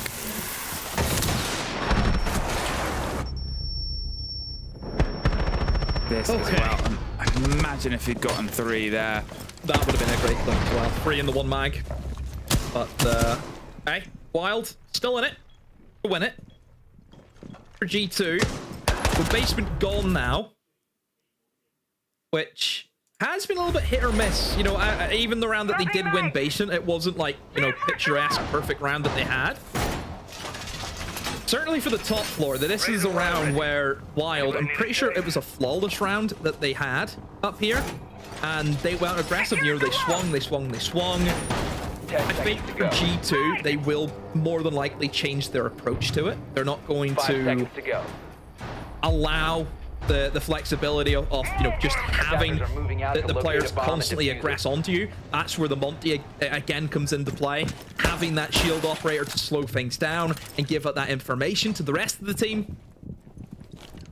Depends what side they want to go for, because traditionally, if you're taking the Monty, you go yellow side, because yellow's a lot more easier to manage, less angles to watch for the shield. Oh my! Such an awkward fight.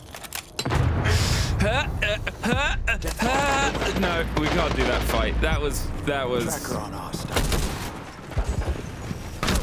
interesting. That was less interesting.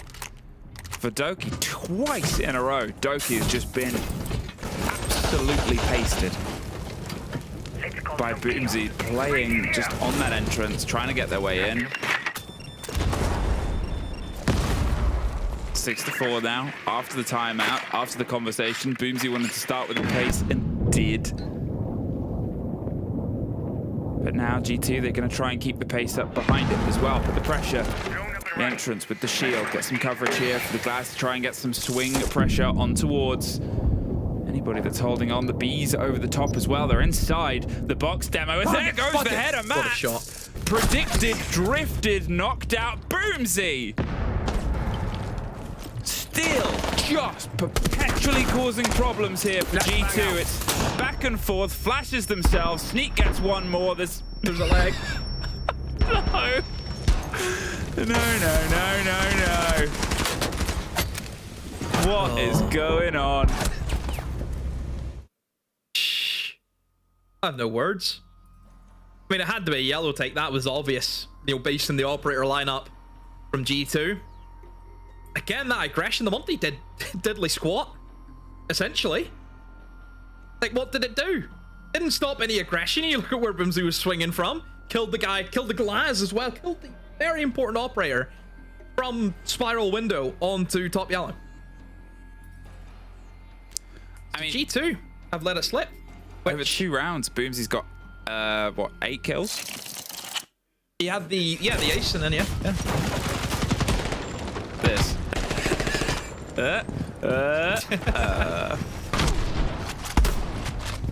Being Deimos tracked as well on that, and it's like, oh cool, I know where you are. That was clean. That was very clean.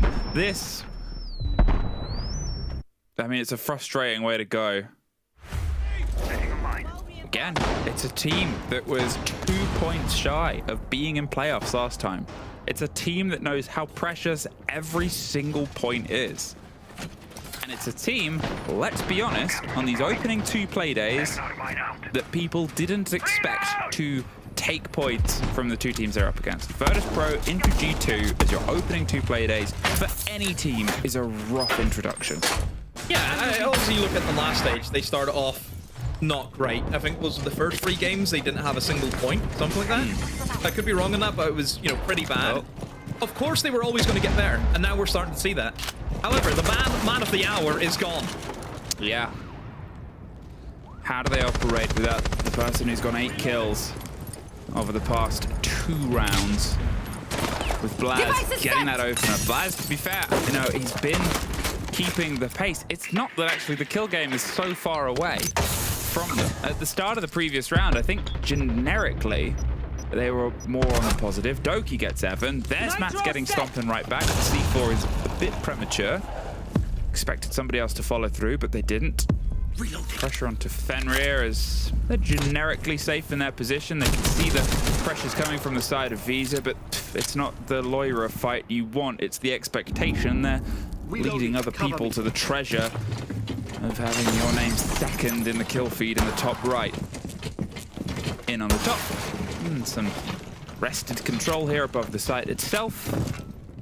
Now, what do Wild do? Do they try and just peel back, repel you flat? Do they go for a potential retake? Do they hope that they can win the next engagement and suddenly things are leveled up? They've lost their smoke. They've lost their ability to delay and sort of deny from range.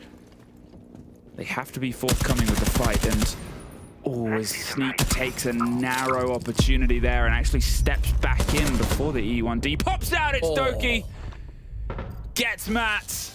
Locked in, realized the fight needed to be, and that leaves just Garen and Sneak left alive, and one of them is openly and eagerly tracked by a Deimos, hungry from above. The other blinded, battered, bashed, and knocked around. Leaves just Sneak left, slip their way round, does get the head of Blaz, has to just keep on running though, as the pressure is unending, relentless, and brutal from G2.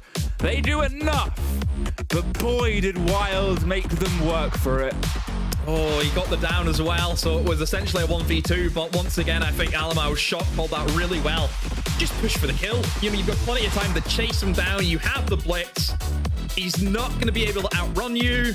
Yeah, I think a great, another bit of shot calling opportunity spotting there from Alamau, but overall from G2, yes, they lost some rounds, but generically, I think they controlled most of that game pretty well, bar maybe the 2 rounds to make it close, but still, yeah, another good game from G2. It's just been sort of growth from them, lockdown and getting things balanced, and they keep their pace for Falcons, but maybe they need to try and find a bit more before they're going toe-to-toe with them. And we will find another break demo right now. Take it away.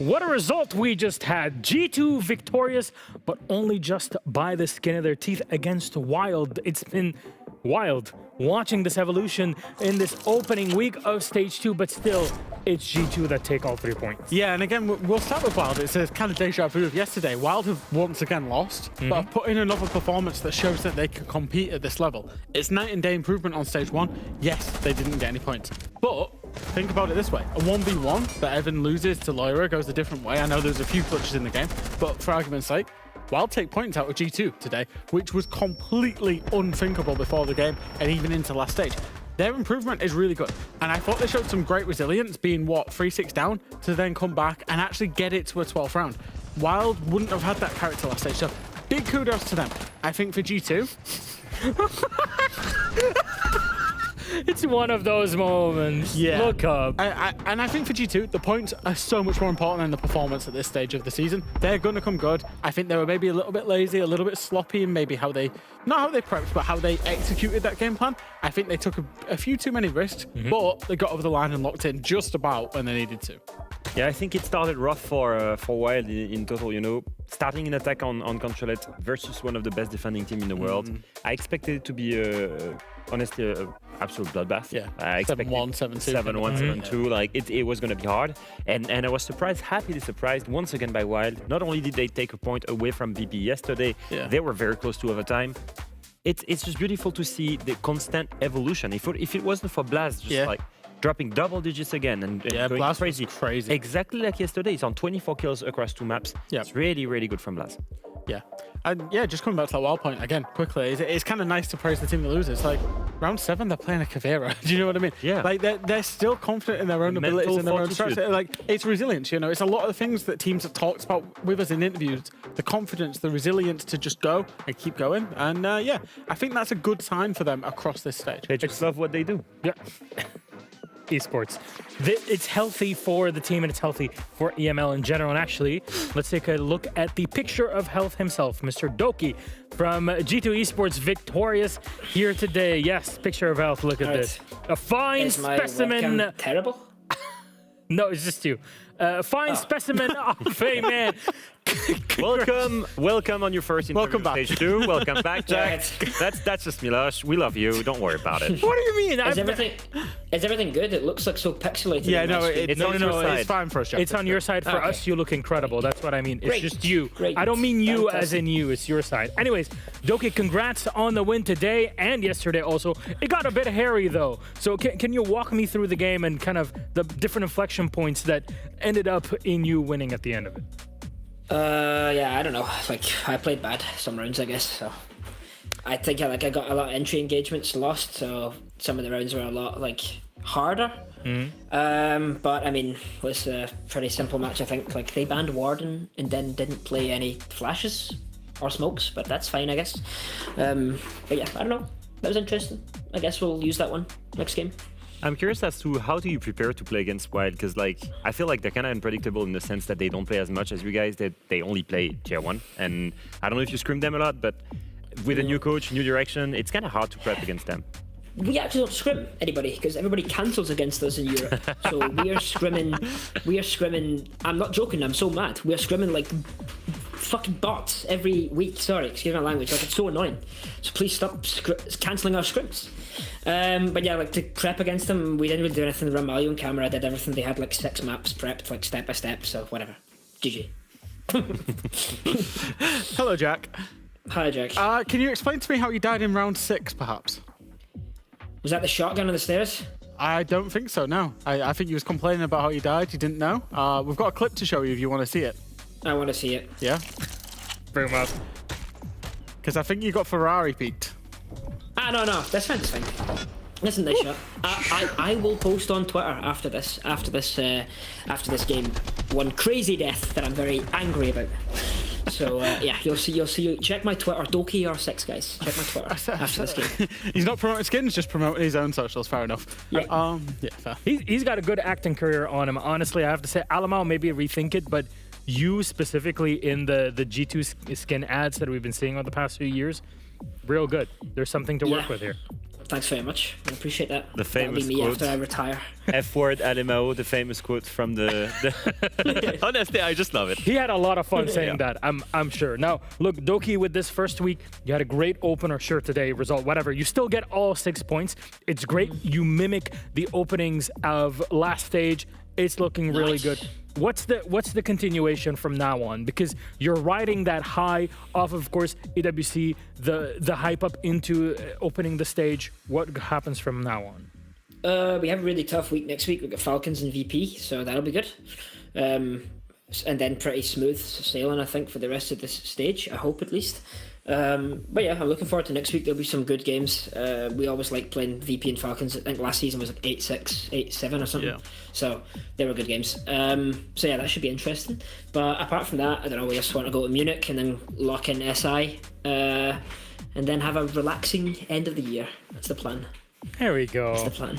He's planning his entire year. Well, don't forget, we still have the league finals. If you're in the top 4, then that's the league qualification. And they give a spot at SI as well. Yes. Is it not top 6? I think it's the top 4 that make it to the event, but then the winning team that gets to actually it is top 6. It's top It is 6, top 6. yeah. You are right. Yeah. It is top 6. So I know from last stage, you don't try and tell Doki what's happening because he'll tell you when it's wrong. Get me on the desk. No, I was thinking top 4 because that's Rumble this weekend. Okay. That's what it's just a lot of things that are jumbled in. Sorry, because we were doing that promo today. Anyways, Doki, thank you very much. Congrats on the win. Rumble. Still. Sounds like a dessert. Like a crumble. Rumble. The rumble in the crumble. Milosh. Anyways. Not rumble. Rainbow Rumble. Look, anyways, from one snack to another, I'll tell you right now, Doki, go enjoy the rest of your week. We'll see you next week for more G2 action. Have a good night. W-Riz, Milosh. W-Riz. Yo, I'm mocking Doki on EML. Let's go. See you later. Have a good night. That was the weirdest interview ever. W-Riz. This is what it's all about, right? I feel like my ankle is just trying to be young again at Christmas dinner, listening to you. I'm glad that this is what's happening. I thank Jack for laughing there. Hit delirium. Yeah. Anyways, speaking of delirium, let's swap up those games in the back. Teams, there you go. Oh, Fnatic versus Machiko coming at you live after the break.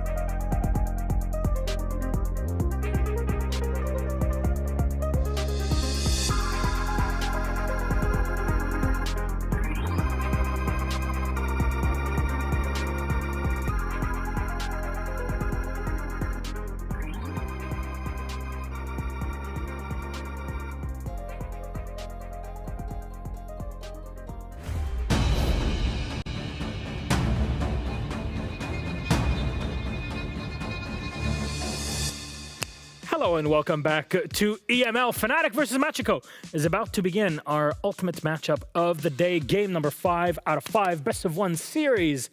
Gentlemen, we are back. I'm Milos with Neo Fresh and Alpha Man, Leo, the man himself. Let's talk about our teams straight to it in this game. Let's bring up Fnatic on the board. That, for all intents and purposes, there's hope.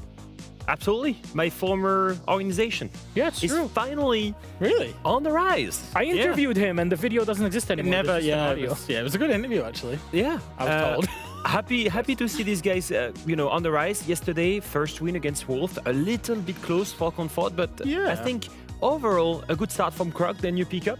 Yeah, and I mean, actually, we saw what Wolves can do today, so actually that adds a little bit more pedigree to that victory they got yesterday. Croc had a great debut. The big thing that I took away from Fnatic was that they are IGL-less. That was confirmed by Wizard in the interview. They just felt they played better with Croc in the off-season, and everybody pitches in their ideas. Does make me wonder what's going to happen over the long term and how consistency can be bred in that environment, but it worked yesterday. And there's something tangible to attach onto if you're a Fnatic fan right now, because they played really well. I will say this, the fact they don't have an IGL makes it that right now, if they don't have a hierarchy in place, there will be hesitation, or worse, there will be players that will follow different goals. And when is that a crucial moment where you need that decision, Jack? In the late round. In the late round. And what was Fnatic famously known for in stage 1? Messing up those late rounds. Exactly. In fact, I actually think we can show you the last time that they played up against Machiko, the late round here, and the casters went nuts in this clip as well, by the way. But yeah, it was a very late round. Fnatic, full control, 3 versus 2, getting the plant down, and one of the guys dies here. I think it's Wizard, yeah. And then when the plant's going down, where was Jegs? He was in absolute Narnia. And these are the types of things that you will see from Fnatic. And I think this is a team where we're really going to have to enjoy the good times, but you're going to have to endure the inconsistency of the bad times as well. That was a 5v3. It'll be sunny and it'll be rainy, maybe even sometimes in the same match. That's just it's the UK, yeah. Literally, just the UK. I'm not speaking. You're from Normandy, it's not too different. Then why are British people invading Normandy every single summer? Are we? Yeah, you are. Oh, we go to Spain. If I remember correctly, it was the Normans in the 1200s that... All right, let's move on. Anyway, let's speak of the Italians, the masters of Clutcherino. The guys that were winning every single match based off the clutches have lost their first match with the debut of their new rookie that had another clutch, by the way. Raiden had 4 kills. 2 on the first round of his first match, and then 2 during the worst clutch that I ever seen. Horrible. A 1v1 versus Shaiko, where Shaiko missed every single bullet, and they were left with just their knife, and somehow he managed to win. And even himself tweeted that was the worst clutch in EML history. Yeah, absolutely. I've never seen Shaiko trying to commando lunge somebody with a knife. Yeah. It was so funny. I don't know. I mean, look, I'm not reading too much into yesterday's performance or result from Machiko. 1, it was Raiden's first game in Tier 1. That's out the way now. And then 2, they were up against Falcons, who are clearly dismantling absolutely everybody right now. So for Machiko, for all intents and purposes, we are now at the debut game of the Stage 2 of the season. Clutches were the big factor last year. They got 1. But yeah, I think this team has made the right changes. I think they'll be good for making the right changes. And this is a big opportunity now to pick up 3 points in that playoff race. An opportunity for both of these teams. Of course, you want to exit the bottom, and especially now with how things are shaping up, even in the middle and in the top of EML, there's an opportunity for any team that seizes the moment. Though, what map will we be playing on? I need to work on that part. Well, we're going to be working with Cafe today here, as Machiko will be starting off on defense. Yeah. We saw Fnatic play Cafe again yesterday. It was a crazy, chaotic game against Wolves. It was the final game of the day, just like it is today. And Fnatic choosing to go straight away back. So you're thinking straight away from Machiko, that's maybe a counter-strat based on some of the things that they've seen. So one of the things that comes straight to mind was the pulse with the jump out on the red stairs. If Machiko have seen that, they'll be baiting it. It's those types of things that they'll have seen and gone, right, we can get 3 kills there and we can really open up a round. Fnatic yesterday had a clear game plan. They showed almost every single round of siege they could show. They showed the same bomb sites every single time. So clearly now you have full analysis. Now what's the thing, Jack? Who's the guy responsible for coming up with adaptations if your team in front of you has prepared counter-strat? Ooh, the IGL? Yeah. But Fnatic doesn't have an IGL. Yeah, but they have 5 IGLs. Maybe that works in their They got- favor because they just get a little bit more random, a little bit more sporadic. I can't speak today either, Milos. Maybe they actually change entirely how they play. Yeah, well, because I'm the only one that can speak here, I will go ahead and maybe explain why I think that them not having an IGL might be an asset here in this scenario. Oh, that's what I said. That's what I said. Yeah, but you both struggle to speak English, so I will go ahead and say it. So here is what happens when you don't have an IGL. Everyone has single ideas. Why is that interesting in defense? Because everyone is spread out in defense and everyone is playing his own game. This is going to be very interesting because anyone can innovate now. That's the modern Siege for me. Literally what I said. But thank you. Anyways. In better English. All right, I'll let you continue. Let's have a chat. No, you can continue with the hosting. Let's have a chat with the casters. God, I knew it. Thank See, you, I can do your wonderful job. host. You've got to ask I me a think you need to question now. trade. How They need to trade sofas. Oh yeah, we need to trade sofas. Okay, all right. Well, tell me, Emmy. And you need to trade How shoes. do you have perfect blonde hair all the time? Because I'd like to have blonde hair just like you one day. I killed a man. No, it's just nature. Do you want us to help you learn how to be a host like Milos? Yeah, of course. Go ahead. Milos has a new trick today. He clicks his fingers. So you got to do that. Absolutely. Well, thank you very much for this nice discussion Just together. didn't do it. Take it away with the game. Well, you're supposed to take it away with the game then. He just doesn't has it. It doesn't work. It doesn't work. All right, let's He go doesn't back. has it. Anyways, let's try it. Let's try it properly. Thank you very much, gentlemen, for that fluke demo. Take it away. Got him. Oh. Sorry, the fade out of God, I'm so good. It's like a the nice new host didn't speak to me. Yeah, well, you are very still, and maybe they are like a dinosaur, and their vision You is think that based... the new host is a T-Rex? I think so. I just think the jury's out. There's a new Jurassic Park film with Scarlett Johansson, and maybe they are also in it. Can you prove me otherwise? Maybe that was no. Scarlett Johansson. We're getting to that time of the night, so I'll apologise to the Twitch stream for my colleagues, because they've all lost the plot. I'm still locked in for this. I'm still clicking my fingers and doing finger guns. Yep. I'm locked in, guys, don't worry. Fnatic, Matchco, here we go. Back to Cafe, which obviously the fellas at the desk had mentioned. Matchco have to have something planned, because Fnatic played it yesterday. They won it. They'll obviously be confident on this map.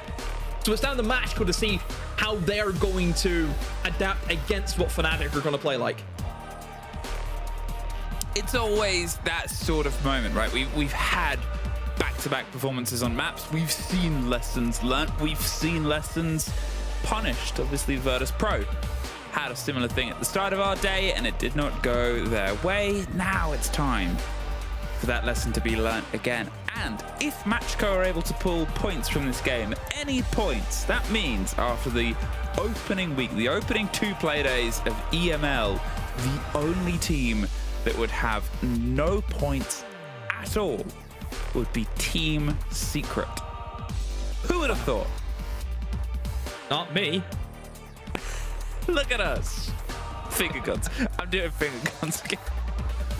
I mean, it's just been a strange week. It's been a chance at growth, but it's also, this could be an outstanding chance here for Fnatic to get themselves off to the best possible start. You know, they have already got almost half the amount of points they got total from the first stage. They only pulled 2 wins last stage and 1 overtime loss.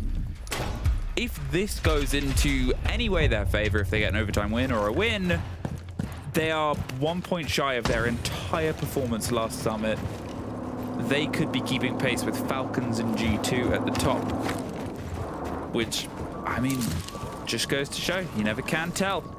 What we can tell is if Buck is going to do that.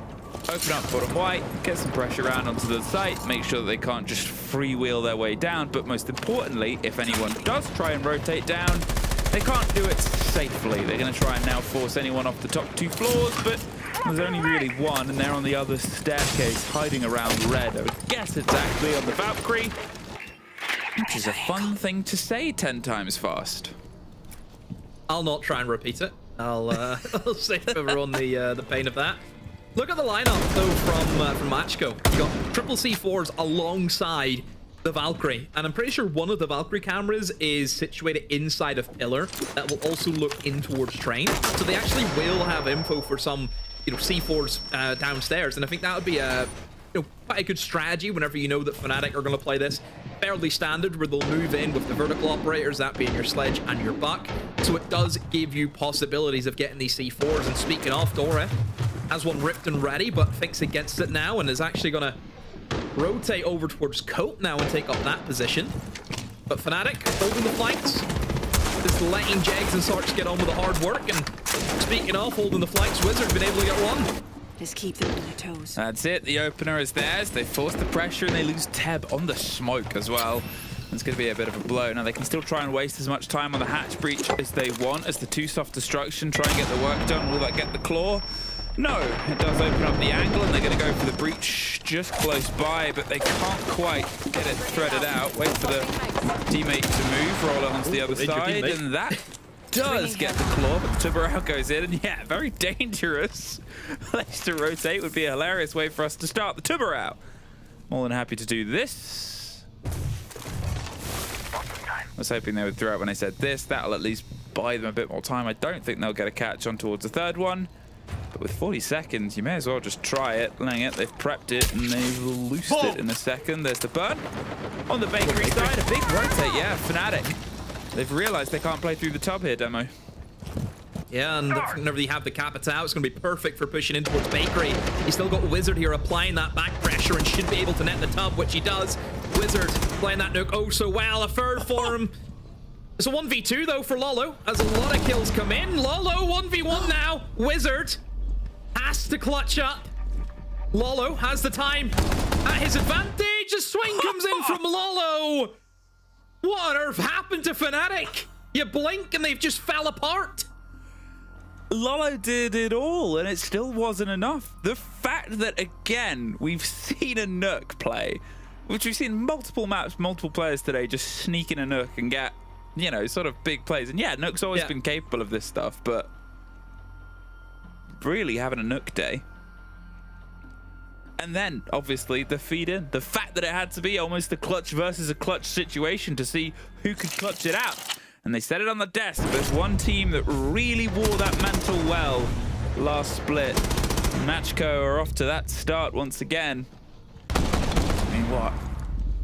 Just consistent from the pair of them. Yeah, 3 for Wizard. 6 kills in like 1 second. Oh, well, what a start. It's not too late for those two, Lolo and Wizard. They get themselves in. The rest of the team, I mean, what do you think about how the push sort of came together at the end there? Well, obviously they went for the snap call, haven't they? Where they thought, okay, let's rotate Bakery. We can't get through the tub. But in hindsight, right, that was Tub's last on the EU, so it would have gave you, what, 20 seconds to get the hatch open and drop. In hindsight, it's great to say, because don't forget who Wizard, who was the first pick on his lurk that he killed. It was the Tub. So the guy who would have been holding into VIP to stop them dropping the hatch was actually dealt with. You know, but then would that Tub have been dragged that position if there wasn't that pressure in towards Bakery? You know, it's him and the hand, isn't it? It's, you know, what if, you know, could they, would they, should they? It's that element. You know, it's great looking back at it, but I think in the moment it's difficult to call what they should have done there. Will they be able to get themselves that first strike and maybe get themselves more time to cook towards the end, heading towards the top floor this time round? And a quick break and pressure on towards all of the bar side, not towards Aqui, gone. Croxton moved his way into Cigar and then just kept moving. A minute gone and he has Cigar.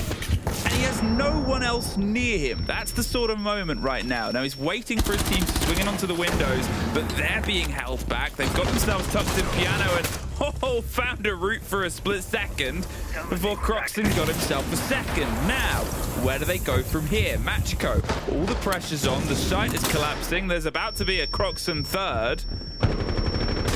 Not the player I expected, though, and Neither did he. Raiden pops up, is popped down by the swing round. Croxton gets his third elsewhere, and Jegs gets one more. And I mean, great bit of initiative to just push and then keep pushing. Do not let Matchco settle.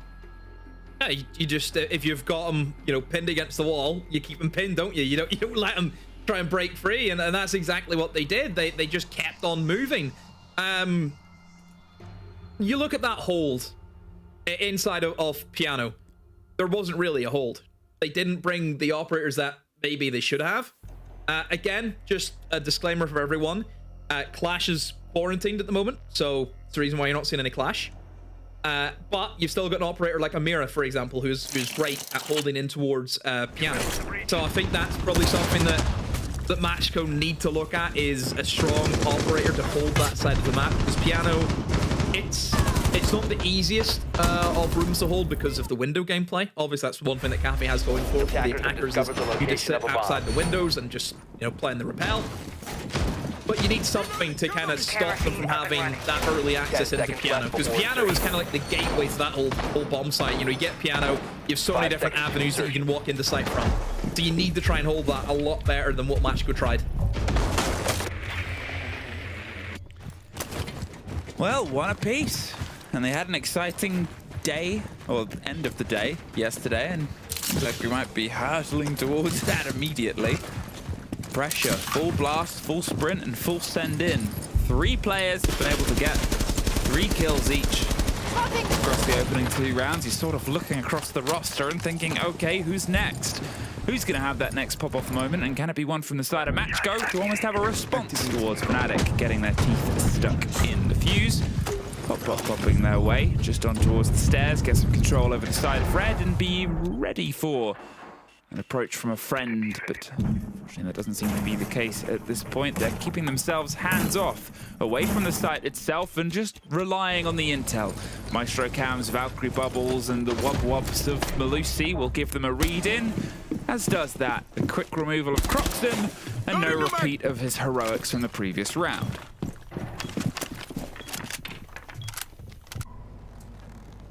Matchco safely gonna fall back to the bomb site. Don't forget, they've still got C4s at their disposal and plenty of info.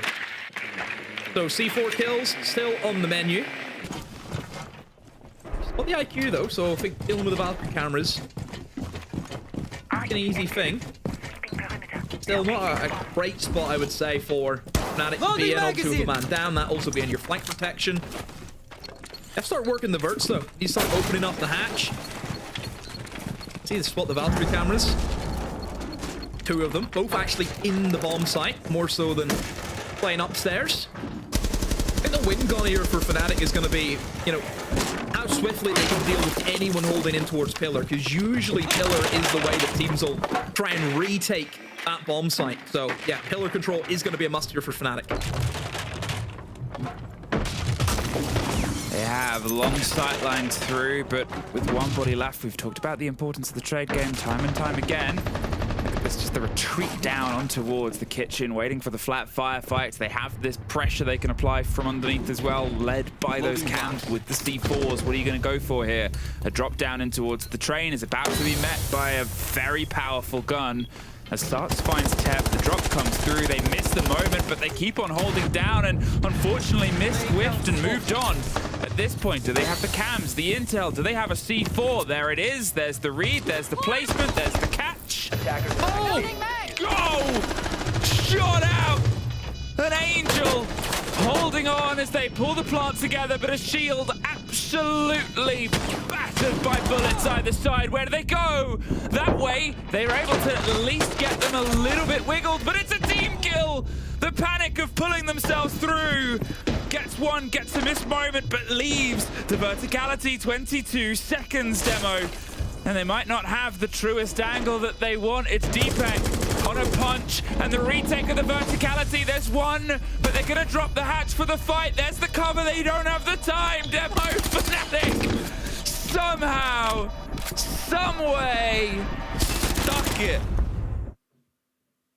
One shot onto the C4. That was it. That's what it came down to. You've seen the intention. from Matchco. They play double Valkyrie cameras in the bomb site to then play downstairs inside a kitchen. C4 is primed and ready. C4 is going to kill that fuse. Plain and simple. But it gets shot. That was the main thing. The player, who was it that shot it? Do we know? Whoever it was, in the back. It's like a silent protector, a silent guardian. Oh, and then that retake. A good attempt, but it's just vertical play. So difficult. Take time out.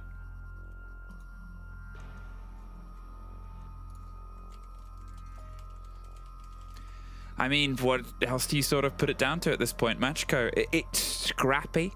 The whole game, not just Matchco. The rounds are scrappy. The plays, it's back and forth. We know that there's a lot of, you know, sharp players, creative players, and players that are more than happy to throw themselves into engagement after engagement, but it's just one step away from them. And that, the ability to land perfectly in that place, that one position they could have made it. They didn't have any other option. Let's see if we've got the C4 catch.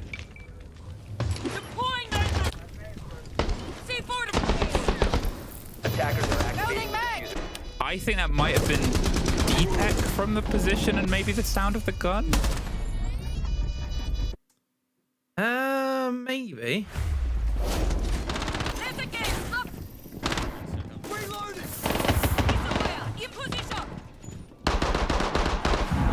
Like, I would say these rounds, apart really from the Fnatic top 4 attack, all the rounds have been fairly close. You know, it's tough to call where it's really going to go, and I think for a map like Cafe, yes, it does lead into that chaotic nature of Siege, because it's not a traditional map where you have to focus on hard breach.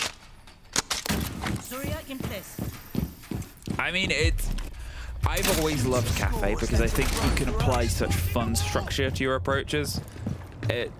Maybe it got a little bit rose tinted because for a long time you couldn't, because when we were like, there's a lot of people that whenever you load this map, regardless of how long it's been, you will think of 90 corners, a shield, and 50 things you have to throw at it to get rid of it before you can progress anywhere. And it still haunts you. Demo, I still lose sleep about that meta. We've actually got a support group for that. Yeah. I'll put you in touch.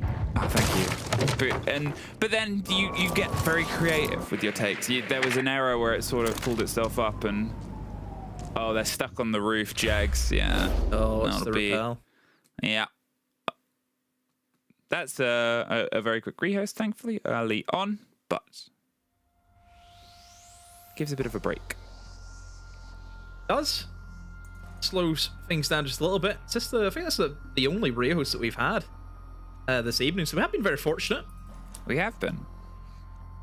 Some days you can walk in and it's just one thing after another, but well, you and I did have, I think, the longest EML day last. Yeah, was it an EML day last play?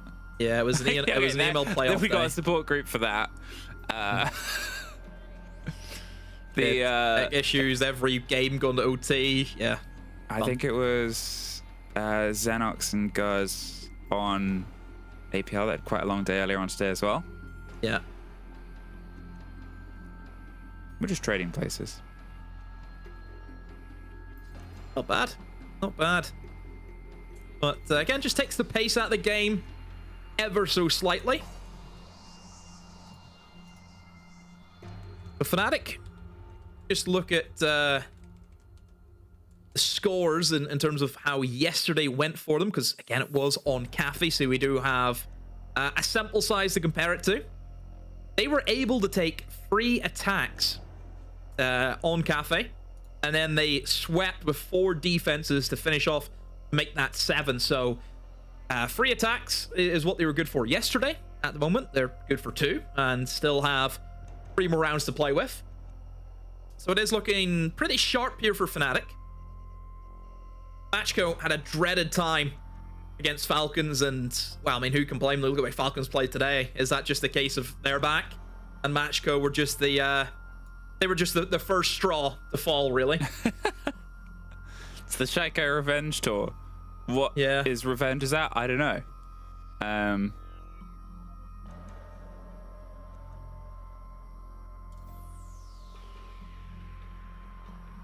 mean, it's a rough start. It's a rough start. It's a start. It's sometimes you have to go against an opponent that is playing the best they've played, and that's just part of the game, mate. Here, a bit of a break. It's almost strange. It's almost too calm. Oh my god, it's Jurassic Park again. Those eyes from Raiden. Scary stuff. What I want to see. It's Wizard. See the mega. A magical spell was cast. Thank you, Stefan. Do you know this is actually, so I've referenced our observer a couple of times today.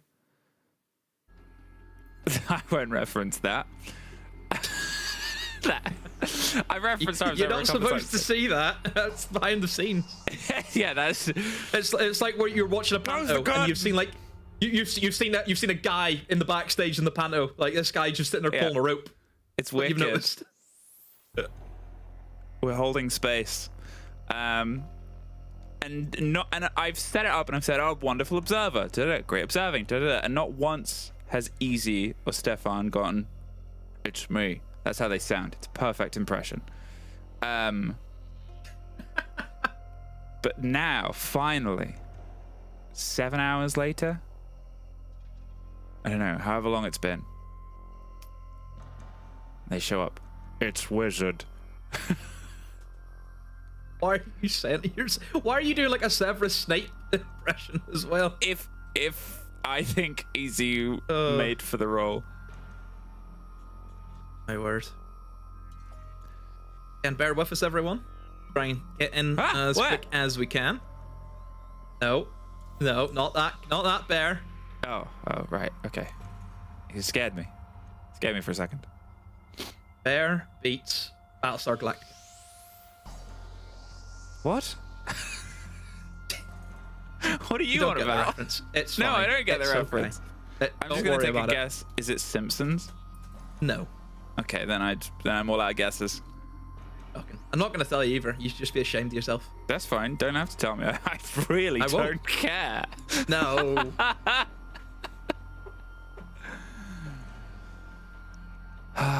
It's nice. It's peaceful. I like that's the Far Cry statue in the back of Croxon's.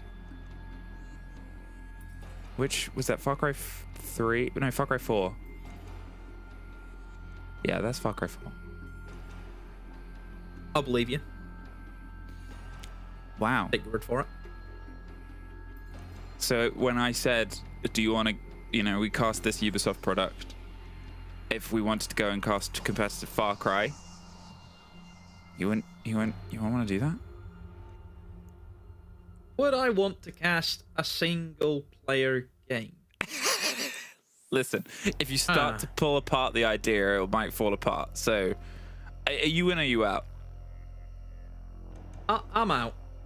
Okay, well that's a shame because you're already in. Is this the Dragon's Den? What is this? I'm out. No, you're already in. I just kind of set you up because I thought it'd be a cool moment, and you kind of ruined it.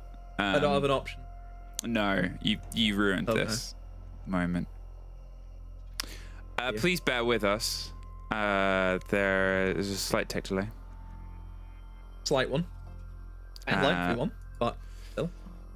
2 rounds to 1. Fnatic. Setting themselves pretty. Some huge heroics. Couple of triple kills. Couple of big moments. Couple of big rounds. We've had it all. And we've only just begun. Of the games today, what's been the biggest surprise result, you think? That's a good one. Obviously, it's like people would say, "Oh, it's got to be the way Secret's performed." I think the thing with Secret is they've now got the target on the back of their, on their backs, don't they? They've got the target that everyone's going to want to try and pull them down. And we've seen time and time again teams have struggled with that. And I think that may be a slight thing. And don't forget who they played. You know, G2 and Falcons. Really tough games. Like, really, really tough games. Especially for your first two. And whenever you had a slow start against G2, and, you know, Falcons had an amazing start yesterday against Matchco, momentum is one heck of a thing. So, I don't want to say it's secret, because you can understand we've seen it happen before. It happens to the best teams. I honestly think VP losing today was quite a big one.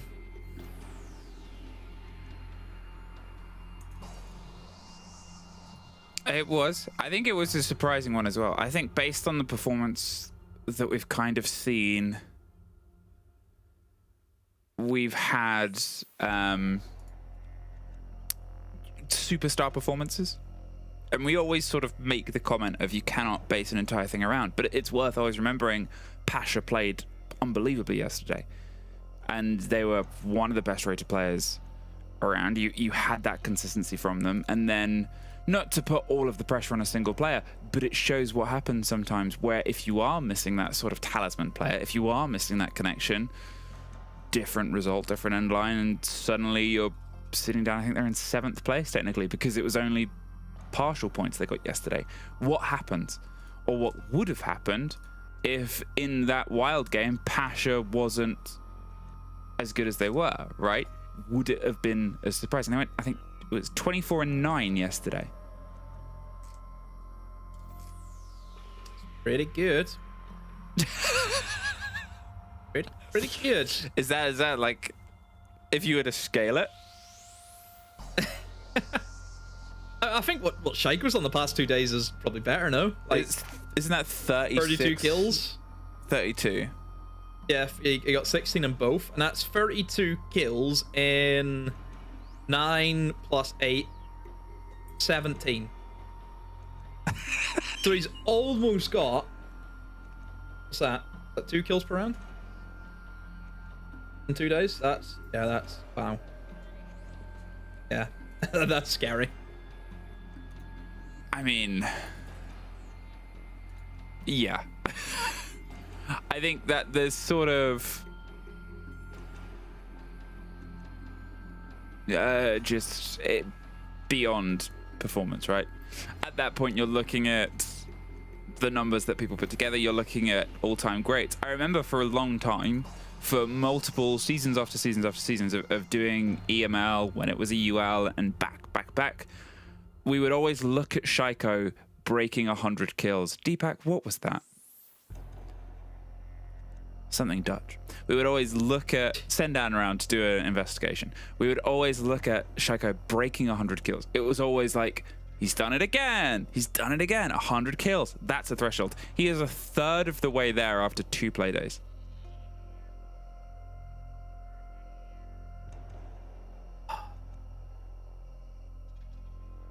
The whoever it comes to, best player of the stage is always a very coveted thing, isn't it? Everyone, whoever starts off the strongest usually just carries that the way through. And obviously for a player like Shaiko, the way he started, I mean, he could be looking to get that title back because, for the longest of time, inside this region, that guy was #1 performer. I mean, really, there was the period between, 2020 to probably 2023 where it was like, just him and Citizen were just sharing that, MVP role just one after another. Nobody else really came close, where I think now we're in a position in this league where we do have multiple people stepping up who want to try and be that best player of each stage. Yeah. Oh, yeah. I mean, what is the best sort of bragging rights here? What is the best sort of advertisement? What is the best sort of thing? You look at, again, the sort of top 6 from last time round, the top 6 from the last set of players. There was, Pasha, off the top of my head, was the best. Yeah. Of anyone. The second, I think. You had Stompin in there. Then you also had, I think Noah was up there as well. Yeah, and Jace, like, you had these surprise factors show up, and it really sets you apart. And we are back in the game. Thank you for sticking with the podcast. Late night. Wherever it is, whatever time it is. I still have to take my bins out today. You haven't taken the bins out? I haven't taken the bins out. Forgot it was a bins Bins on a Wednesday. My bins is Friday. Mine's taking Wednesday morning. So that's going to be fun. Doing my bins in the dark. Let us know, everyone, at home. When do you take your bins out? Let us know. Take your bins out. We'll do a straw poll and see what the most common is. How many different coloured bins you got? Black and blue. Blue? Yeah, that deals with glass. You adjust makes glass? pictures. Yeah, he makes pictures. If we need it, the glass. Right, okay. And everything else goes into the other one? More or less, yeah. Recycling is just theoretical to you, I guess? Oh, we have the recycle bins, yeah. Well, those are like the little... It's not like a bin, it's like little containers, isn't it? Well, arguably a bin is a container, and what's about to be contained? Oh, you know, wheelie bin. There you go. Yeah, wheelie bin, right, okay. Crux on. He's sitting himself here, top red. He's not able to just slink his way in and get a couple of kills as he did last time round. This time it was the pressure before, but it was a swing round the back. What happened there, Dora? I don't really know if he knew what we knew. Obviously he didn't, but at the same time I thought Aki was paying a bit of keen attention. Gone. Blown out. Jake's watching on the back, a perfect pinch. Slightly slower on the start of the run, but the race is hurtling in the same direction here. Croxon is still sat waiting and watching. He could just wait. They have the man advantage. They can force the players up towards the others that want to catch them. Watching all the rotates round, they have time to put the pressure on and time to do this. Research, reconnaissance, and then reconvene and reapply themselves. I don't know. I went out of words as they ran their way out of the top floor, Demo. Yeah, that's all they could do is fall back. I don't think it's going to help them in the long run. But those 2 kills that Fnatic have been able to take, it gives them a stiff man advantage, and they can start moving in and using their verticality operators to start opening up these lines of sight onto the remaining players. And it's going to be like shooting fish in a barrel, just a matter of time before these kills do fall in Fnatic's favor, and they've got plenty of time to do so. No denial from Matchco. So all the time in the world to play with if you're Fnatic. There you go, another one falls. 2v5. Like I said, matter of time. Well, there's the breakthrough. Tap left alone, holding on towards Zulu, but things just closed down on him. A pause in the action is quickly picked back up by Fnatic. Just take body after body, blow after blow, and another round for their tally here. Starting to put a bit of a distance in. Oh, Fnatic. Good again, the way they were yesterday for free attacks. But the bonus here, Emmy, is still got 2 more. So they're still on for the potential 5-1. If they want to go that way, they can. So really good start here from Fnatic. Matchco, on the other hand, just nothing really gelling for them at the moment. Giving away those early picks a lot of the time. I think the way Fnatic have controlled the aggression from Matchco has to be mentioned. They're not allowing Matchco to get away with these cheap kills, which I've always thought about some of these players, you know, on this Italian side. They were made in, you know, the pro hubs, weren't they? You know, you watch the streams of, you know, people who would stream it. Usually Alamal, because it's very funny whenever he just keeps getting killed every time, as he does. You would always see Dora and Lolo, the gruesome twosome, as I like to call them, if you see them run around those pro lobbies. They are a threat to be, you know, worried about because they swing everything. And stuff like that you have to be ready for. And Fnatic right now, they are. They're ready for it. They're not allowing anything to go wrong in their attempted approaches. It's been good. Ooh, Lolo just gave a bit of a rough introduction to Wizard. There's your pro hub, right there. And there's a pistol kill. They're in the sight. Demo, they're going for it. Full send it, hold it, and that's where they planted last time, but they're not quite locked in yet. There's a C4. That one was not shut out, but neither was that. Lolo. 3 lined up, 3 knocked down. And suddenly, a 2 versus 2 with a cold kit. Sarks and Croxon have 2 minutes 10 to work with here. Teb has a C4. They have a full knowledge on where that kit is. Lolo for the quad. Are we going to get yet again another ace today, Croxon? Some 3 kills from the round before it is Lolo. What a way to return. What a way to respond. What a way to get themselves a second round. Yeah, strong from Lolo. just holds his ground. Really had to, you know, dig deep and just hold that bomb site for everything that he's worth. Great C4 also. Onto the Fuse, who... Here's the thing. If the Fuse didn't try and ADS the C4 and he just had the shield up, would he have lived? I would say he probably could have lived that if he had the shield up. So, slight criticism is, you know, Jags, if you're going to ADS it, you need to hit it. If not, you're going to look like a schmuck. Simple as that. If you just played the shield up, probably would have lived that. Still would have had the shield then to, again, help with the approach. But it did just seem, you know, 1, 2, 3, they're in the bomb site. And it's weird from both sides. One, the fact that Fnatic have full sent that without any kind of prep. Yeah. And then it obviously looks bad for Matchco that you've just allowed these teams to dry jump into the bomb site, you know? Attackers must locate and defuse a bomb. I mean, it's just... It's the hard sort of balance of all of this. Because we were just talking about Talisman players and big performances and being deciding factors there.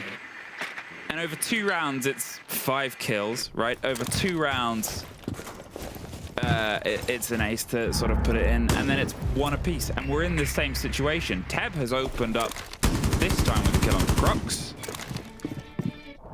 And I don't know, it's getting more violent. It's getting more made in the right minds. Yeah. I literally just sat and praised Fnatic how they dealt with the aggression. 1 impact onto white garage door the last round, got a kill. This time, Teb has impacted themselves outside a main door, got a kill. Just blatant spawn peeks, more or less, that's what they are. Just blatant spawn peek runouts. And Fnatic have died to 2 of them and lost the opening pick both times. So, sometimes I do wonder, why do I speak? When I make these points and it just doesn't go my way. Why have I been gifted the opposite of foresight? It's the Midas touch, however, we're now dealing with the demo speech. Yeah. Oh, Teb gets Jags as well. That's a that was the run out. Great play there, watching the man that was watching right window. So as soon as they baited the player out of 90, it's a great response because that pixel corner has been trapped every single time. Wizard does find Dora. Let's get 1 for the trouble, but a 4 versus 3, and it shows that Matchco have sort of picked up the game that Fnatic were putting down. Instead, we want to do something slightly different in Italian. Now they've got a big divide to try and cross here, but the man advantage works in the favor of Matchco. They can either try and utilize gadgets like that to get some coverage or rotate underneath if they wanted. They can play with all of that free real estate and a C4 that they might have in the pocket of Teb wherever he is and the cams that they have wherever they may be. But Wizard crouches and creeps their way close. Sox tries to thread the needle on a firefight in towards Freezer, but either side they're juggled, and either side it's just pressure coming out towards them. Deepak finally gets the end of it. And that gives them a bit of ground, but you think about what they've been able to take over the past minute, and really it's about 20 feet, Demo. Still gets their way in towards Piano, which is that main room that you need to control if you want to try and plant on this top floor bomb site. There is still a C4 that Teb can utilize. He can maybe even drop below if he wants to, and if he has the information, could just upset the plant. There's no really a safe position to plant in unless you can jump up onto the bar, and that's not really going to happen if there's players still in the bomb site. Oh, well, suddenly it's exploded. Suddenly it's a bit back, but behind them, Lolo. Matchco. 2 rounds now threaded in a row. They're putting themselves level back in towards this game. They're sort of setting the pace a little bit more balanced here. It's still a bit lopsided in terms of how things come together, but they always sort of will be statistically when someone gets an ace clutch round and someone gets that sort of make or break moment here. But 3-3. Now from this position, now from obviously how things changed for the side of Fnatic yesterday on Cafe, technically this is as good as it was. Yeah. Technically now, they're in the same position, right? So what do we think Matchco have run their numbers on this defense approach? Or their attack against the defense? Well, this is the point that the decimate was On the defense, this is where you're going to get your counter prep for your IGL. You know, you're going to see the setups that Fnatic went for. You're going to know about the way that they utilize the pulse in terms of the information with the C4s and then also the runouts. They should all go into that counter prep that you hope Matchco have done because they're going back to the map that Fnatic just played yesterday. Well fortified. So, with the ban on the Monty, the push on the Grim, and control of the cams and watch, feels like they want to limit Fnatic having that sort of stretch, having that attention that can be paid deeper and deeper in towards the map itself. You're, 10 seconds again, if you're looking at the sort of similarities to how the game coached yesterday and how it played out when Fnatic were on their defense, there was a pretty decent amount of Valkyrie until she was removed. I'd say there was a huge amount of mirror that I can remember. That's more of a sort of personal preference that was taken away there by Matchco. It does limit, obviously, some of these angles, some of these extensions that could otherwise be put. It brings a bit more confidence for Matchco to do that game they like to do where they step in corners procedurally. Towards the top floor here. Where will this first broach come, Demo? It's that pulse. That's the thing they have to go up against. You see where Starks is inside a train. The information that you can gather from any players on the rappel is very, very strong to have towards that south side of the map. Oh, sorry, west side of the map, should I say. I mean, also you get info from the south side because you can just walk into dining and also then get info if anyone's on the planks rappel, for example. So yeah, the information game is going to be very strong for Fnatic, so nothing should catch them by surprise. You should, you know, oh, I didn't know there was a guy in that window. You know that now. You have that constant info. Utility dump comes in. Any kills from it? No. It's going to be the push in. He goes the swing in through top flight. And again, you hope that information is going to be fed via Sarks. Well, with Akwi down on the ground, they're going to see if they can try and push on the back of it. But as the Keepers start to rebuild some safety, they're just going to send it, but not well enough. More of a break, a chance to reload, and he gets another. Changing mag. Wizard. Everyone's already made so many comments about casting spells.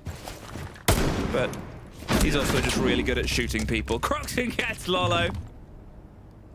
And Raiden takes a second there, time's out. Maybe does something. There's 5 players try to cut their way through here, and well, I think by that they're just going to take things as slow as possible. False start. And as Sarks tries to find the missing man, they're in no rush, no stress. I mean, they know where he is. They know where he is. Yeah. It's just to take the momentum out and give Matchco a chance to talk. That pulse. Very, very strong pick. The entire time, whenever Matchco were pushing in deep in towards Freezer, Wizard knew. Wizard had that information fed to him. He knew when to fall back. He knew there was going to be a guy inside a bathroom. This is the exact same tactic that was employed up against Wolves yesterday. And to see Matchco fall for the exact same thing. Look, if me and you know what's going to happen, right? We've all predicted that the Pulse is going to come out to play at some point. Surely Matchco should know, because me and you, what do we know about Siege? A couple of things, mainly call-outs. It just makes no sense. If we know what's coming, surely the professional team should know what's coming. Yeah, it's true. I think that, I mean, the push round, the confidence to just keep sending themselves time and time again, and yeah, it's a frustration for the side there of Matchco. Fnatic get themselves the opener. I don't think it was massively unexpected, but it's how things start to roll from this point on. They obviously were able to push this over when they played this yesterday, but sort of in the opposite way. They lost Reading Room Fireplace against Wolves and then just locked every site after that. Here, a different approach. One of the changes that we are kind of getting through, which could be a bit of a prediction. They played quite a lot of Maestro yesterday. Haven't had any of that yet. Maybe they expect the Brava to be a sort of known counter, maybe move away from that hard gadgets of stealability.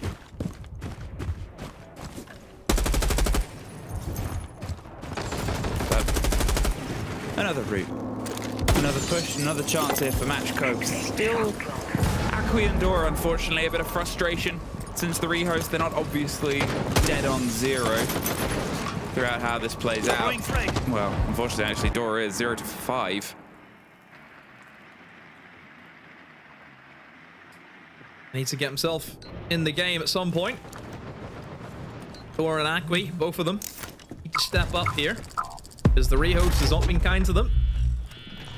Hope the call comes in. Our match going ahead hard. No, Croxon says not today, but the trade is there as Croxon overextends his hand and it will get chopped off, and that's a 4v4, but still, it's looking good for Fnatic. No map control as of yet for Matchco, which is the main thing, making sure if those token calls are coming in, you're not giving up that map control. You don't want to be scared of it and just allow these attackers to walk in where they please.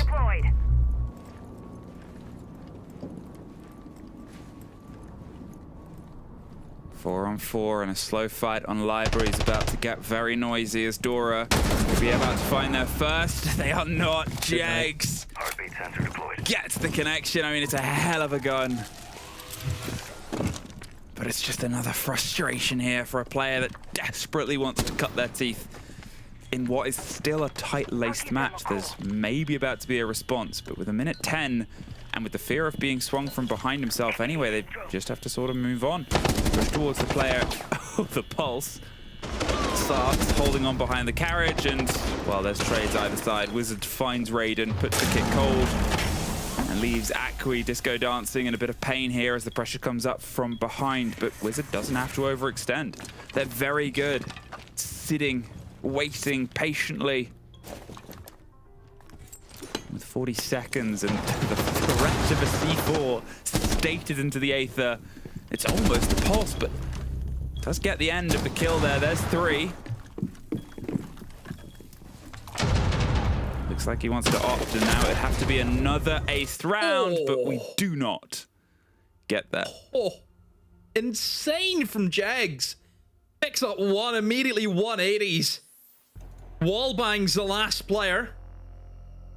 Jags, inside of reading, didn't really have to move his feet all too much. He just played the patient game, and that was the main point to get across there with Fnatic and that defense. They just waited. They did not give Matchco any opportunities at getting a free kill without having to trade a kill back in return. You know, they always tried to be dominant in how the lineup was going to play. They never gave Matchco an advantage in that. Matchco, bit of a weird attack, because they're trying to utilize the operators such as the Lion and the Dokkaebi to gain early access into the map, which I don't think is currently the way to play it, especially with how Fnatic are setting themselves up. Fnatic are not giving away map control, but they're also not swinging like headless chickens to give Matchco those opening picks. They're playing very reserved in what they're doing. They're playing together. They're making sure that if Matchco want to try and take a part of the map, they're going to have to trade bodies for it. I think if Matchco just plays a little bit more traditional Siege and just try and take above, which looked to be an upstairs take would be pretty easy for them, you know, especially with the operators that they have available. So I think a change of pace needs to happen here for Matchco, or else the game's going to get away from them, because these attacks have not been working. The approach is not good enough. It's another tech. Unfortunately, we're back to the podcast. Do we have a jingle yet? Trying to think one, but I can't. Okay, I'll do a little musical intro, and then you say the tagline. Ready? Okay.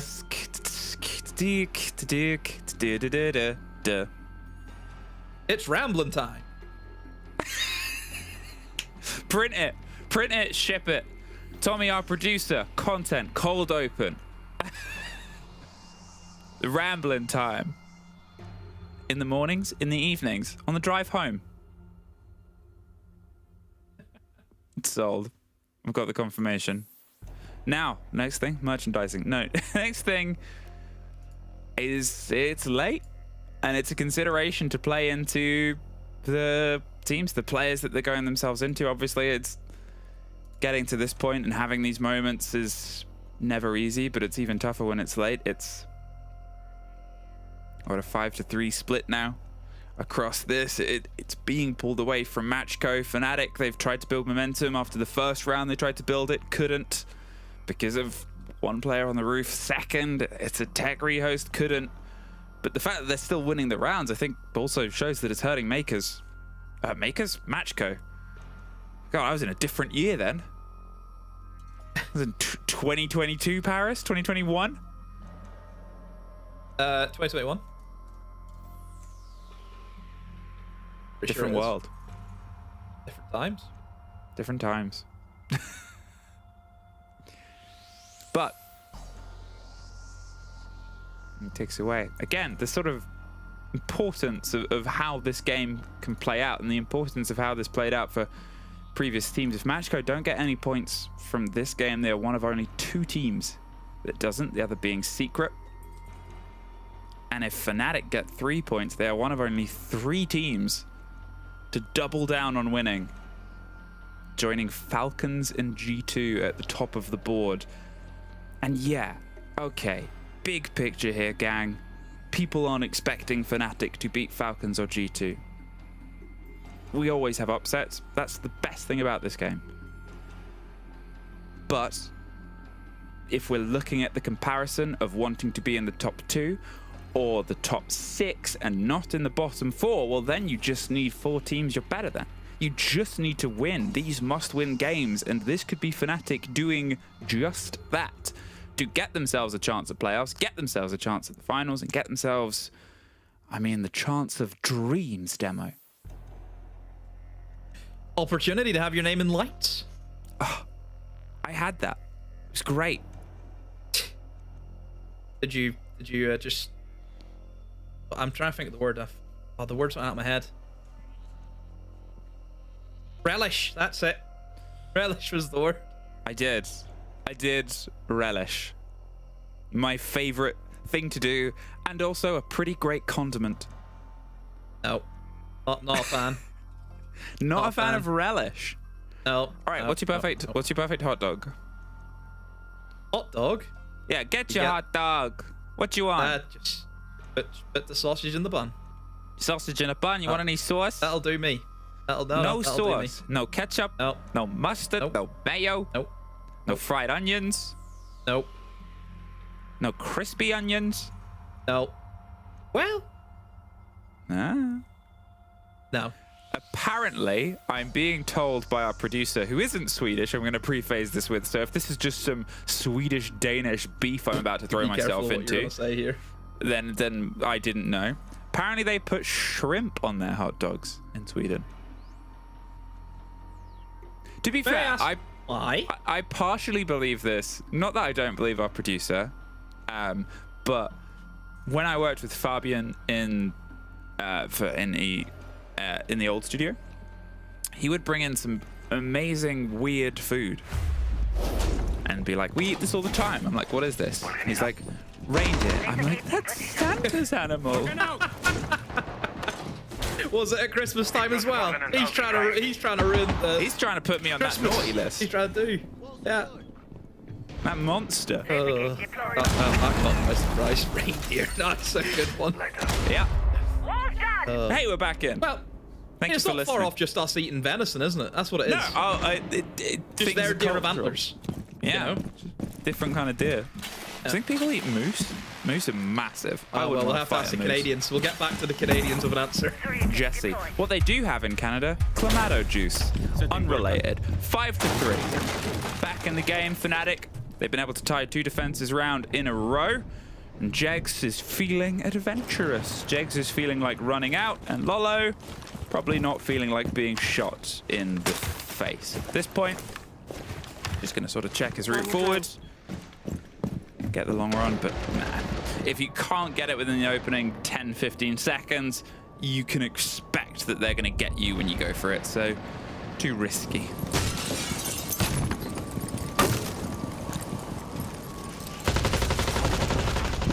Match go. Here they go in towards that top floor, and you just hope that they have changed up their ideology. In terms of their approach, it does seem a lot better, where they're just looking to take in towards that top floor and then swiftly move in for the vertical take in towards the mid. No roam game from Fnatic. Everyone happy enough to sit in the bottom floor at the moment. Whenever they do have denial operators like your Echo and your Goyo, you don't need to overextend. You can try and play the time management game, because there always is going to be that phase where Manchko will either have to take in towards Bakery or take in towards VIP. Two positions which we know really difficult to get through if you don't have the right utility in step for it. And really the biggest issue that I may see with Manchko's lineup is, how do you clear players out of tricky positions, because you don't have any nades in your lineup. I think, it becomes this sort of split of, are they just going to try and send it with all the flashes in the world? You're up against probably not great positions to try and go for the flash swing. And yeah, you can get some of the clarity here from the fuse, just get these spaces cleared out, get some of this work done, but otherwise, at this point, you're playing against Deepak and the Echo, you're playing against trying to slip your way in. Too little, too late there from Wizard, not quite able to get the same magic, and here goes the destruction inside the site itself. Now, probably get rid of the Goyo canisters, might even get a lucky Echo drone or two amongst the chaos. But seeing as Deepak is still driving one round, they're actually kind of happy to reset and trust that they're not going to go for another fuse charge on the same spot. It's right on the default plant demo. 40 seconds, all 10 players stood. There's the drop in towards the Frost, and the follow through. He keeps his head down and his shield even further down as they slip and slink their way across. But now there's only a fuse inside the site, and the Echo drone can just sort of sit, watch and move. There's the call, gets them off the drone. They can just get that cleared out. 7 seconds. Do they have the time? There's the first. The hit, 16 seconds. There's the follow through. Wizard loops and latches a C4 to put us in the 3 versus 4, but they didn't deal with the problem of the Echo drone. A 2 versus 4. Deepak's still on it, and there's Wizard over the top, just reading, bleeding, and putting things down. Too little, too late. Wizard! They were all coming for him. But that is Fnatic putting themselves onto that point. One more, and they could be hurtling themselves back up towards the top of the table. We have to be putting question marks to some of those Matchco players. Is nobody holding Vert to stop Wizard just swinging the double door? Nobody? I can answer that. No, is apparently.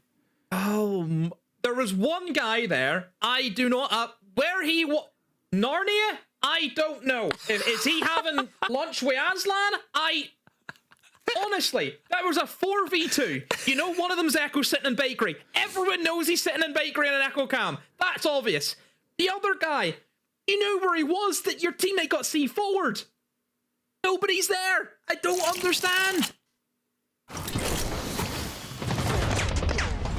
You had the angle. You had the Vert angle for it. Oh. Did they walk off it?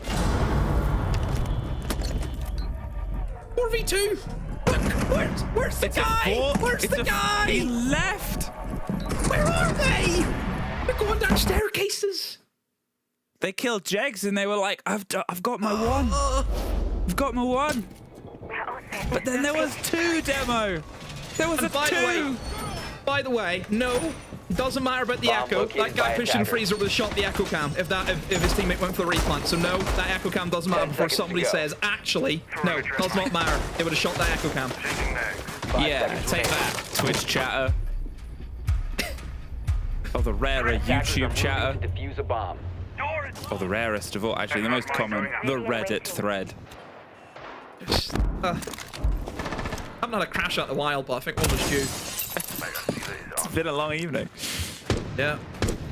Might not be done. Manchko, they're a team that's clutched time and time again, but for how great they sort of set themselves in on the first stage, it'd be a big disappointment themselves to sort of drop. Yes, they've had a roster change. Yes, they're trying to get themselves back in. And yes, yesterday was against Falcons. It's not an easy day at the office.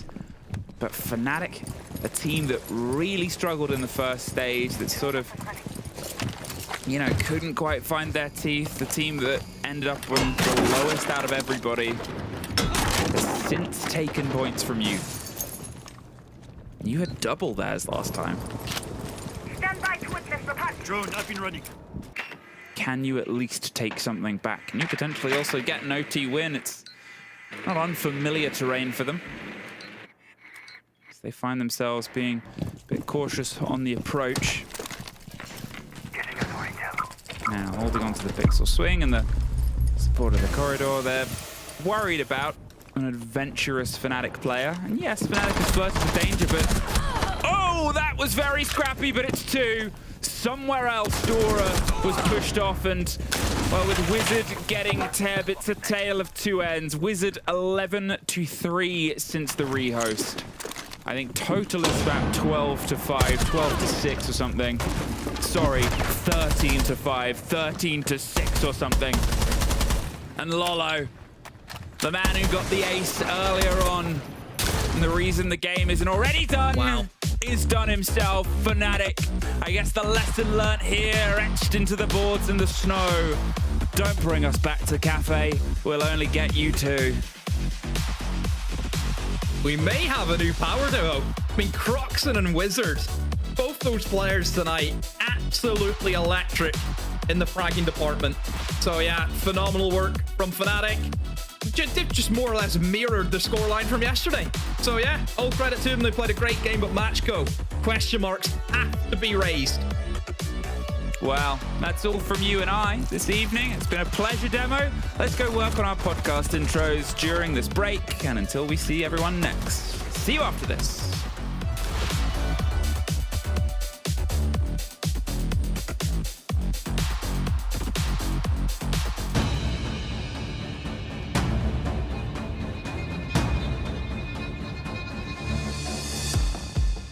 Mirror, mirror on the wall. Who's about to kick some serious ass?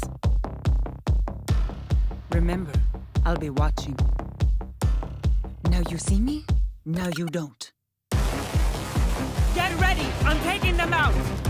Changing mags. I got this. Got my eyes on you. Located enemy.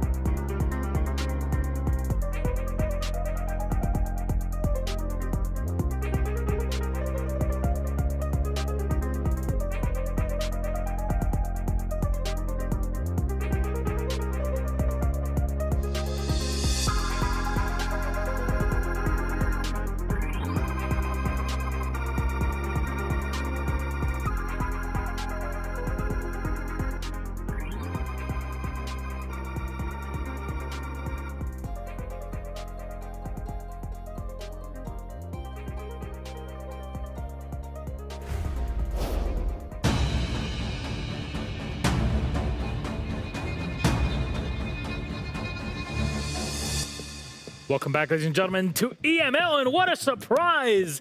Fnatic fans are eating good, Jack. They are. What another incredible performance by Fnatic, and yeah, lots to like about this Fnatic performance. 3-3 attack split on the half, and then they sealed it out with defenses. And again, on the defenses, playing to completely different win conditions to the ones that they played with yesterday. Matchco probably looked at their cafe yesterday and thought, yeah, we can bait a lot of this. And then they didn't, because Fnatic were playing differently, playing for a lot of utility in the late round. It was really, really good from Fnatic. I'll eat my own words because, you know, I've been a Fnatic shill for a long time. I think everybody knows it at that point. And I was a bit worried about how they were going into this stage. And, you know, the conventional wisdom, yeah, they're going against it a little bit, but it's working for them so far. They got 7 points in the entirety of last stage. They've got 6 already. Honestly, looking at their attack side, I knew they were going to win. You look at that 3-3 split, already that's a good split, let's be honest. But the first round was already incredible. And honestly, it could have been a 5-1. Like, if you look at this, the round number 5 is very close. They're giving an ace to Lolo. The round number 6, they're in the 3v3 that they bring back. So you look at this and you think, okay, they're actually dominating the attack side, the weakest side on this map. And then when they switch to defense, it's just rolling. I mean, as soon as they were in defense, they could just continue. Again, another amazing match from Wizard and Croxon. Yeah, twice. absolutely. The newer recruits, the investment in the youth that's paying off of Fnatic. Yeah. And it seems that the whole IGL topic, Jack, I don't know what you feel like, but they're looking like a team. I don't really care if they have an IGL. They understand each other. They play well together. And just on that, we've had an opportunity today to listen to some of the team comms, and we was listening to Fnatic basically that whole game to try and get a grip on how they actually play. And yeah, it's everybody is pitching in with ideas, but there are some very, very clean comms first and foremost from the entire team. And Deepak is still taking the lead on the overarching ideas. It's taking decisions. Yeah, everybody's pitching in with little mini plays. That's why you're seeing Sarks on Pulse loads. Loads of those kills on the defense came from Sarks just feeding information to his team, and then the team kind of collectively coming to that decision. So yes, there's no traditional IGL in the sense of, guys, we do this, then we do this, I need you here, and moving people around. Everybody takes on that initiative. But the comms were clean, and it was mini plays across the board. And you're seeing it, and Wizard and Croc today, the benefactors of that. I have a concrete example of that. Go ahead. If you look at the attacks, one thing that I want to point out, utility usage. They need to clear the Pixel player here in round 2. You're going to see Finka boost, then into a nade into the bathroom player. One player is ready to punish him if he goes white, and the other ready to punish him if he goes Pixel. Boom, free kill, gain the advantage. Look at this, they're pushing down white, flash into double up on the guy that's flashed. If he wins that gunfight, that's fine, we have a trade. That's the beauty of Fnatic, clearing things, using utility. And it's not only early in the round. That was a clean round, round 2. Look at the end of the round here. They're covering the plant. I want you to pay attention here. Wizard is shooting the C4 away so that Jax can finalize the plant. And then they can play this in a 2v4. They win this because they planted the diffuser. Yeah. And once again, it's not in the early round, it's also in the late round, and it's playing together. And it's not only in attack. Look in defense here. Looking to deny the diffuser. Sending the yokai drones. At the same time, sacrificing players. Sending the C4 to deny the plant, and one more time, sending another player in that 2v4 to go and deny the plant, and the win condition is still there. The yokai drone can still deny the plant once again.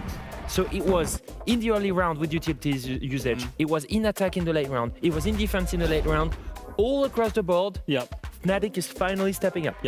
And it's easy to come to the conclusion that this kind of no IGL or, you know, no single voice means that they're going to be like head lost chickens. That's clearly not the case. You don't get that level of execution and team play.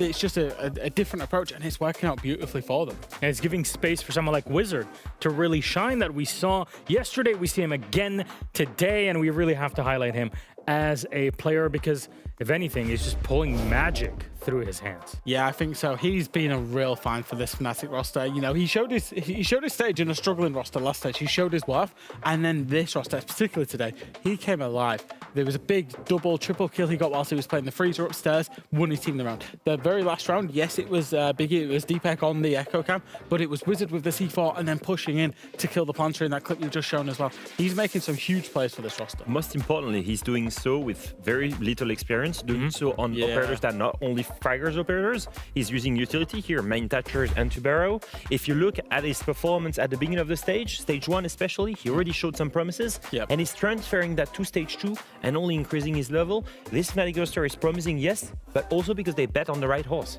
Well, it's good because the man we were just glazing is joining us on the interview representing Fnatic. Let's bring him up. Wizard, I don't know if you were hearing the glaze sesh here, but I hope you're enjoying it. I have to say, what does it mean to you as a player now in the second stage that you get to compete in when you hear so much talk going around you, pushing you forward, saying, this man's doing great, he's next prospect, great pick, you're doing well, translating into games. Does that kind of bring you up and get you motivated for more? Yeah, it's wonderful to hear. I love seeing the love. Show them what I can do. Do you feel it also from the rest of the team during the game? Do you hype one another up, even outside in scrims? Like, okay, we're all doing well individually. Also, let's just get that emotion up. Definitely. Well, they like winding me up in scrims, but in the official just now, shout out my name. Wizard, I'm actually curious because I was checking your profile just before the game. I saw you were tweeting. I was wondering what was your warm-up routine?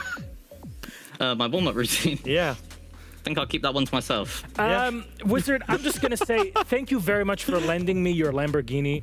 It really helped me drive my great-grandma to the hospital. You saved her life. Thank you very much for that. It's no problem. You can keep it if you want. Thanks, buddy. Oh, nice. You got yourself a Lamborghini. Wizard, speaking about the game now. Cafe again. Did you guys play to some like different win conditions? Because you knew that Matchco would have, looked at your Cafe from yesterday. You've gone back there. You had to expect that, right? Yeah, definitely. That was our whole game plan, just to completely switch it, because we needed like counter-strat. Fair enough. Honestly, it looks like an incredible opening to the stage for you here because you're picking up 6 points. Last stage, in total, it was 7.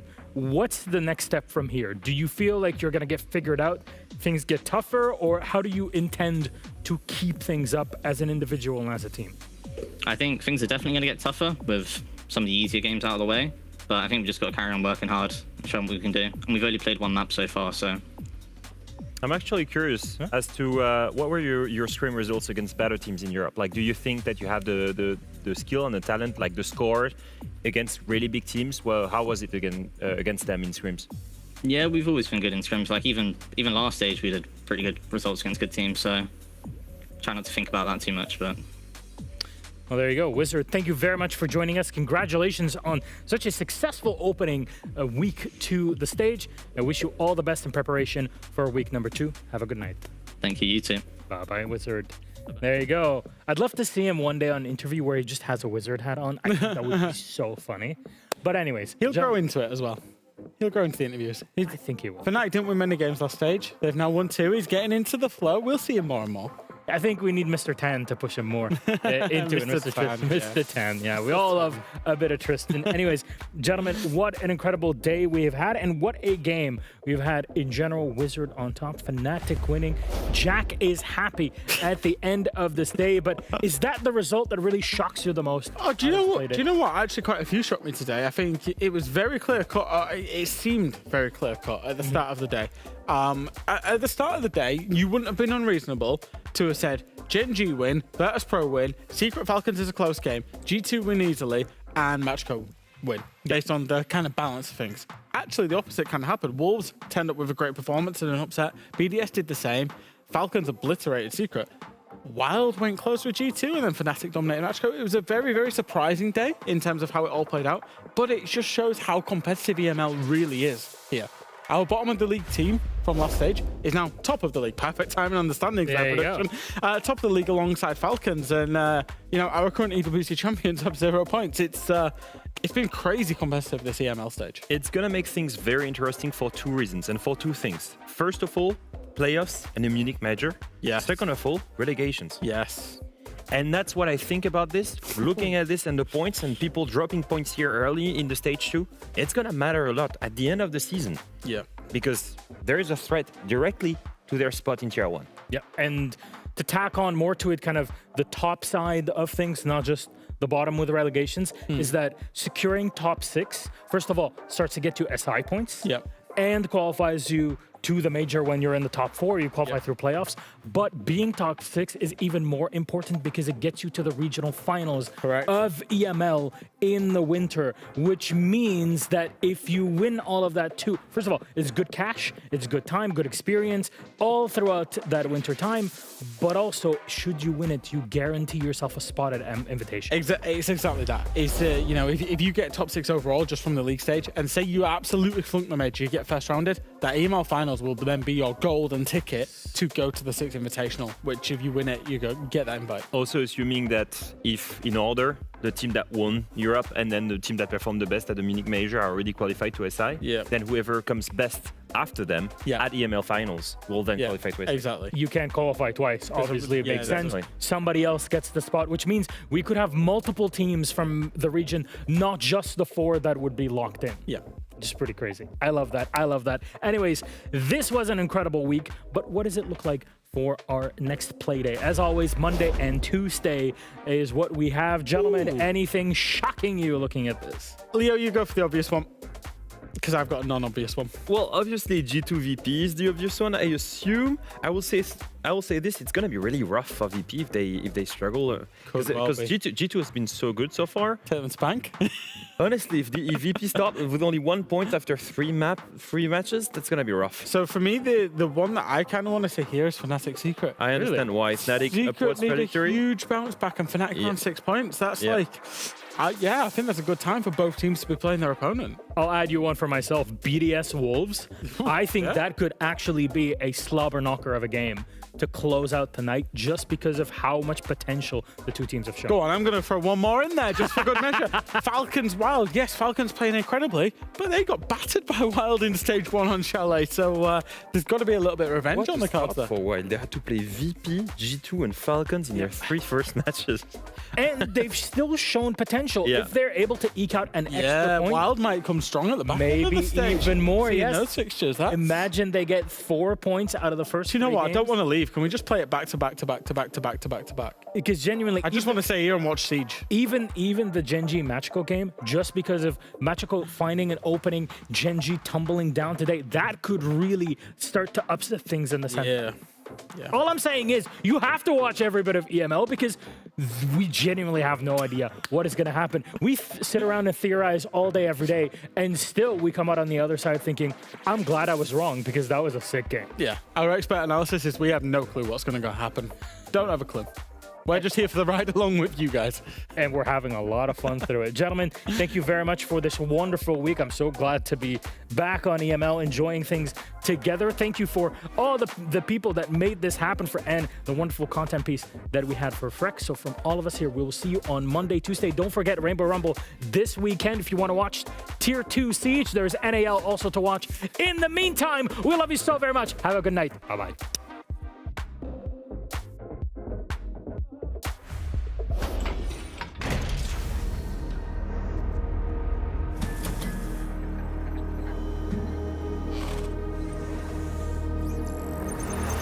It's a